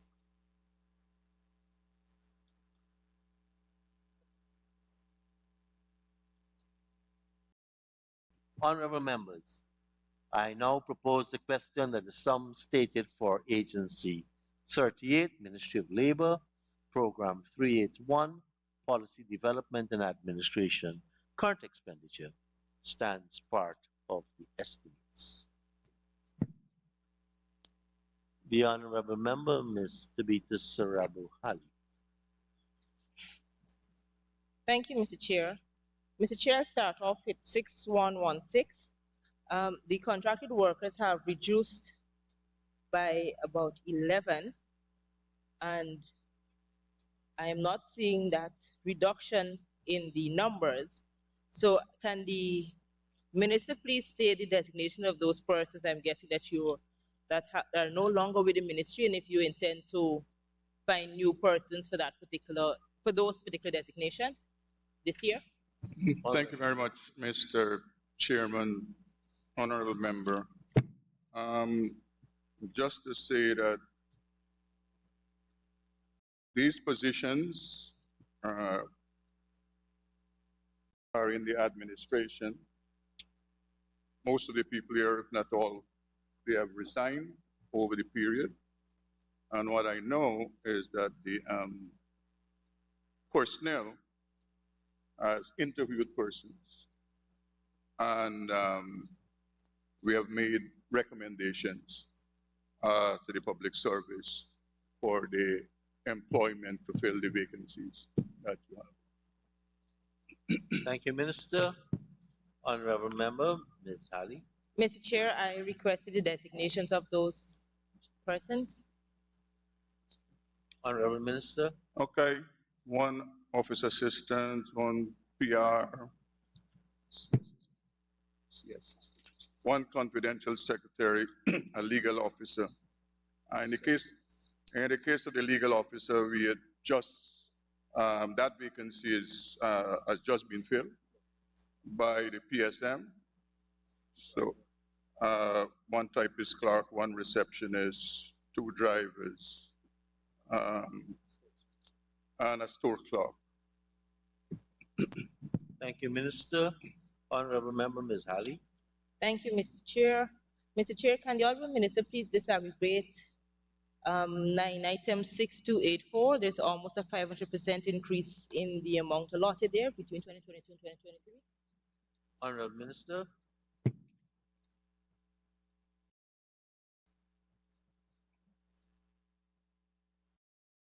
Thank you very much, Mr. Chair, honorable member. The breakdown of these activities, advertisement, servicing of our biometric system, fire alarm, the CCTV, Sanitex service, media coverage for the minister, Zoom account. And we have Dr. Yadav, who's a consultant that will be with the ministry for the next 3 years, helping us to put in place a strategy for the labor ministry and dealing with all the issues as regards labor force survey and all the statistics that surround that matter. And the creation of the Ministry of Labor website, basically upgrading that facility. Thank you, Minister. Honorable member, Ms. Ali. Thank you, Mr. Chair. Mr. Chair, would the Honorable Minister be willing to lay over if it's possible, the terms of reference for that particular consultant? Honorable Minister. One, I would say that I would have no difficulty laying over, but first I would have to consult on that matter. Thank you, Minister. Honorable member, Ms. Hali. Thank you, Mr. Chair. Mr. Chair, the same between 6111 and 6117, in terms of the staff for this particular program, when you look over at volume 2, it shows that none of the targets for 2022 were met. All of the targets, they had targets of 4, 4, 1, and the document shows that they were all 0, which suggested that none of the targets were met in 2022. And so I'm just wondering if the minister would be able to state why it is that the labor market information bulletins, the social services bulletins, the number of all of those things were not done in 2022 as was expected. Honorable Minister. Yes, Mr. Chairman, thank you very much. Honorable member, just to report that because of the deficiency in the statistical department, and that is the reason why the consultant is helping us to develop the type of facility, the type of department we would want to have. Just for reference, when I got to the ministry, that department was just staffed with either 2 or 3 persons. So I met it deficient. What we are trying to do is to ensure that it is developed, and that's the reason why we have hired a consultant to help us to do that. Thank you, Minister. Honorable Member, Ms. Halley. Thank you, Mr. Chair. Mr. Chair, I'm now going to 6321, subsidies and contributions to local organizations. When you look at there are 2 places there, Board of Industrial Training and the Labor Market Information Systems Commission. Can the Honorable Minister state what exactly the Labor Market Information Commission system is supposed to be doing that is different from what the consultant will be doing? Honorable Minister. No, I'm advised that Dr. Yadav is working also to help us with the LMIS system. Honorable Member, Ms. Halley. Thank you, Mr. Chair. Is it that the Honorable Minister, is it that the commission is not functioning right now, just for clarity, and the consultant is helping to resuscitate that? Just. Yes, the answer is yes. Honorable Minister, yes. Honorable Member, Ms. Just one final question. Yes. I'm not sure if I'm on the right program, but during the budget speech, the Honorable Minister stated that Action Coach assisted in some labor surveys this year. I'm just wondering if because you said consultancy was on the other, whether Action Coach was done under that, or if they're continuing, if the information from that could be made available as well. No, just to be clear, Mr. Speaker, Chairman, Honorable Member, the Action Coach did a survey on behalf of the IOM, International Organization of Migration, which we collaborated and cooperated. Also, the ILO also did a study that has to do with the oil and gas. Thank you, Minister. Honorable Member, Chief Whip for the Opposition, Ms. Jones. Honorable Member, Ms. Halley. Come. Sorry. Thank you, Mr. Chair. Honorable Minister, can you then indicate if the information received by Action Coach and IOM has been used to determine what your program is for this year in terms of your training on the 6302? Honorable Minister. Yes, all the reports and studies that were done over the period 2022, we are reviewing and they will be utilized to help us going forward. Thanks, Minister. Honorable Member, Mr. Jones. Thank you, Mr. Chair. Mr. Chairman, a follow-up question on line item 6321, subsidies to local organization. Comrade Minister, you said that the Labor Market Information System Commission is not functioning. Is that correct? Yes. All right. And we see a voted provision here in 2022 of 1.5 and revised has 0. But then in 2023, we see there's another request for 1.5. And if it's not functioning, then why is a request being made? Honorable Minister.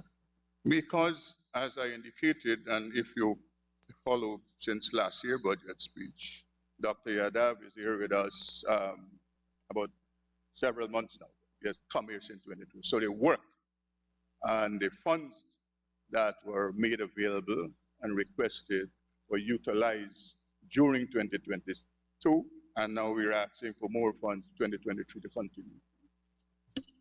Thank you, Honorable Member, Mr. Jones. Thank you. Just a follow-up.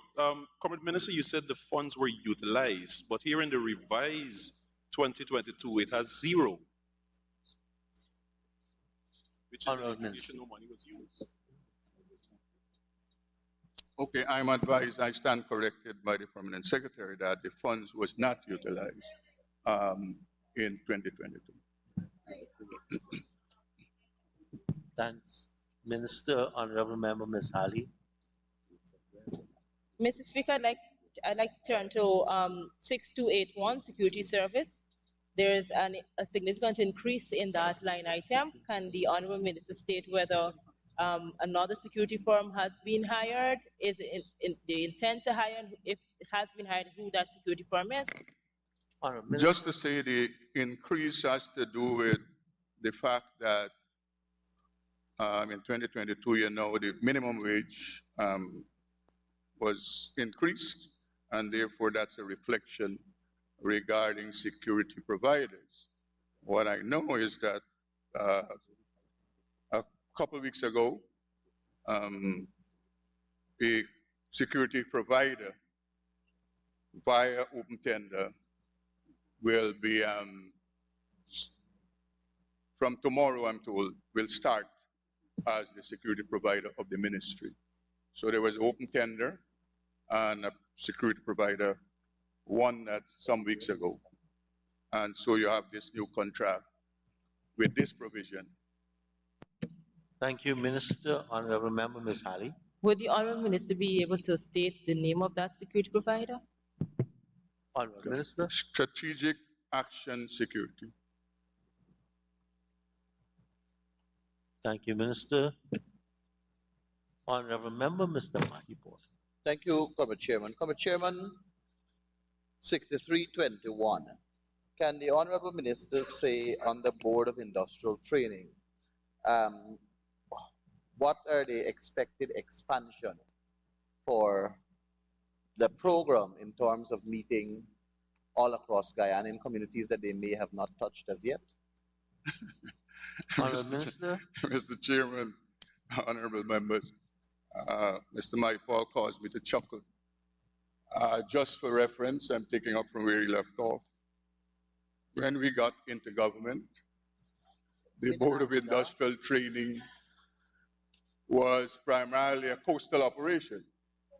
We have taken it in 2.5 years into every region and sub-region of this country. Every interland region, every river, every creek, every mountain top. And so the expansion you talk about has already happened. In every region, we have either a technical officer or two. In the case of Region 9, we have 3 technical officers of the Board of Industrial Training.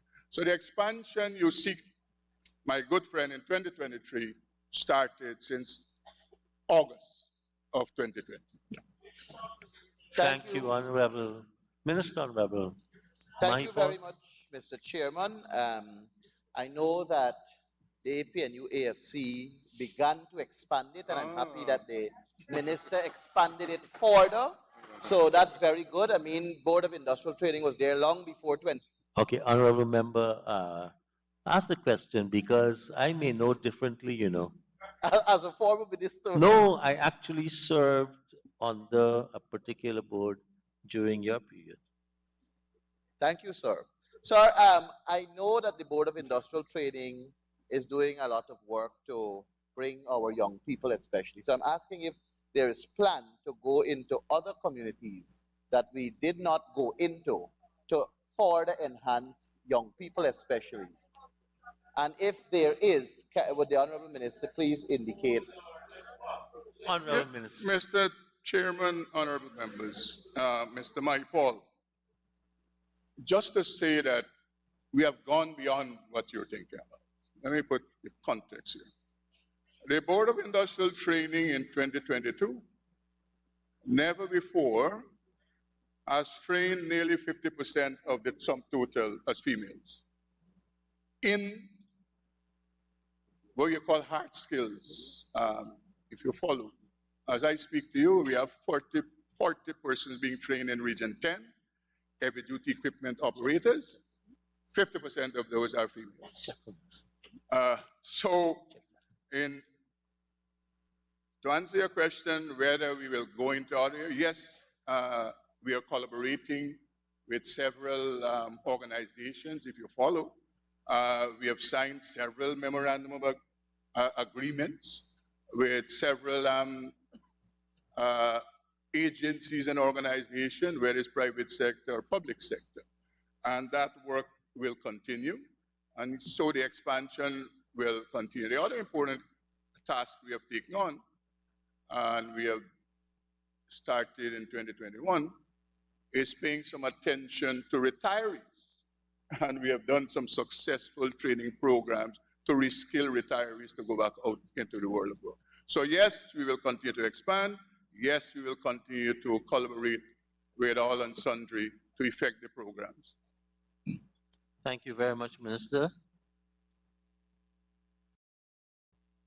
Honorable members, I now put Honorable Member Mr. Holt. Thank you, Comrade Chair. Comrade Chair, under the same line items 6321, could the minister say how many persons would have completed training under the BID program last year, and how many are currently successfully engaged in employment? If there is a system to monitor and to check the effectiveness of the BID program.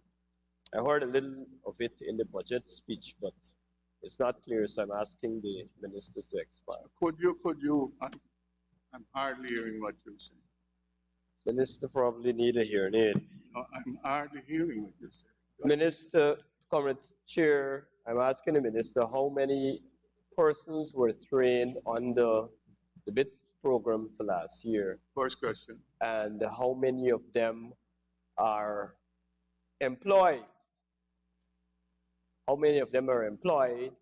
And of those that were trained, of course. And if there is a system to monitor, track, evaluate the effectiveness of the BID program. Thank you very much. Thank you very policy much, issue. Mr. Speaker, Mr. Chairman, Honorable Member. First question. So far for 2022, we have graduated 4,017 persons. That is females 2,746, males 1,271. As I speak to you, we are preparing for graduations in several regions of persons whose program rolled over to 2023. I'm told from the CEO acting that it's about 1,200 persons to be graduated. So if you add that to the 417, we're talking about 5,600 persons we will have trained in 2022. The other question about monitoring and evaluation, yes, we now have a monitoring and evaluation department that does just what you're seeking to get answers to.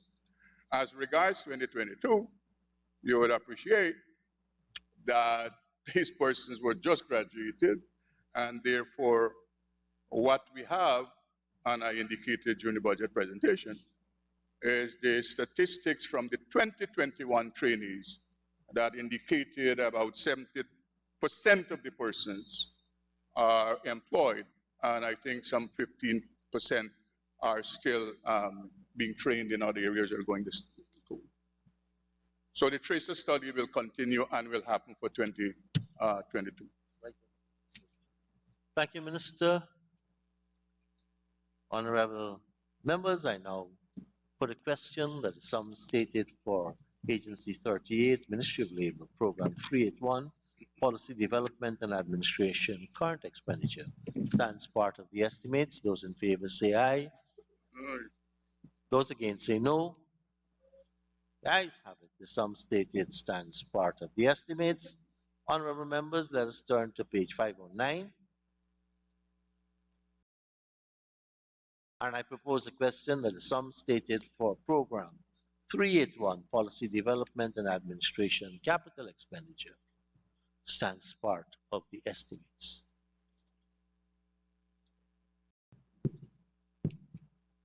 Honorable Member, Ms. Tabitha Sarabu-Hali. Sorry, Mr. Chair, I have just one question here. 1220100 buildings, there is a significant increase in the amount being requested, provision for buildings and payments. Can the Honorable Minister state what this increase entails? Okay. Mr. Chairman, Minister. thank you, Honorable Member. Retention for building of fence that started last year.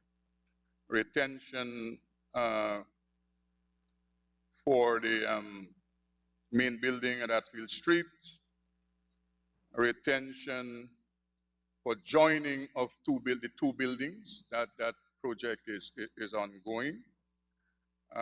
Construction, and these now I'm going to new projects here. We are constructing office and a training center at New Amsterdam.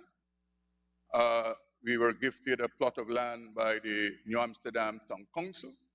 So we are planning to construct a training center to the tune about some $30.9 million estimated. Corriverton, where the Town Council also in Corriverton has gifted us a plot of land, and we plan to execute a project there to build an office and training center to service the upper quarantine. Region 9, we have started to use a building that was built and left useless. We are now doing training programs there. So we plan to inject some funds into that building for development and training for North Rupununi, some $20 million. Rehabilitation of the Learning and Resource Center at Unity. Again, that is a building that was left. We plan to utilize $25 million to rehabilitate that building. The intention and idea for the Unity building is to utilize it as a training center to certify and accredit persons who already have a skill. So we have several people who are carpenters, plumbers, masons, electricians, but they don't have no requisite certification and qualification. And so the intention of the Unity building is to ensure that we utilize take mature persons who already are participating in work in the technical area and have them retrained to be certified there.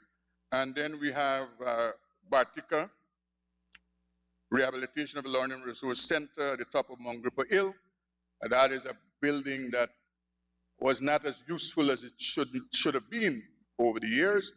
We are now in possession of that building, and it is being utilized as our office, the Ministry of Labor office, and also we do training there for the Board of Industrial Training.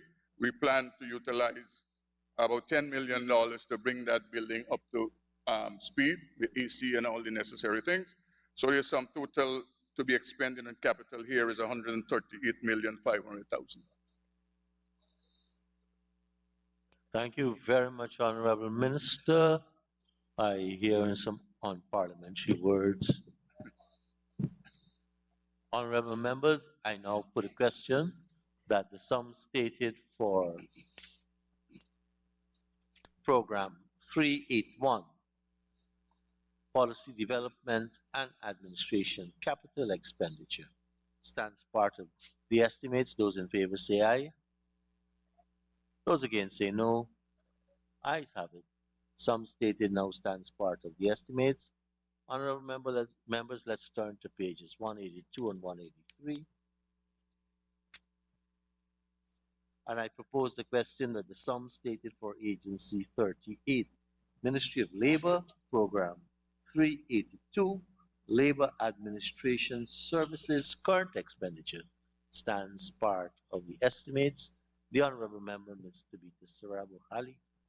Thank you, Mr. Chair. Mr. Chair, I'd like to direct you to line item 6321, uh, subsidies and contribution to local organizations. When you get to page 472, there is a list there, but what I have recognized is a number of unions that should have received, did not receive any of their subsidies last year, and it's budgeted again for this year. And Guyana Trade Unions Congress, and then support to other trade unions, budgeted 8,000 in 2022.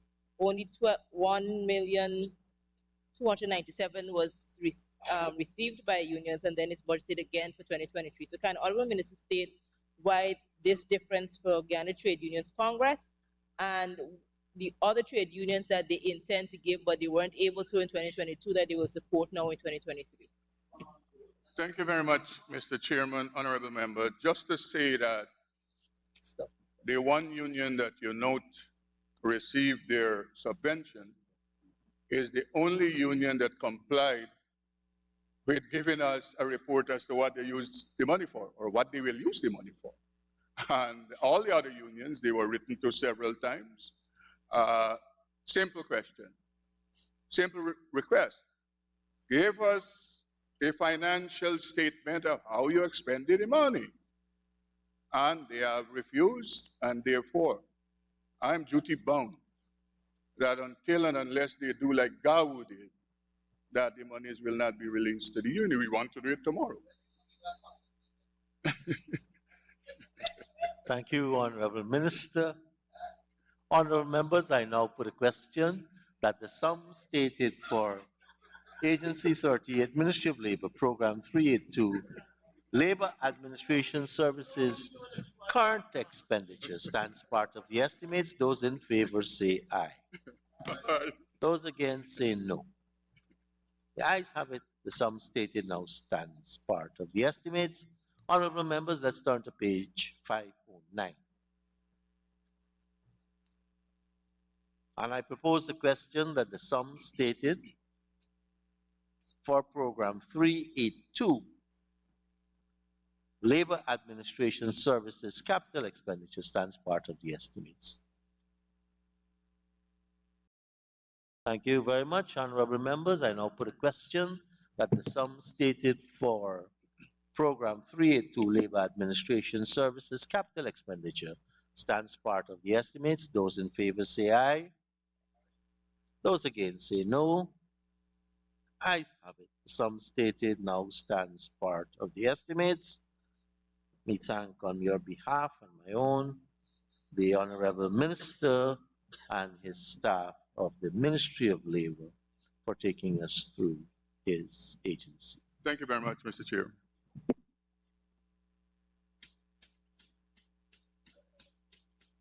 Honorable members, we now invite the Honorable Minister of Human Services and Social Security and her staff to join us.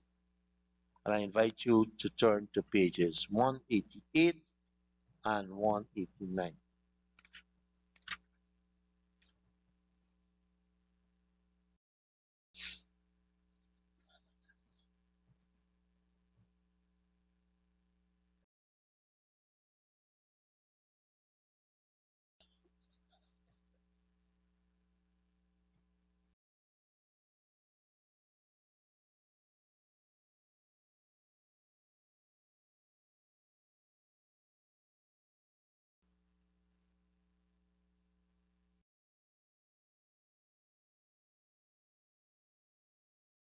Thank you.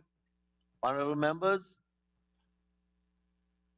I propose the question that the sum stated for Agency 1839, Ministry of Human Services and Social Security, Program 391, Policy Development and Administration current expenditure, stands part of the estimates.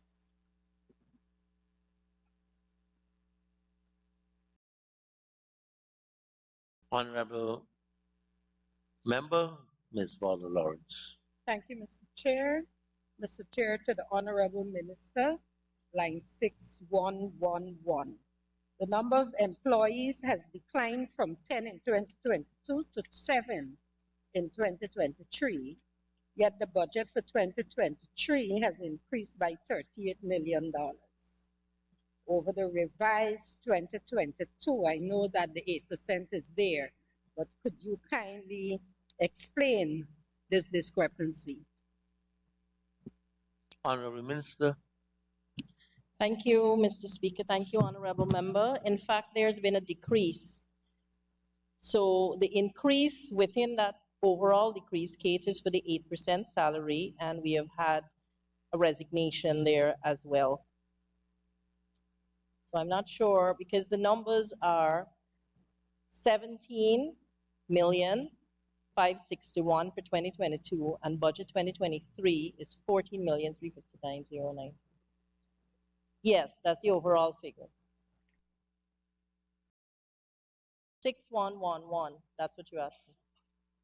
Sorry, Thank you, Madam Minister. Mr. Chair, Honorable through you to the Lawrence. Minister. I used 611 to show that there was a decrease in employees. But when I speak of the salaries, I'm speaking about the overall figure.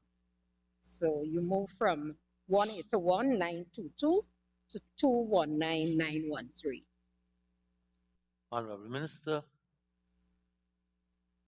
So it goes back to my original explanation, Honorable Member, Mr. Speaker, through you, that there were increases on everything, which includes the 8% increase.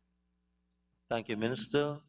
All right. Honorable Lawrence. Thank you, Mr. Chair. Follow up. What are the designations of the 3 persons who are no longer being catered for, and have they resigned? And could you kindly say whether the positions have been deleted from the inventory or whether you intend to fill these vacancies? Honorable Minister. Thank you, Honorable Member. So the decrease is due to the resignation of the Assistant General and the Principal Assistant General. We've not deleted those positions, and there is a reclassification of a technical officer.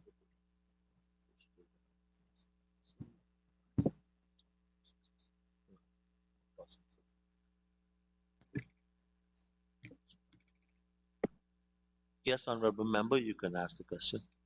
Mr. Chair, 6112, can the Honorable Minister indicate the number of employees who has been reduced from 4 in 2022 to 3? We see here the budgetary amount in 2023 has been reduced from 7.4 in 2020 to 7.2 in 2023. In looking at this, we want to know that what are the designation of the person who is no longer in that category. Thank you, Honorable Member. Well, if someone is no longer there, that figure will reduce, but it also includes the 8% salary increase, and that is due to the resignation of 1 procurement officer, but we still have within that category an engineer, 1 EPMA, 1 superintendent of works. Through the chair. Go ahead, Honorable Member. A follow-up on that said question. The difference among 277,000 divided by 12 gives us a total of $23.83 per month. So we are not looking, it is not matching up in terms of the payment. Yes, so the person did not resign for the entire year. They resigned in August and they had a basic salary of $120,221. That's why you would see that addition. May I follow up, Mr. Chair? Go ahead, Honorable Member. Thank you. Madam Minister, you said the procurement officer resigned in August. Are you not catering for another procurement officer? Because that's a very important position. Thank you, Honorable Member. And as a minister who was here, I'm sure you know that we don't cater for that in the budget in terms of budgetary allocations. But the post remains there and will be filled.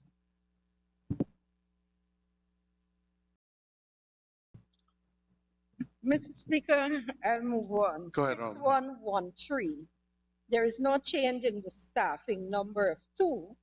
However, the salary budgeted in 2023 has risen by 2.8,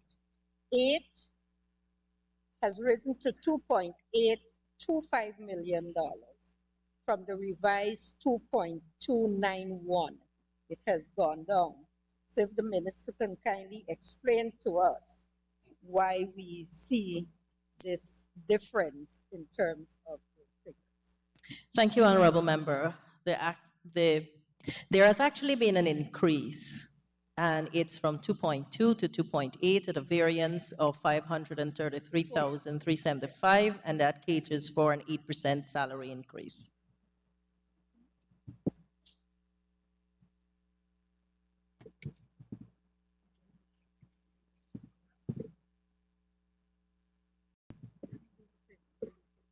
For the chair. Go ahead. Can the Honorable Minister explain 6114? There's a sharp decline in the numbers of the category from 43 to 34 in terms of the clerical and support staff. Although the 9 person and long on the payroll, the budget for this line item has only declined 2.3 million. Honorable Minister. So thank you for that question. So we would have had a redesignation, and we would have also had resignation. So you will see the figure also catering in spite of that for the 8% increase.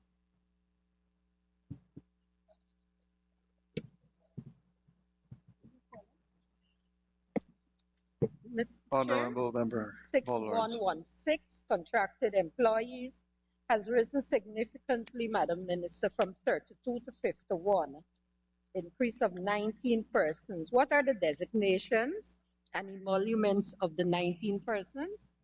Thank you for the question.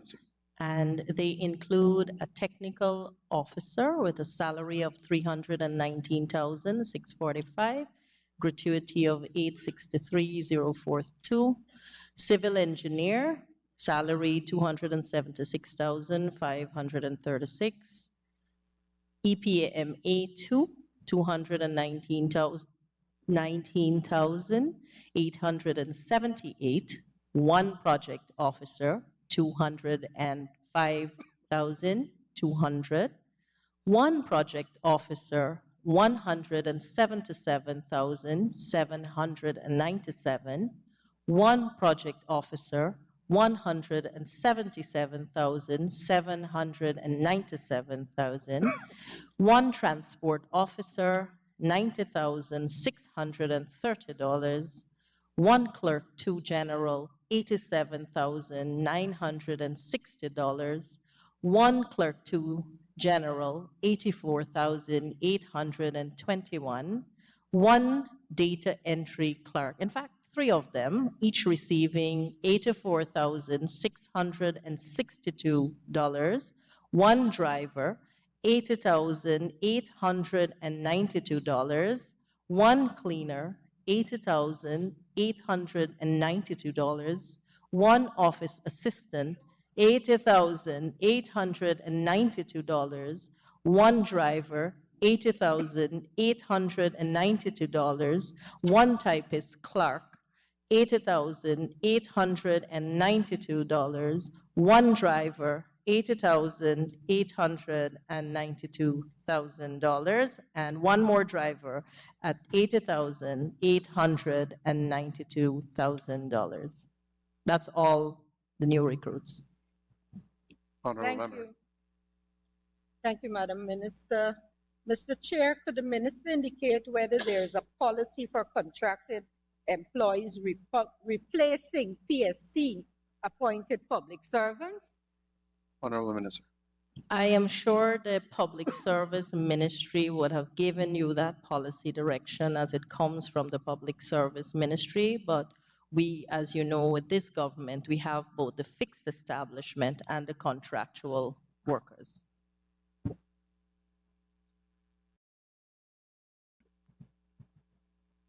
Honorable Flores. Thank you, Mr. Chair. Can the Honorable Minister under line item 26281 give reasons why we have such a sharp increase in security services? Honorable Minister.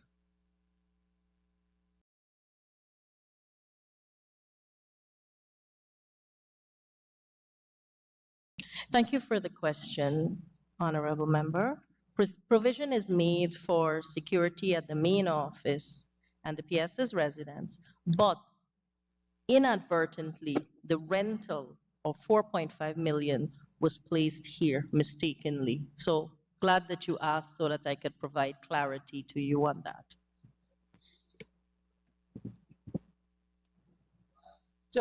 Go ahead, Honorable. Yes, just for clarity. So you're saying the rental for 4 buildings, the cost was added under this line item? 6241 has 0, so it was inadvertently placed under 6281. Went 6241. Okay, noted. Got it? Rental of buildings. Honorable Karen Cummings. 6284, Madam Minister, there is an increase of $9 million. Could you kindly provide to this House a breakdown of the category for the items catered for? Thank you. Honorable Minister.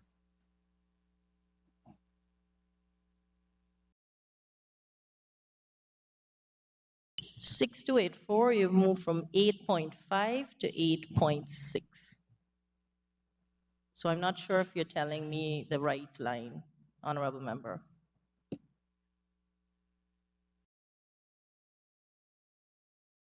Sorry. Honorable Paul It Lawrence. is 6291.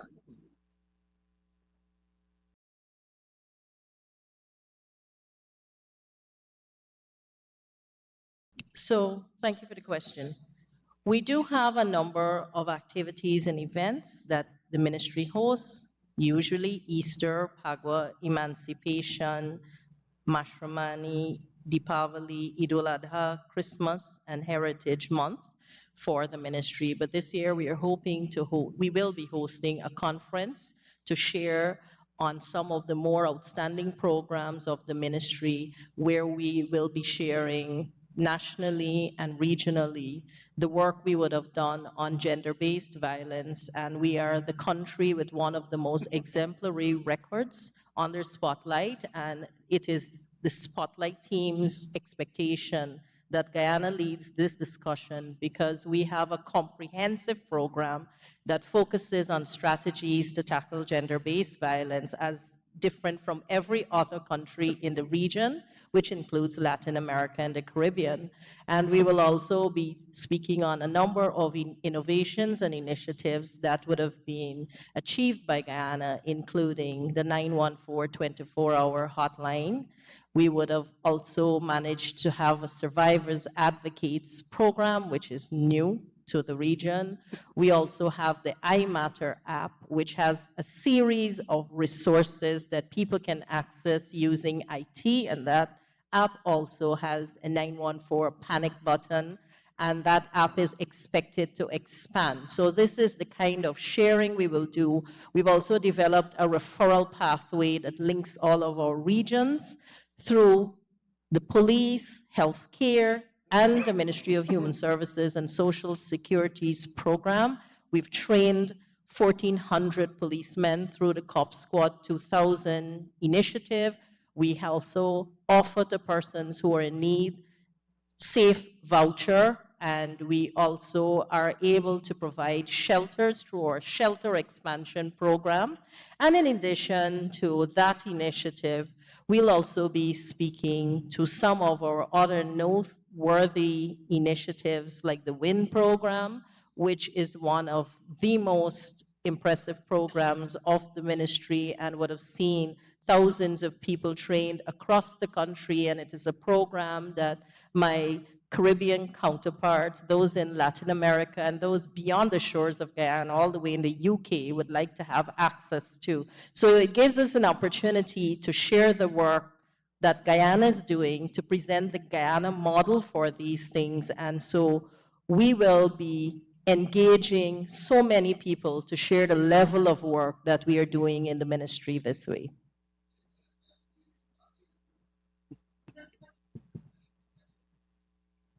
Honorable Flubes. I have a question. I don't know how we're going to fit it in. Because I'm looking at the minister gave a good overview of what is intended, but when I look at this legend in volume 2, on the social services, right? I noticed that they got number of programs and campaigns. If I can interrupt you, Honorable Member, we are in program 1. Okay. Thank you, Honorable.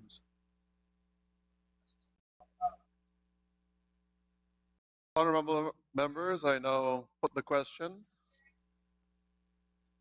that the sum stated under Agency 39, Program 391, Policy Development and Administration forms part of the question. All those in favor say aye. Those against say no. Ayes have it. Honorable members, I now draw your attention to page 510. And I propose a question that the sum capital expenditure under Program 391, Policy Development Administration, forms part of the estimate, part of the question. Proposed. The question is proposed. Mr. Chair. Honorable Volland.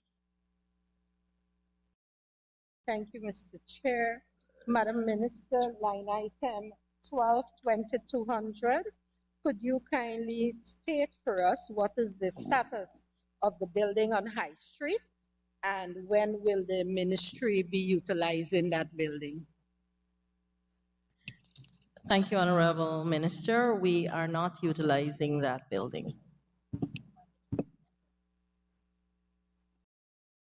So can the minister say where she will be putting in these fire escapes? Yes, Honorable Member.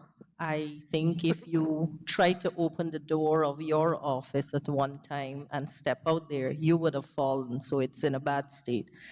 The fire escape, the Lamaha Street building, it's in a terrible condition, very unsafe.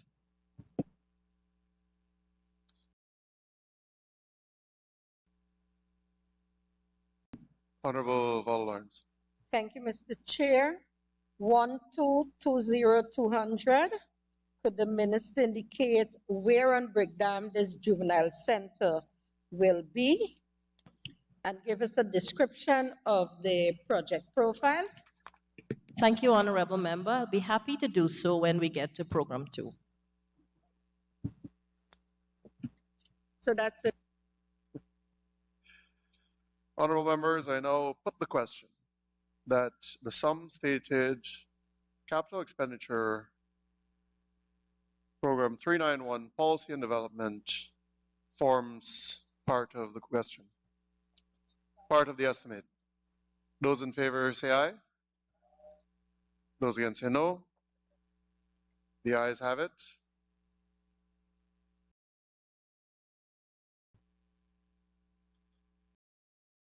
I now draw your attention to pages 190191, Social Services.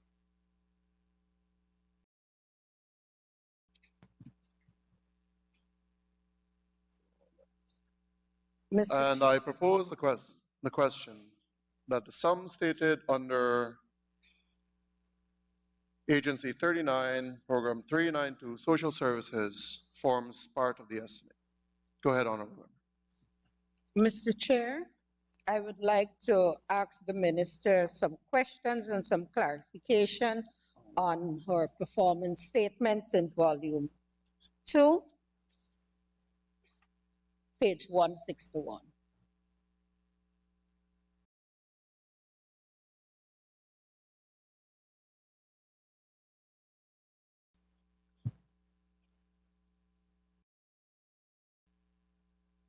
Minister, through the chair. Your indicator number 3, you have stated here that you received you have a number of elderly residential facilities meeting minimum operating standards, and you're saying in 2022 there's 0, or that there was not a survey done, and then you're only targeting 1 for 2023. Yes. Thank you very much, Honorable Member. Exactly that. And we would have had help from the Ministry of Labor and they would have given us a very comprehensive report toward the end of 2022, moving more into 2023. So we're focusing on that specifically, the PAMs. Thank you, Honorable Minister. Honorable Paul-Lawrence. Thank you, Mr. Chair. Madam Minister, number 4, the number of youths in conflict with the law accessing rehabilitation program.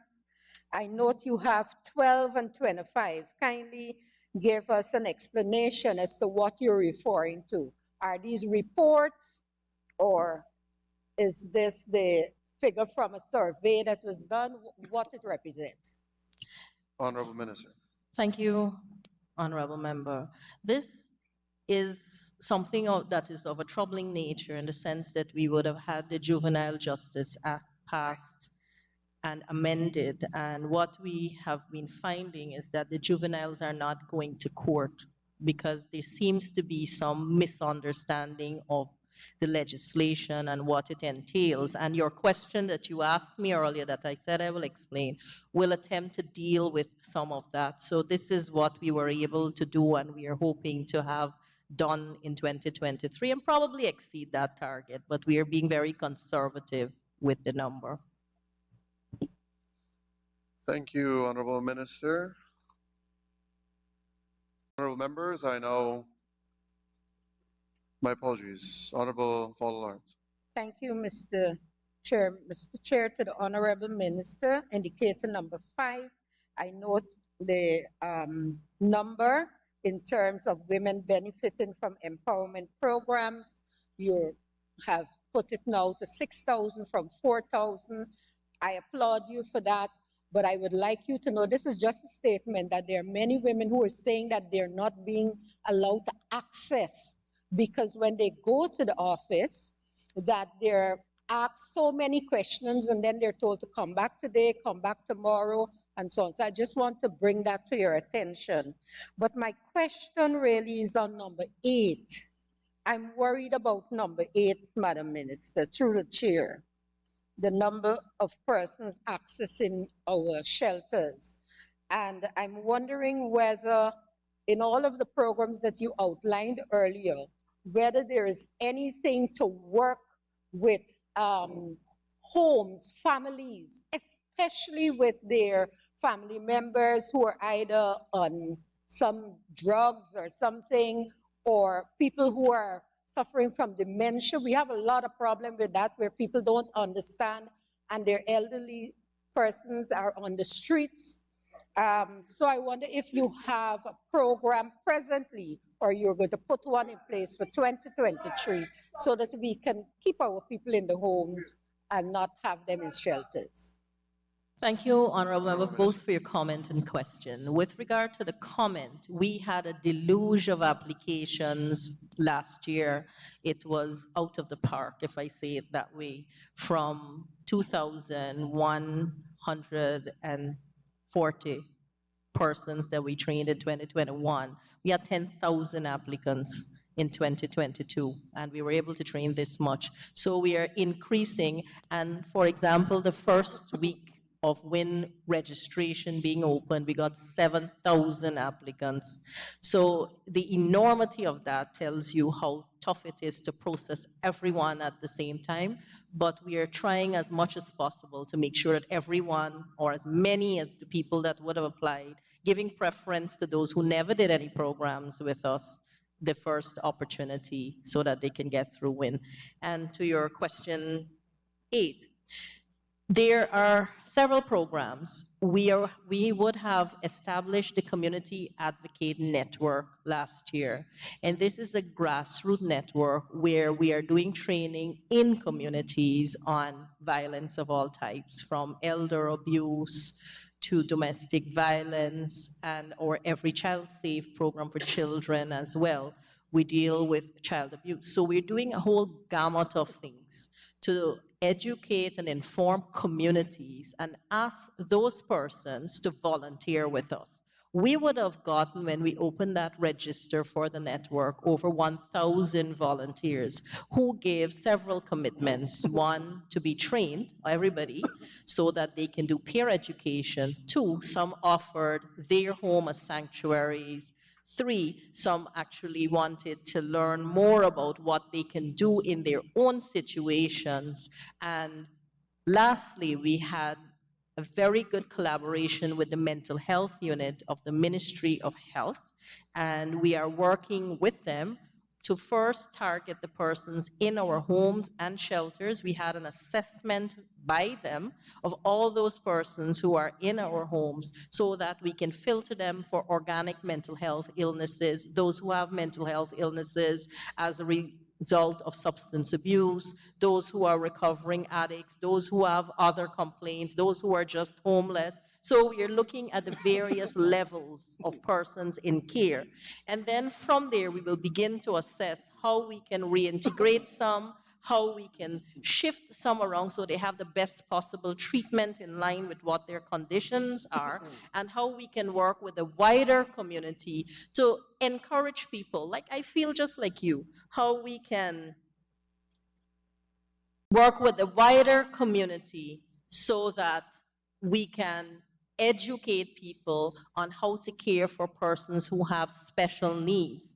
Because that's an important thing. For caregivers to care, they must understand the nature of what they're caring for, because sometimes if they get burnt out or if they get frustrated, it could easily transcend into abuse. So in short, the answer is yes.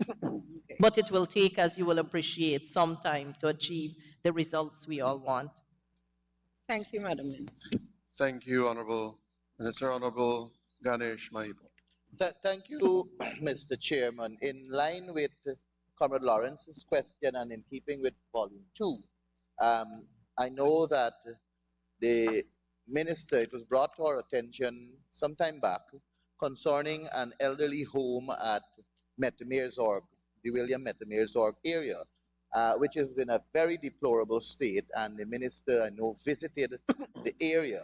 And subsequent to that, the location was moved from the back street and it's now at the front street, and it's still in a deplorable state.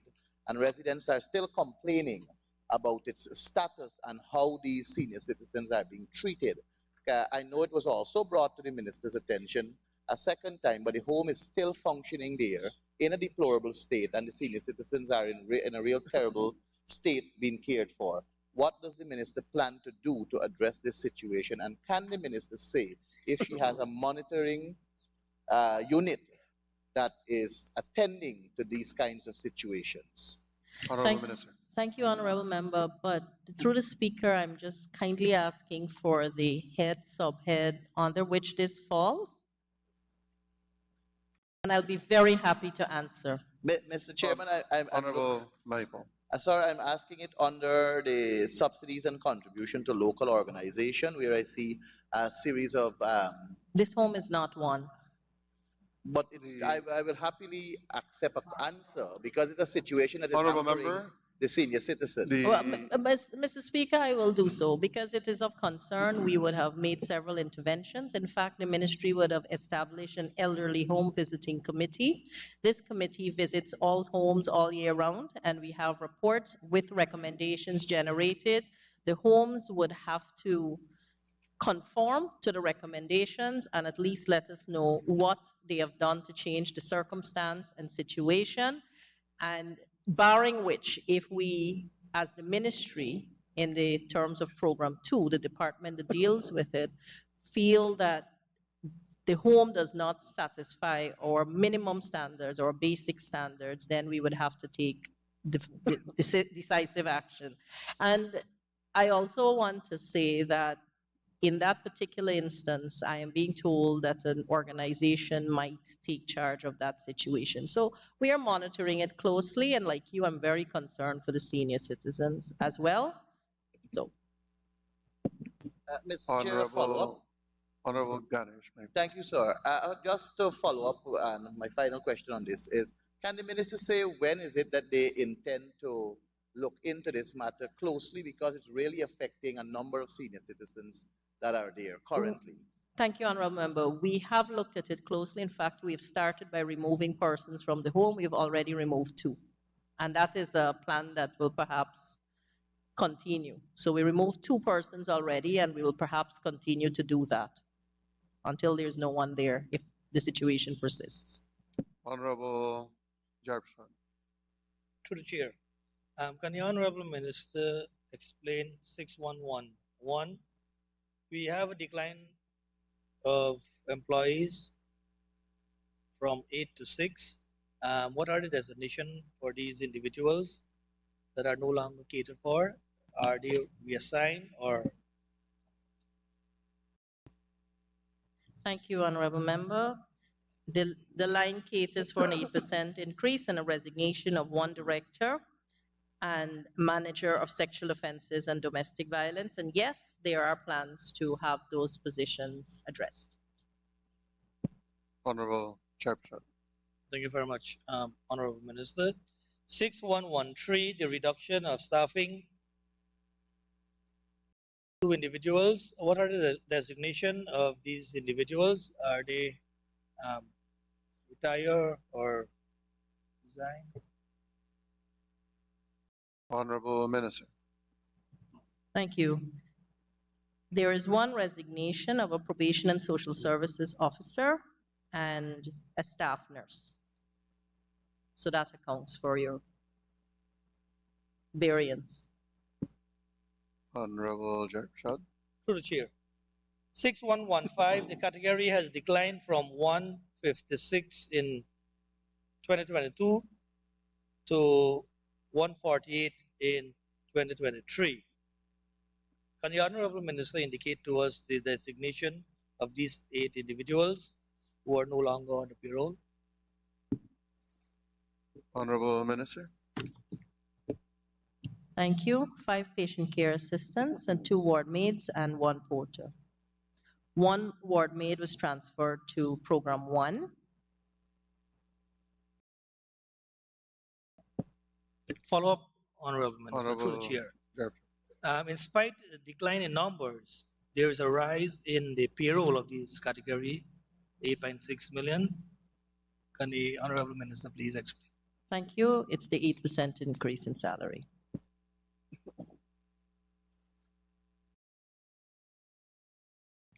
Honorable Jefferson.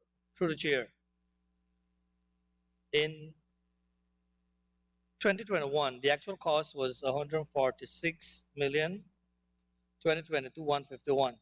But only 144 was spent.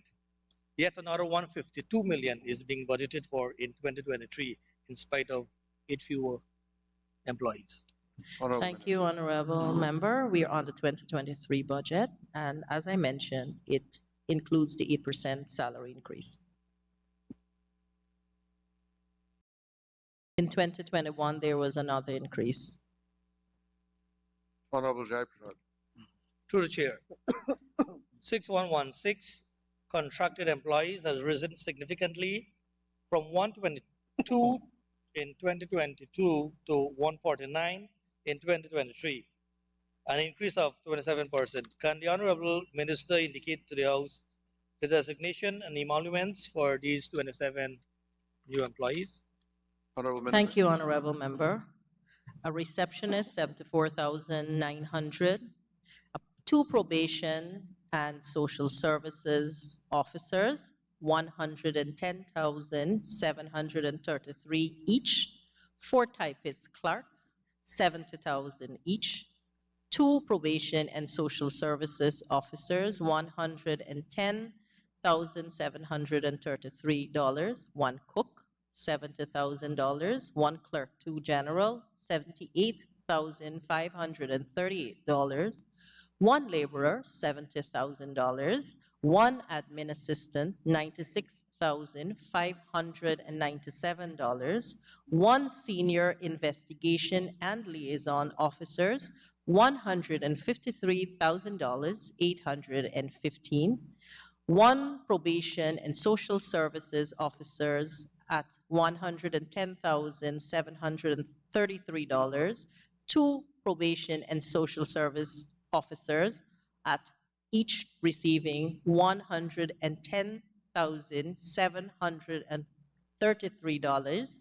1 probation and social service officer, $110,733. 1 first responder, social services, $96,597. 1 probation and social service officer, $110,733. 1 probation officer, $110,733. 1 stores clerk, $74,900. 3 data entry clerks, each receiving $84,622. 2 porters, each receiving $80,892. 1 laundress, receiving $80,892. 1 coordinator, receiving $344,097. 1 first responder, social services, $111,628. 1 driver, $80,892. 1 stores clerk, $80,892. 1 probation and social services officer, $110,733. Thank you, Honorable Minister. Honorable Vollarns. Thank you, Mr. Chair. Mr. Chair, to the Honorable Minister, line 6272, electricity charges.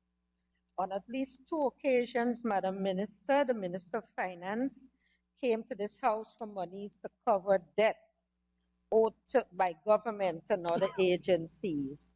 And there is no expected increase in electricity charges in 2023. Could the minister state why is the budget in 2023 stated to increase by $13.35 million? And does the ministry have arrears for GPL? And if so, how much? Thank you, Honorable Member. I'm happy to say we have no arrears for GPL, but this increase is as a result of several good things. We have a new culinary and training facility, and this will come on board this year. With it comes equipment and the cost of operationalization, and those things require electricity. It is expected that this culinary center will cater for the training of hundreds, if not thousands, of women across the length and breadth of Guyana. It focuses on us using locally produced food to create value-added product training for women in catering and so much more within that center. We also are looking at the operationalization of the region, I wouldn't say, some DV shelters, and you understand why I will not go further.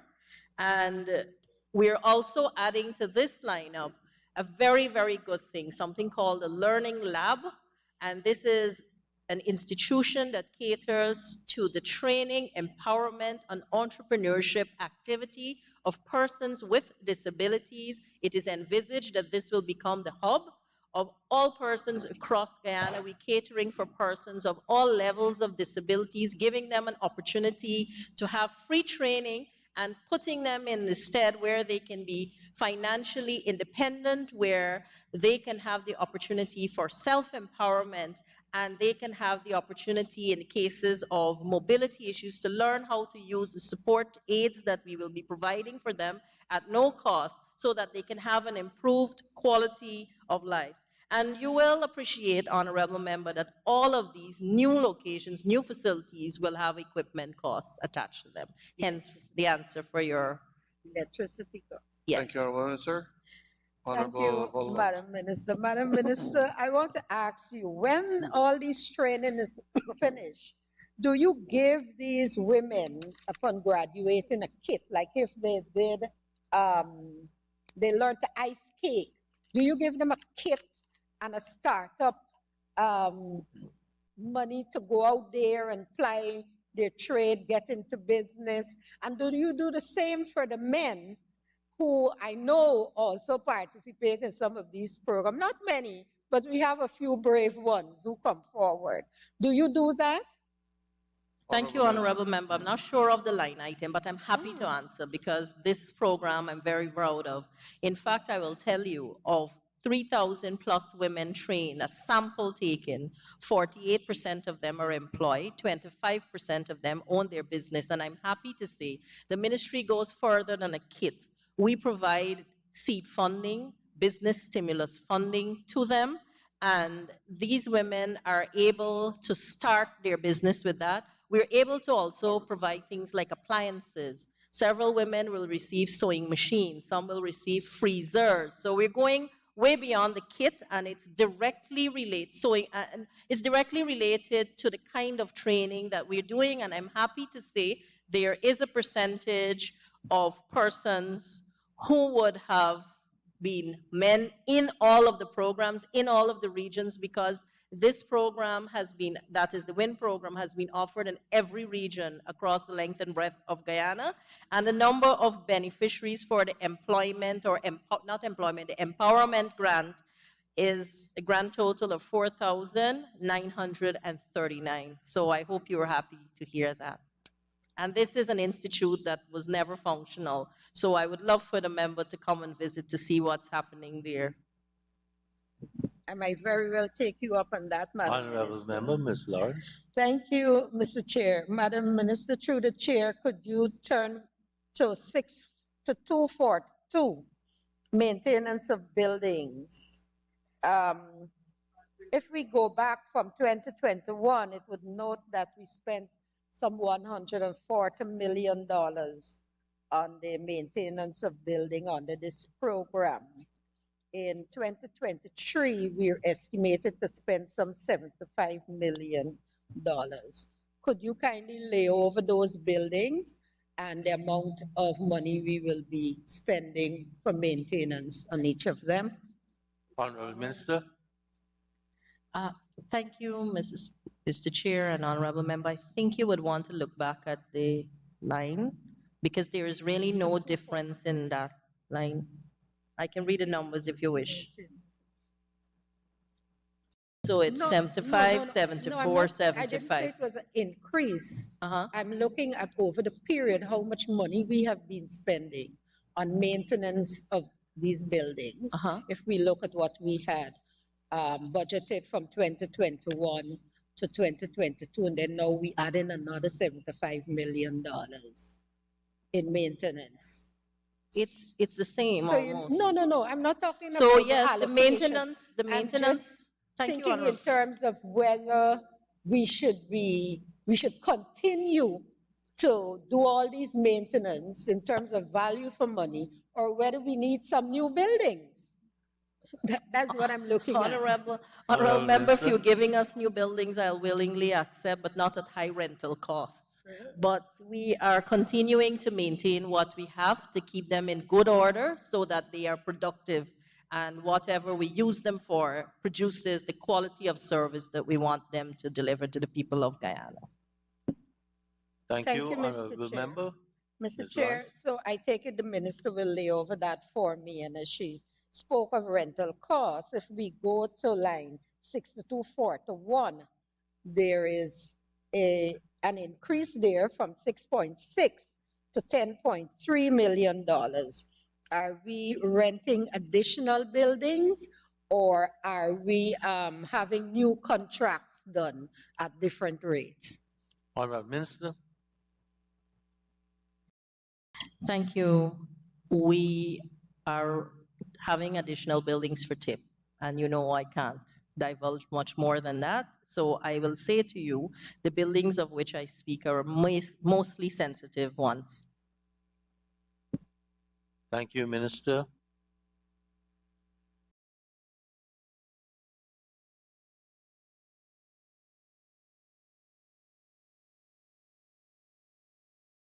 Honorable Member, I've exhausted your questions for this head.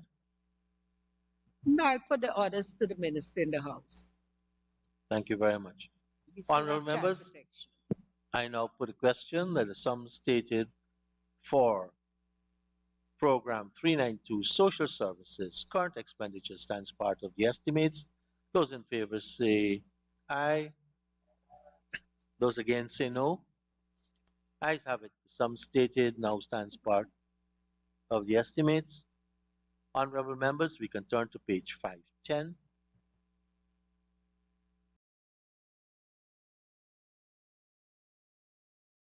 And I propose a question that the sum stated for Program 392 Social Services capital expenditure stands part of the estimates. Honorable Member Ms. Lawrence. Thank you. Thank you, Madam Chair. Mr. Chair, sorry about that. 1220 200. Madam Minister,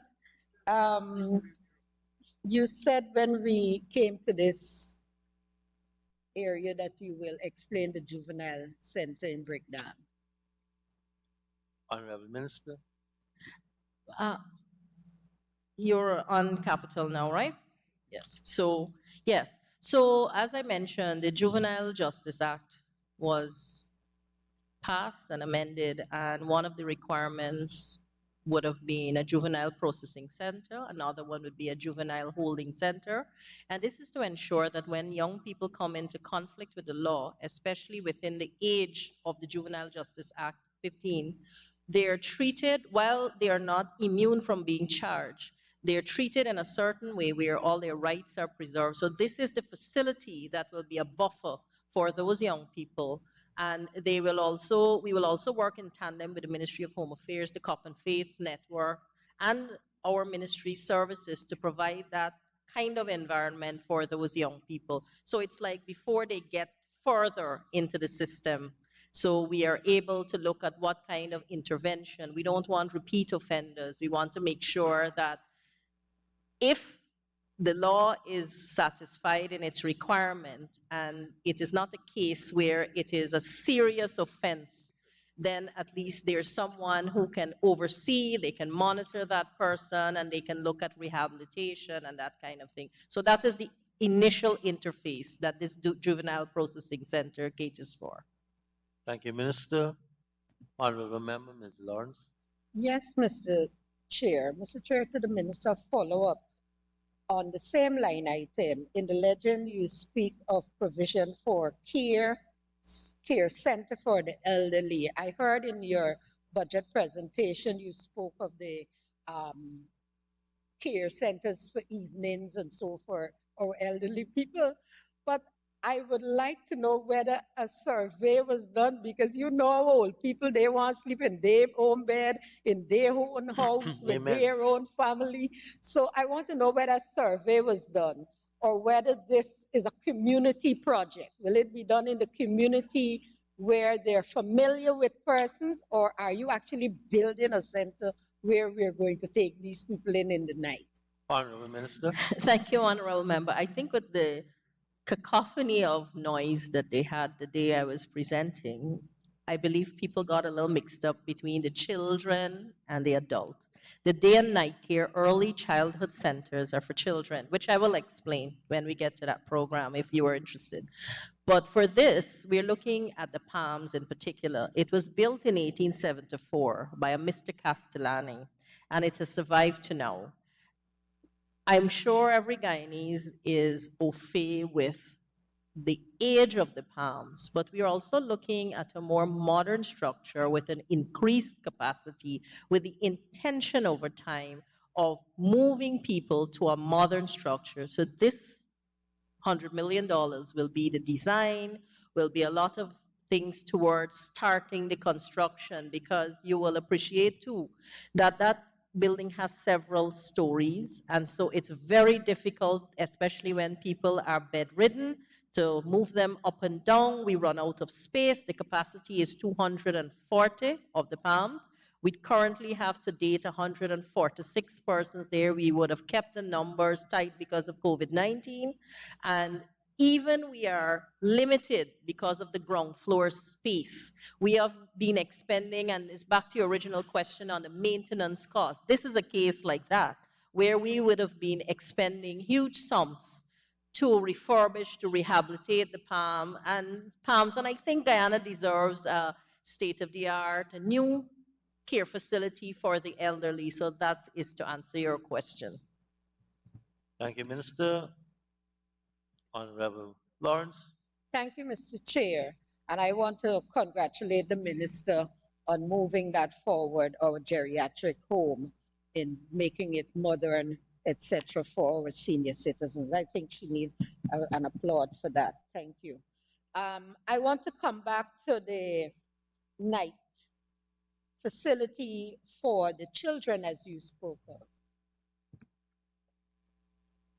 When we get there. Thank you, Mr. Chair. Honorable members, I now put a question that the sum stated for Program 392, Social Services, Capital Expenditure, stands part of the estimates. Those in favor say aye. Those against say no. Ayes have it. The sum stated now stands part of the estimates. Honorable members, we can now turn to pages 192 and 193. And I propose a question that the sum stated for Agency 39, Ministry of Human Services and Social Security, Program 393, Child Care and Protection, current expenditure stands part of the estimates.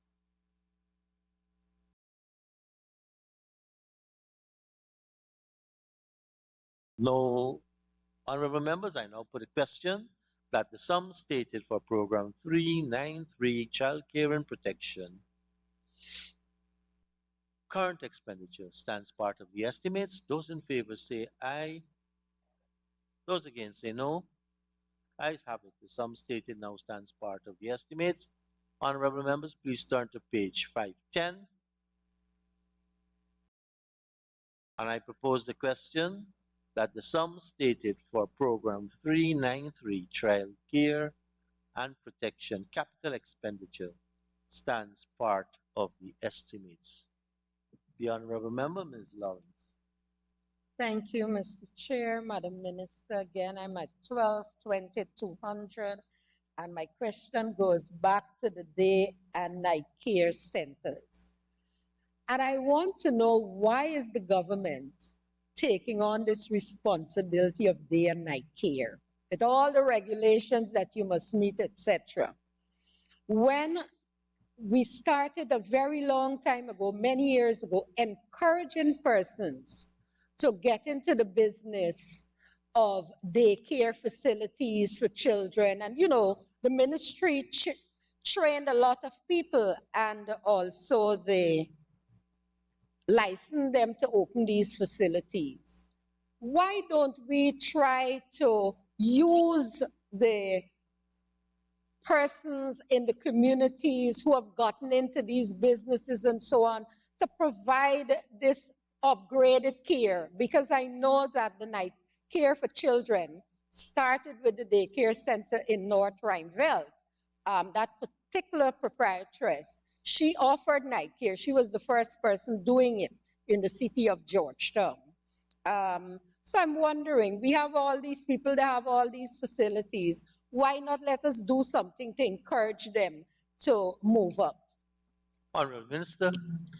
Thank you very much, Honorable Member. And it's interesting that you asked that because it's an integrated system. It's a day and night care facility, well, more than one. And it also blends with it early childhood development. So the intention is to meld the structure with the skill sets that we are producing through the WIN program. So we would have trained thousands of women across the regions in childcare. So we are encouraging them to form consortiums and do exactly what you said, where they start their own day-night care and early childhood facilities, but we have to produce models that they can follow. And so these will be the models while they also provide real service. So it will be training / care facilities. And this is a very novel thing. And I believe it's the first in the region with the combination of early childhood development and care facilities. And this is one of the Guyana models as well. And this will also work later on into public-private partnerships.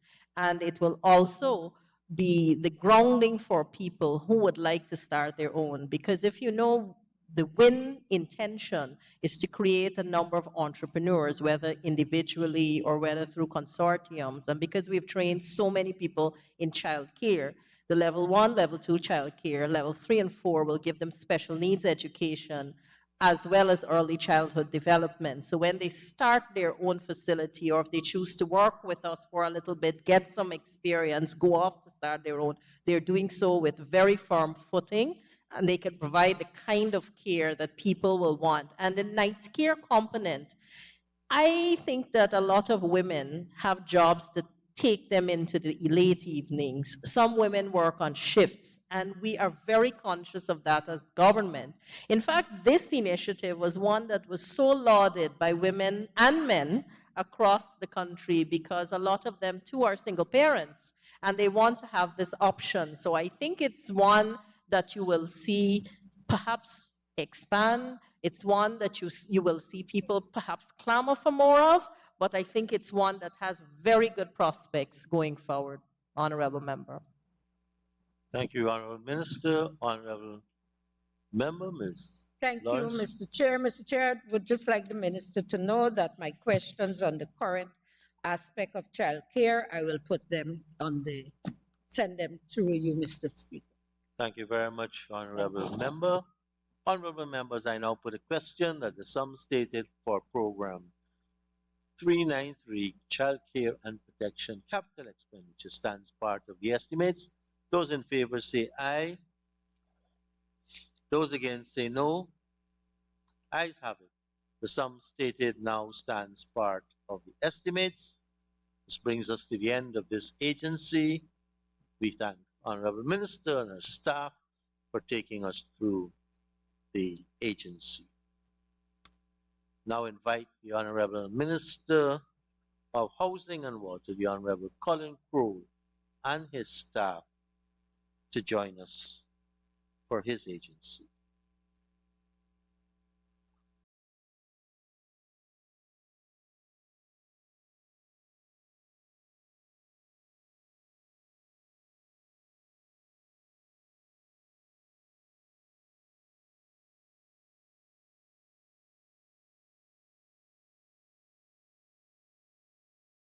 Honorable members, I invite you to turn to pages 226 and 227.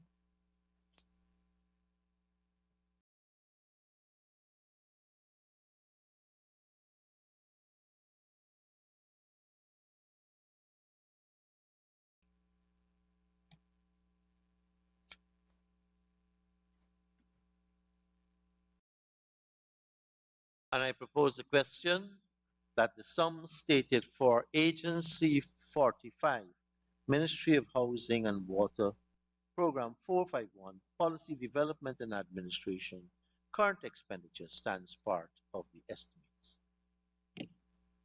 The Honorable Member, Ms. Ferguson.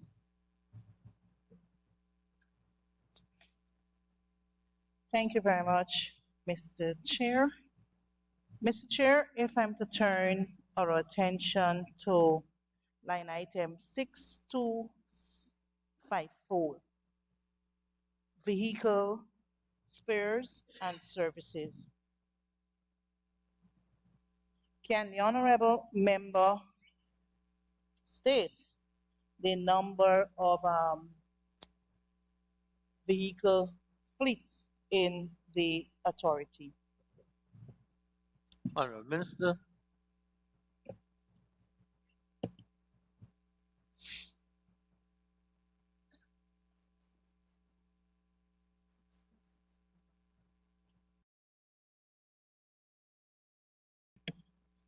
Mr. Chairman, the line item that was mentioned is 62, how much?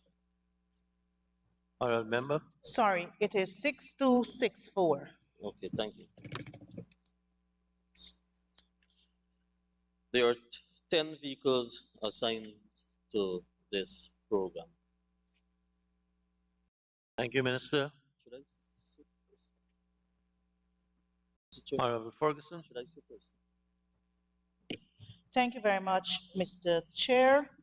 Mr. Chair, if I'm to turn our attention to line item 6272, electricity charges.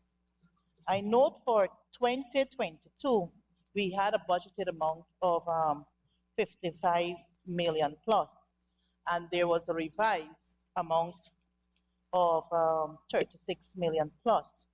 So I note now for 2023, the ministry is now requesting for 20 million 160.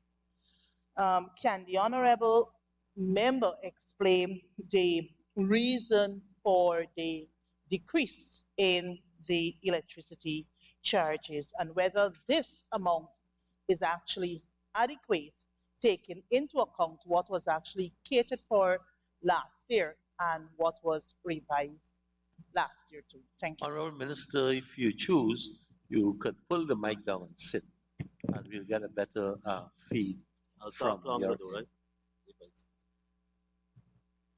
Mr. Chairman, the expense here is, we believe it's adequate, and the reason why you had an increase is because there was a faulty meter on the building for which GPL corrected, and subsequently Ministry of Finance would have provided the additional resources for us to be able to be up to date with the payment of our metering bills. Thank you, Minister. Honorable Ferguson. Thank you very much, Mr. Chair. Mr. Chair, if I'm to turn our attention to line item 6281, security services. I note we had a budgeted amount for 31 million in 2022 with a revise of 18.5 million. And now for 2023, the ministry is requesting 28 million plus. Can the honorable member explain the reason for the decrease last year? That's one. Two, also the locations where these services will be provided. And thirdly, whether the authority will be outsourcing and whether the procurement process has commenced. Thank you. Honorable Minister. Mr. Chairman, this is a new tender that's been awarded. So the sum represented here represents the current contract of January to December 2023. And the two locations are the ministry main building and the permanent secretary residence. Thank you, Minister. Honorable Ferguson. Thank you very much, Mr. Chair. Mr. Chair, a follow-up to the honorable member. I heard him said that the services have already been awarded. Am I to understand that the security service to which the award was made is sheriff security, or you can provide us that information? Honorable Minister. The answer to that is no. Follow-up, since the answer... Honorable Member. Thank you very much. You asked if it's sheriffs, I said no. Okay, well, since the answer is no, perhaps you can provide to the House the name of the security The security firm. companies. I Thank answer you. according to what you I haven't heard you. You can't cross talk while I'm asking a Honorable question. member, please. Will I choose what Honorable to members, answer? please speak to the chair. So this is not your court today. The security company is Atlas Security Service. Thank you. Minister.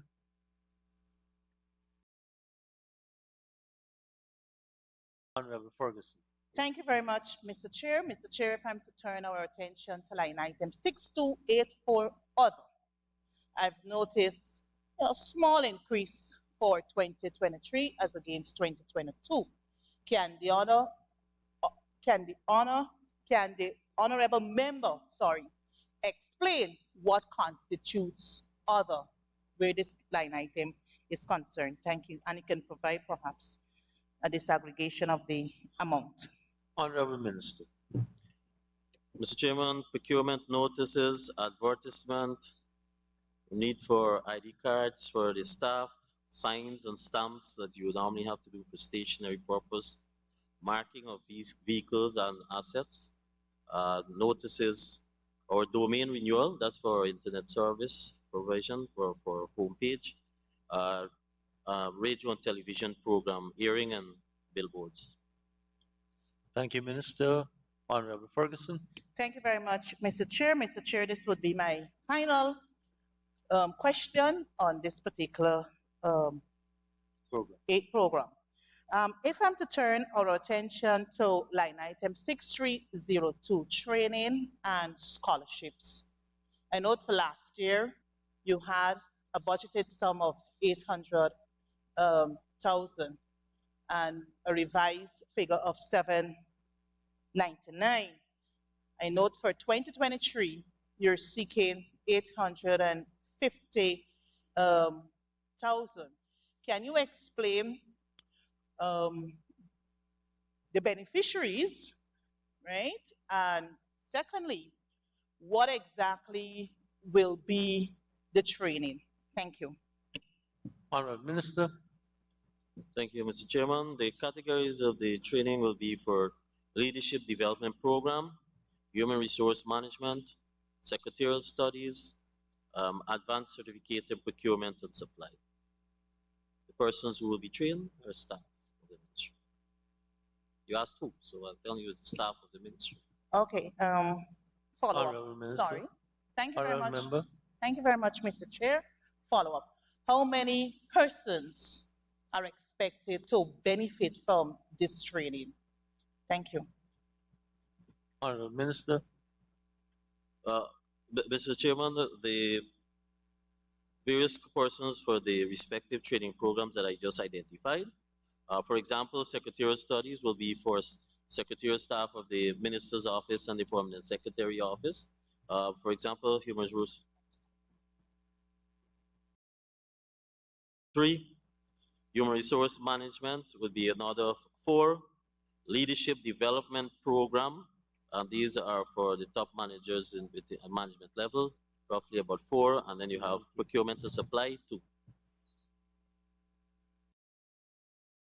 Honorable members, I now put a question that is sum stated for program 451, Policy Development and Administration and Agency 45, Ministry of Housing and Water.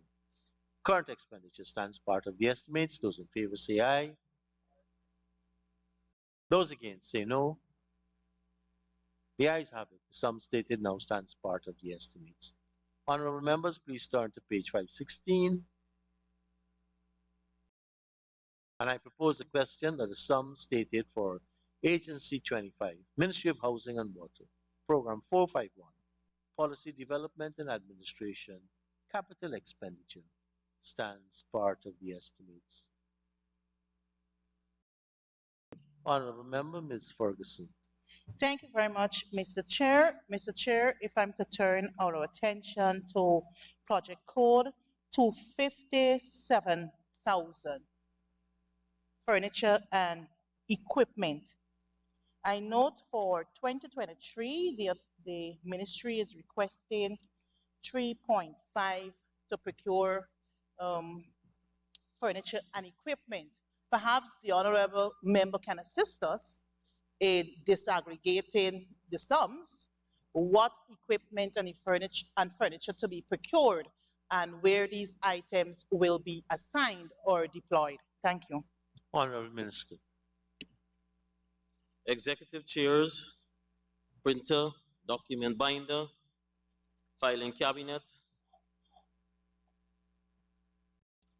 Executive chairs, 300,000. All-purpose printer, 260,000.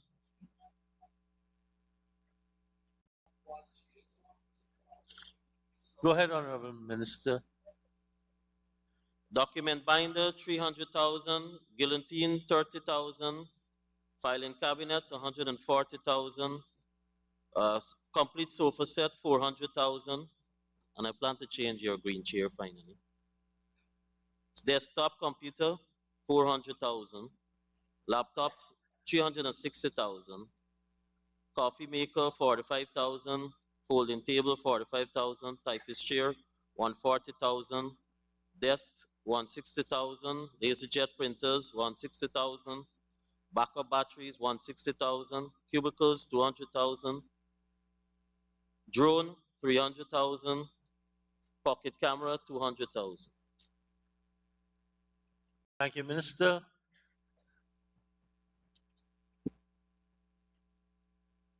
Honorable members, I now put a question that the sum stated for Program 451, Policy Development and Administration, Capital Expenditure on the Agency 25.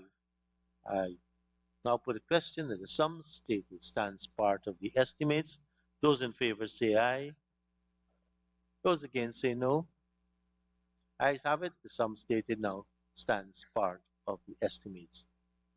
Honorable members, we can turn to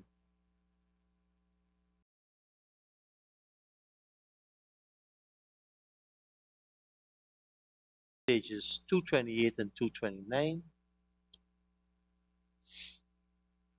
And I propose the question that the sum stated for Agency 45, Ministry of Housing and Water, Program 452, Housing Development, current expenditure, stands part of the estimates. The Honorable Member, Ms. Ferguson. Thank you very much, Mr. Chair. Mr. Chair, may I turn our attention to line item 611. 6112, Senior Technical. Can the Honorable Member be gracious to provide us with the position and the emoluments that goes with this particular line item? Thank Honorable you. Minister. Mr. Chairman, two architects, $261,210 each. One senior engineer, $340,422. Thank you, Minister. Honorable Ferguson. Thank you very much, Mr. Chair. Mr. Chair, I would like to turn our attention to line item 6294, Other. I note for 2022, we had 27 million, and for 2023, we're seeking, sorry, 6284. Yes, and we're now seeking 30 million for 2023. Can the Honorable Member explain the reason for the increase and also provide to the House what constitutes other where this particular line item is concerned? Honorable Minister. Line item 6284, others. Two activities are catered for under this line item, and that is the preparatory for the hosting of building expo activities, and the second would be in terms of our other Dream Realize activities. Thank you, Minister. Honorable Member Ferguson. Thank you very much, Honorable Member. Honorable Mr. Chair, may I turn our attention to line item 6321, subsidies and contributions to local organizations. And I know that this particular sum is going towards the Central Housing and Planning Authority. But Mr. Chair, sorry, if we turn our attention to Appendix T on page 699 on the Central Housing and Planning Authority, we would have seen that the authority made a good, handsome sum through the sale of assets, etc. So can the honorable member explain what this sum will be utilized for that will be used as subsidy by the Central Housing and Planning Authority? Honorable Minister. Thank you, Mr. Chairman. So there are two categories: the employment costs for 376 employees and other charges.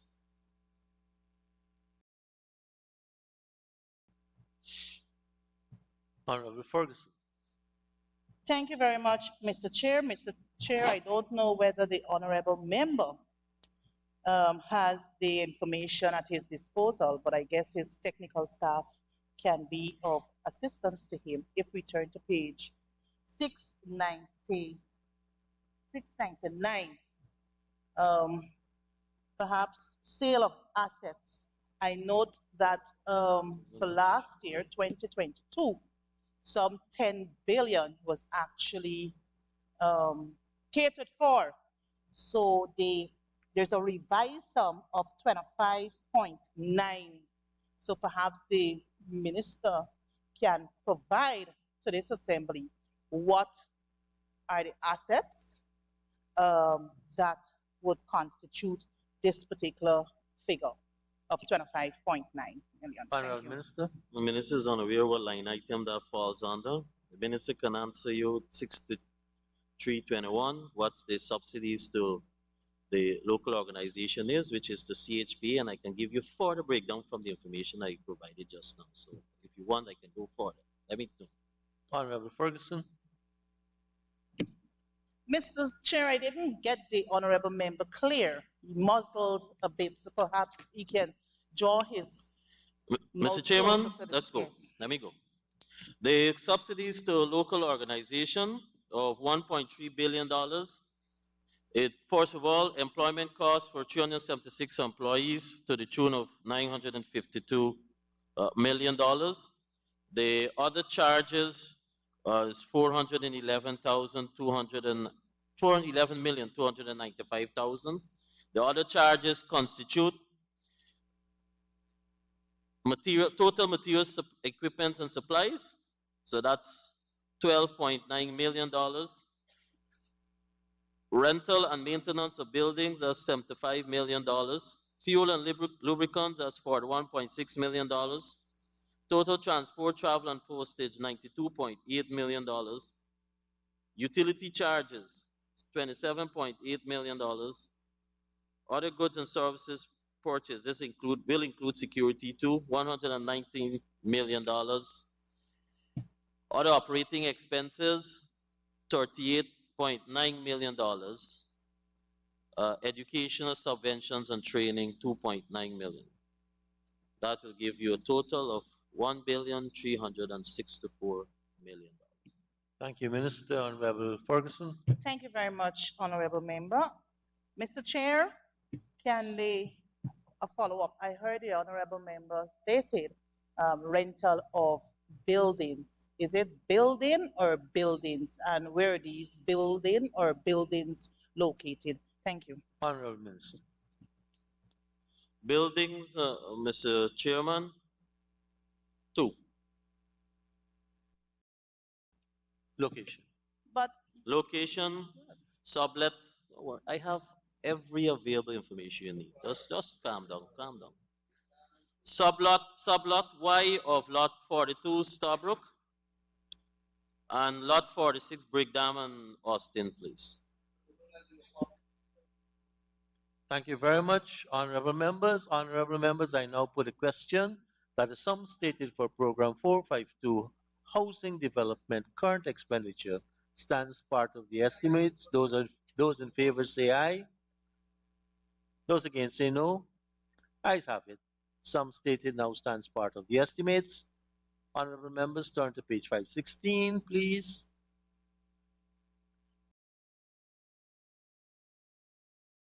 Same program in the same agency except its capital. And I propose a question that the sum stated for Program 452, Housing Development Capital Expenditure, stands part of the estimates. Honorable Member, Ms. Ferguson. Thank you very much, Mr. Chair. Mr. Chair, if I'm to turn our attention to project code number 1903-100, infrastructural development and buildings. I note that the ministry is seeking a provision of $50 billion.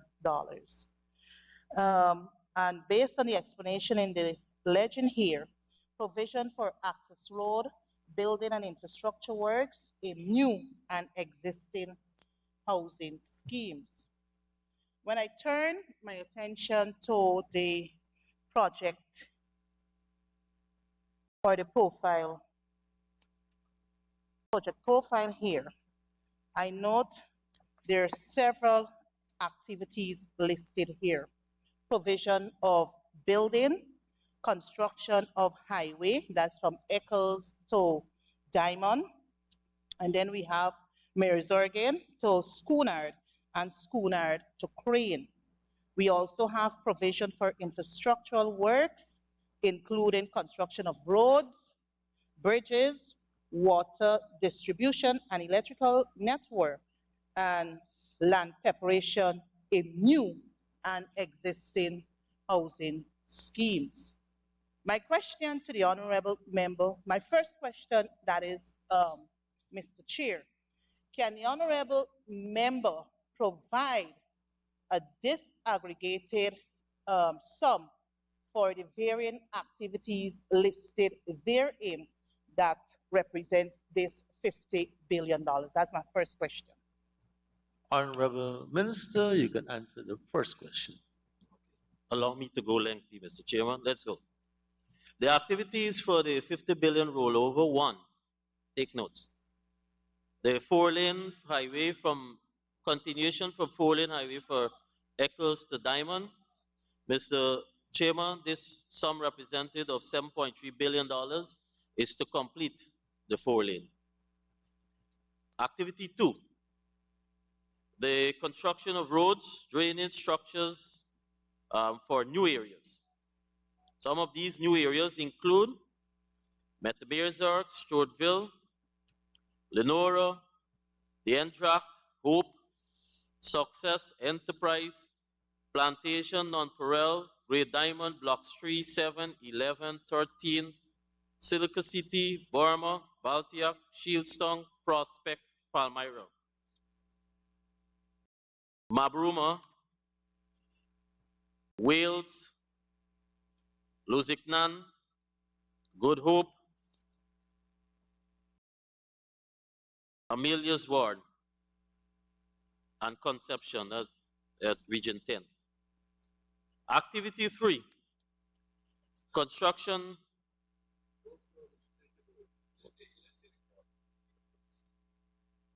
Activities 3, construction of 4-lane highway from Schoonard to Crane. I'll come back.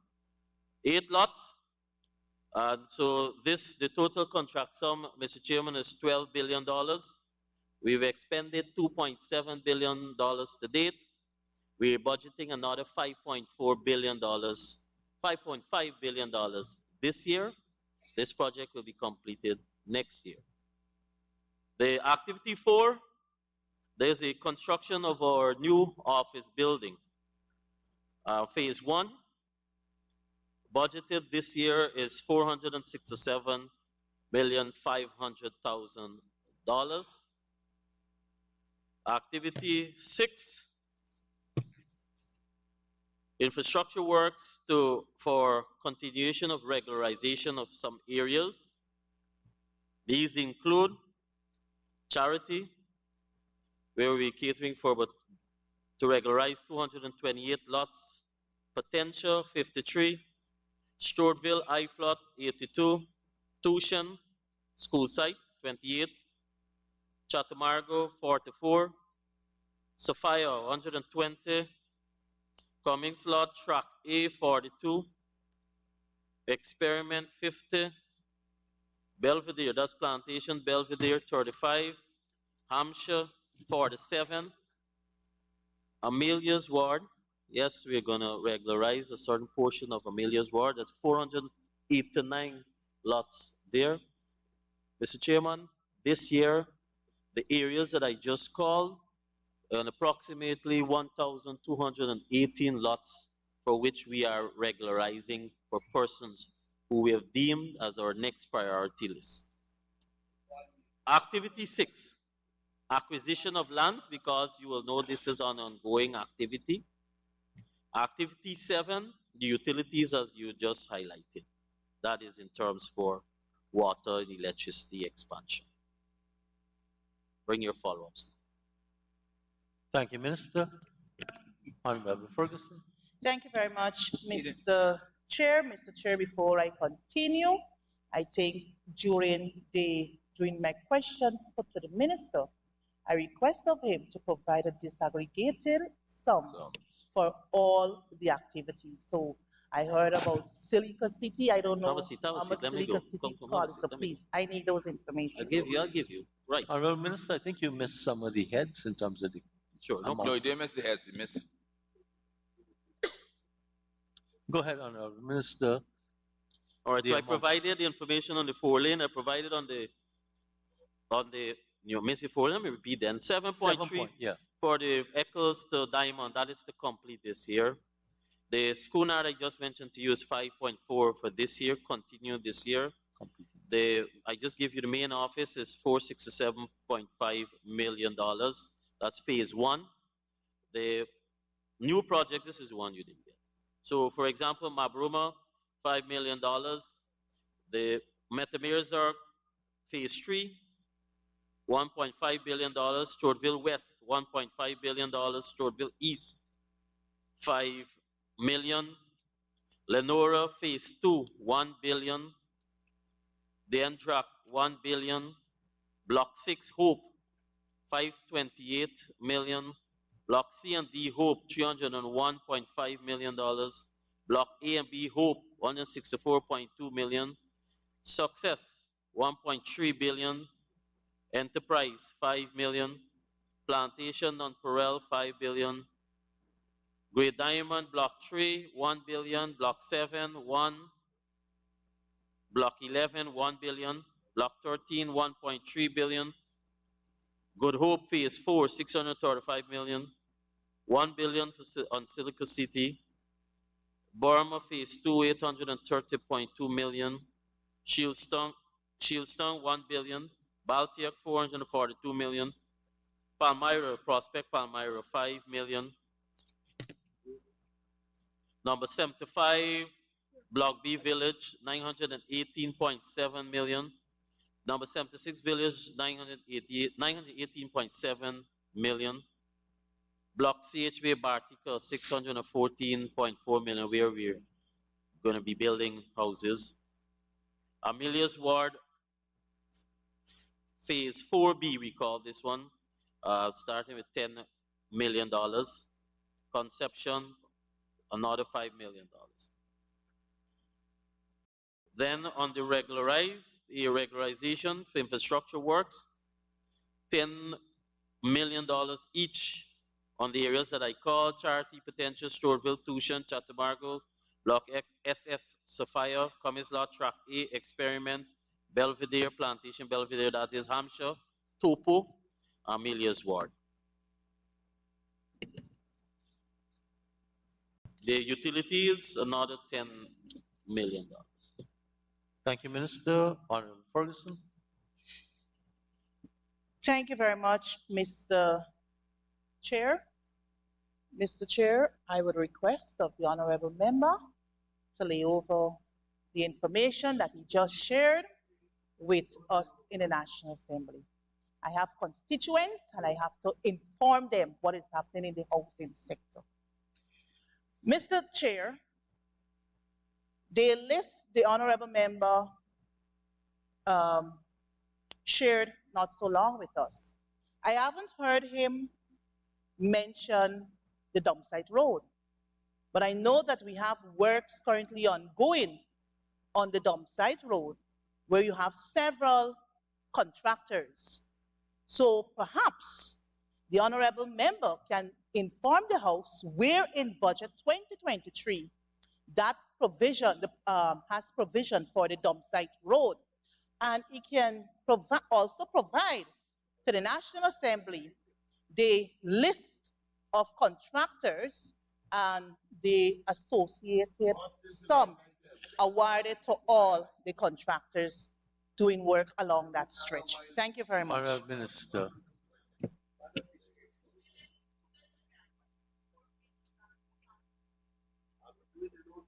Mr. Chairman, I come prepared to answer questions. I'm not laying over any information. Secondly, in terms the in Go ahead, Minister. in terms that's all right. I like the exchange. Yeah, in terms of the landfill, it's a Hagsbush landfill road, not a dump site. And on this here, we're here to prepare to answer in terms of the budgetary allocation for the 50 billion. But Mr. Chairman, there are works ongoing. The honorable member is correct. There's three portions. One from that is catered for from the Windsor Estate that will go to the public road. One is catered from Windsor between the 4-lane to Windsor. And then there's another portion which is beyond now, we're entering in the vicinity of where the landfill is. That portion is not being done under Central Housing and Planning Authority. In fact, that is going to be catered for through Public Works, and that is part of the construction that will be done, or the road alignment that will be done from the Ogle to Eccles Forest Phase, and then of course the Eccles, that landfill road, it will be one of the main conduit point, one of the main access for that East Coast 4-lane road. In terms of the work that is ongoing there that you see now, that the funds for that is being done from the remaining funds for that is being done through the housing funds, not from this year budget. Thank you, Minister. Honorable Ferguson. Thank you very much, Mr. Chair. Through you, Mr. Chair, can the honorable member share with the House the entire project cost for the landside road? Thank you. Honorable member, you have to ask a question for the minister responsible. I think the minister said Public Works. Was that land? He's doing from Windsor to the public road. Yeah. Ministry of Housing and Water, Central Housing Plan Authority is doing between the 4-lane to Windsor.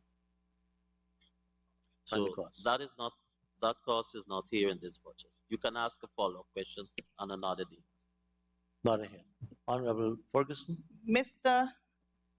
Chair, the honorable member informed the National Assembly that the works currently ongoing on that stretch is being done by the Central Housing and Planning Authority utilizing the housing funds.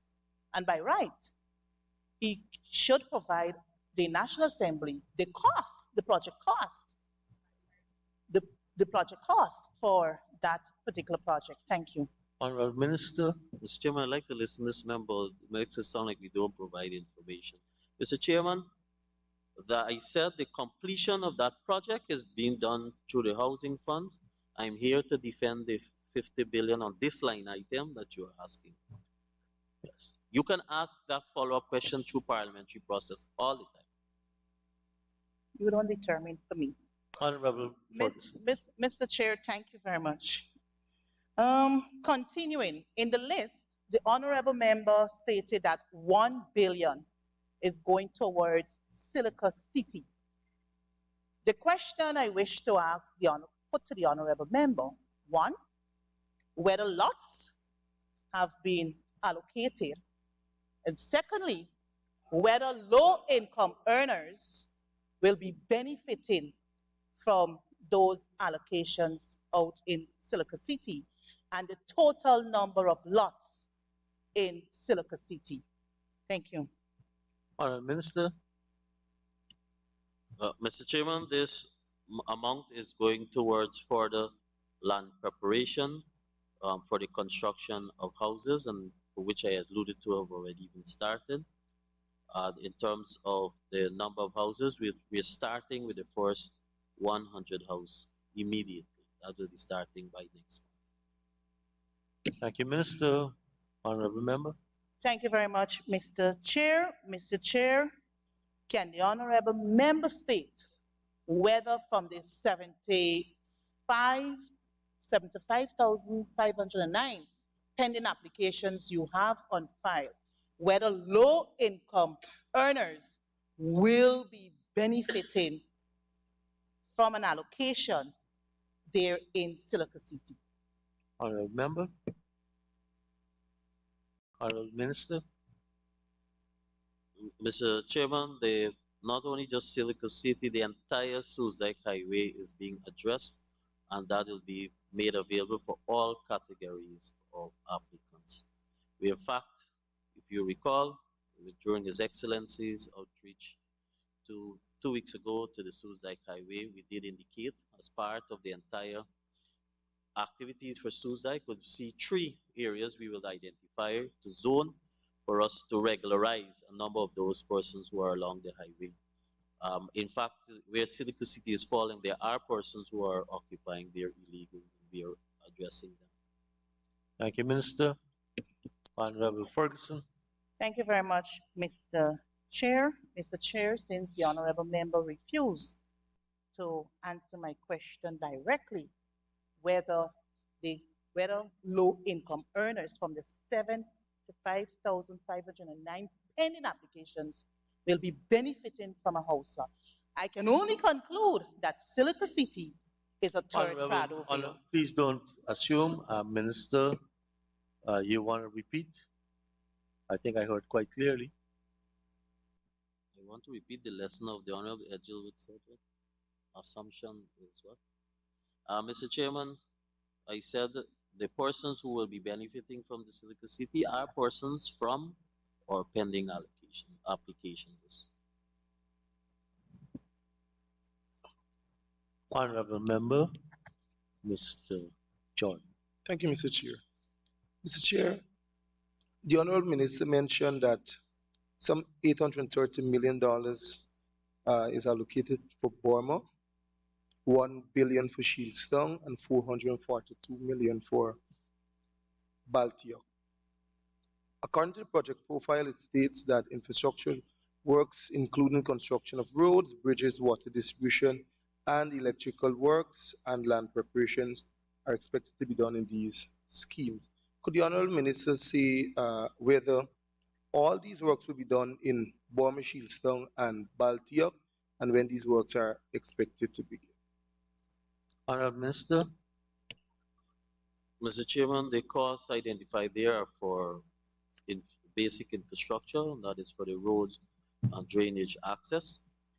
The works, in fact, we have already tendered, and following in another 2 weeks max, you'll hear announcements of awarding of a number of contracts for many of these areas, for new development of new areas, for persons to be able to, for the first time, own their own plot or home.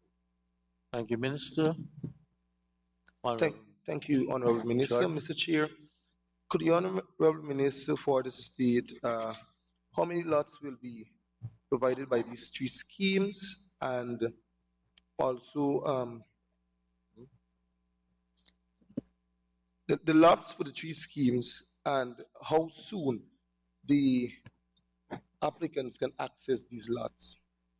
Honorable Minister. When you say, just a clarification, when you say lots, you mean how we tendering lots, or you mean the allocation lots? House lots. Oh.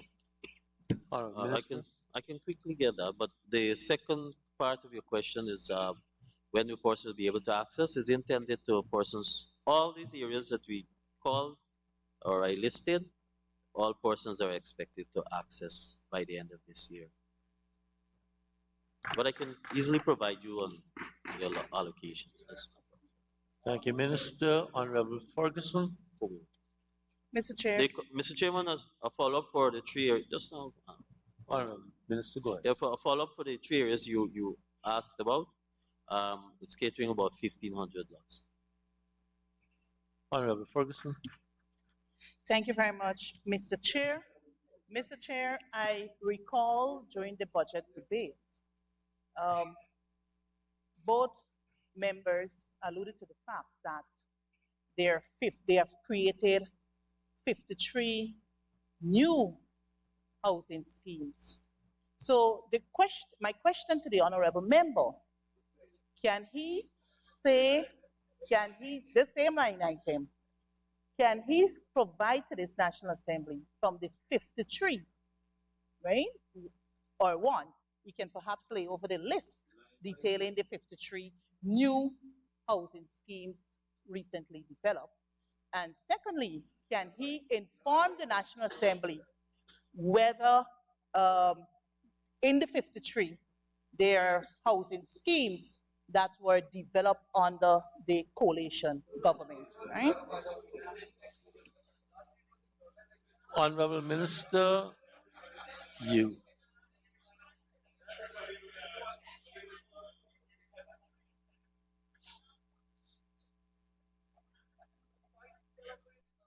Beep, beep.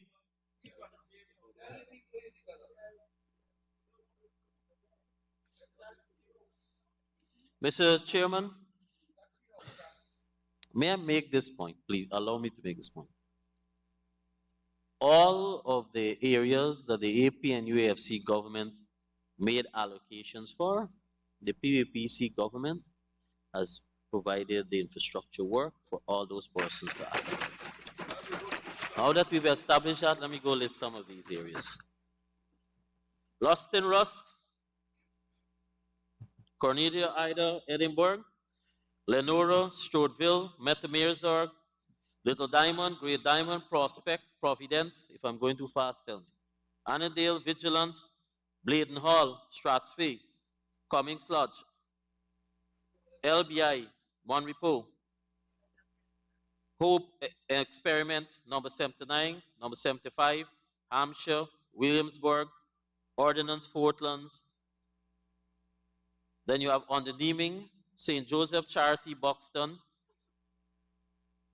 Granville, Metamerzorg, Edinburgh, Dickinson, Bowling Grove, Block 18, that's by Caneville, Little Diamond, Great Diamond, Blocks 1, 9, Commercial Hub, Great Diamond, Block 5, Peters Hall, Commercial, Bowling Grove, Blocks 15 and 17, La Reconnaissance, these are under construction. Vigilance is complete. Vigilance, Bladen Hall, Strathspey, LBI Phase 4, Cummings Lodge, because there are 2 phases. LBI Phase 2, Letem, Poke Bridge, as commonly called, Amelia's Ward, Fowles and More Commercial, Enterprise, Nonpareil, Bowling Grove, Block 9.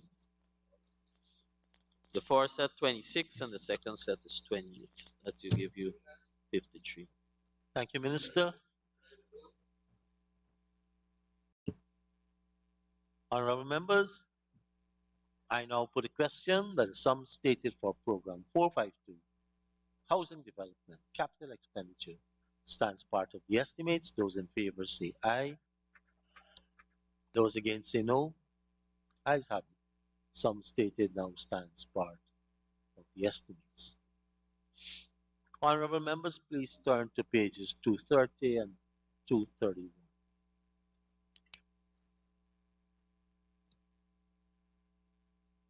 Give the minister's staff a few moments to get in place.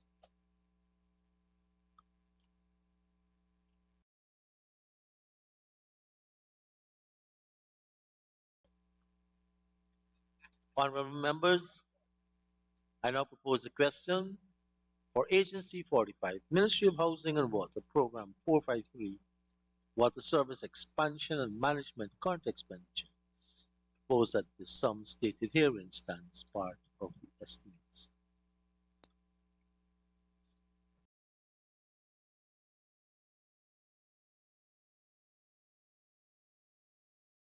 Honorable members, I now put a question.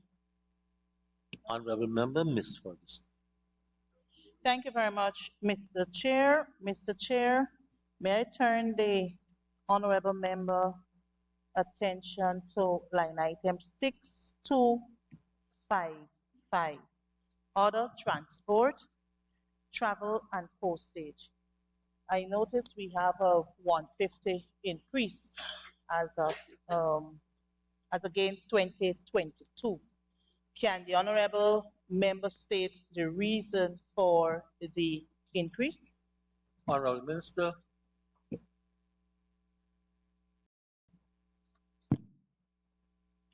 Mr. Chairman, 6255.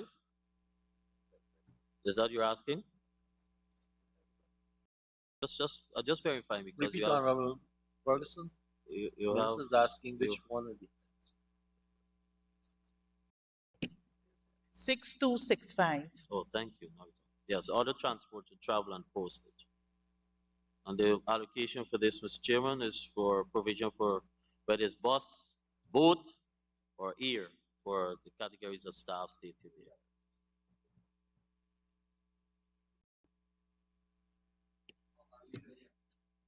Honorable Ferguson. Thank you very much, honorable member. Through you, Mr. Chair, may I turn our attention to 6284, other. I note we have an increase as against 2022. Can the honorable member explain the reason for the increase? And also, you can assist in providing the disaggregation of this amount and what constitutes other. Honorable Minister.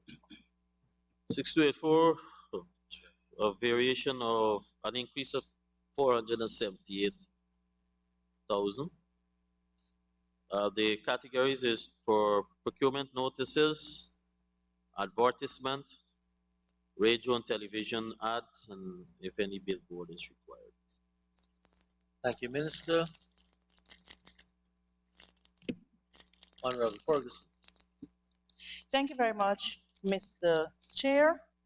Through you, Mr. Chair, can I draw the honorable member attention to line item 6321, subsidies and contributions to local organization. There seems to be a smaller figure for 2023 as against what was actually budgeted for 2022 and also revised for 2022. Can the honorable member explain what would have caused the decrease for 2023 and what this sum will be utilized for? Honorable Minister. I know it's going to GWI. Thank you, Mr. Chairman. Mr. Chairman, 6321, subsidies to local organizations. There are two categories of this for this expense. One is $500 million, that is for hinterland operations, that is to support their day-to-day activities, and $900 million for electricity charges for incurred by GWI. Thank you, Minister. And your question was basically why did it reduce, or your custom seeing things increase?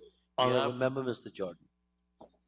Mr. Chair, on the same line item, could the Honorable Minister state what is the current bill that GWI has for Guyana Power and Light, and if they have outstanding payments for the year 2022? Honorable Minister. Thanks to prudent management of the economy and injection of additional resources to the ministry and GWI, we have zero arrears for electricity. Thank you, Minister. Honorable members, I now put a question that the sum stated for Program 453, Water Service Expansion and Management, current expenditure stands part of the estimates. Those in favor say aye. Those against say no. Ayes have it, the sum stated now stands part of the estimates. Honorable members, we turn to page 516. And I propose the question that the sum stated for program 453, water service expansion and management, capital expenditure stands part of the estimates. Honorable member, Finch White. Mr. Chair,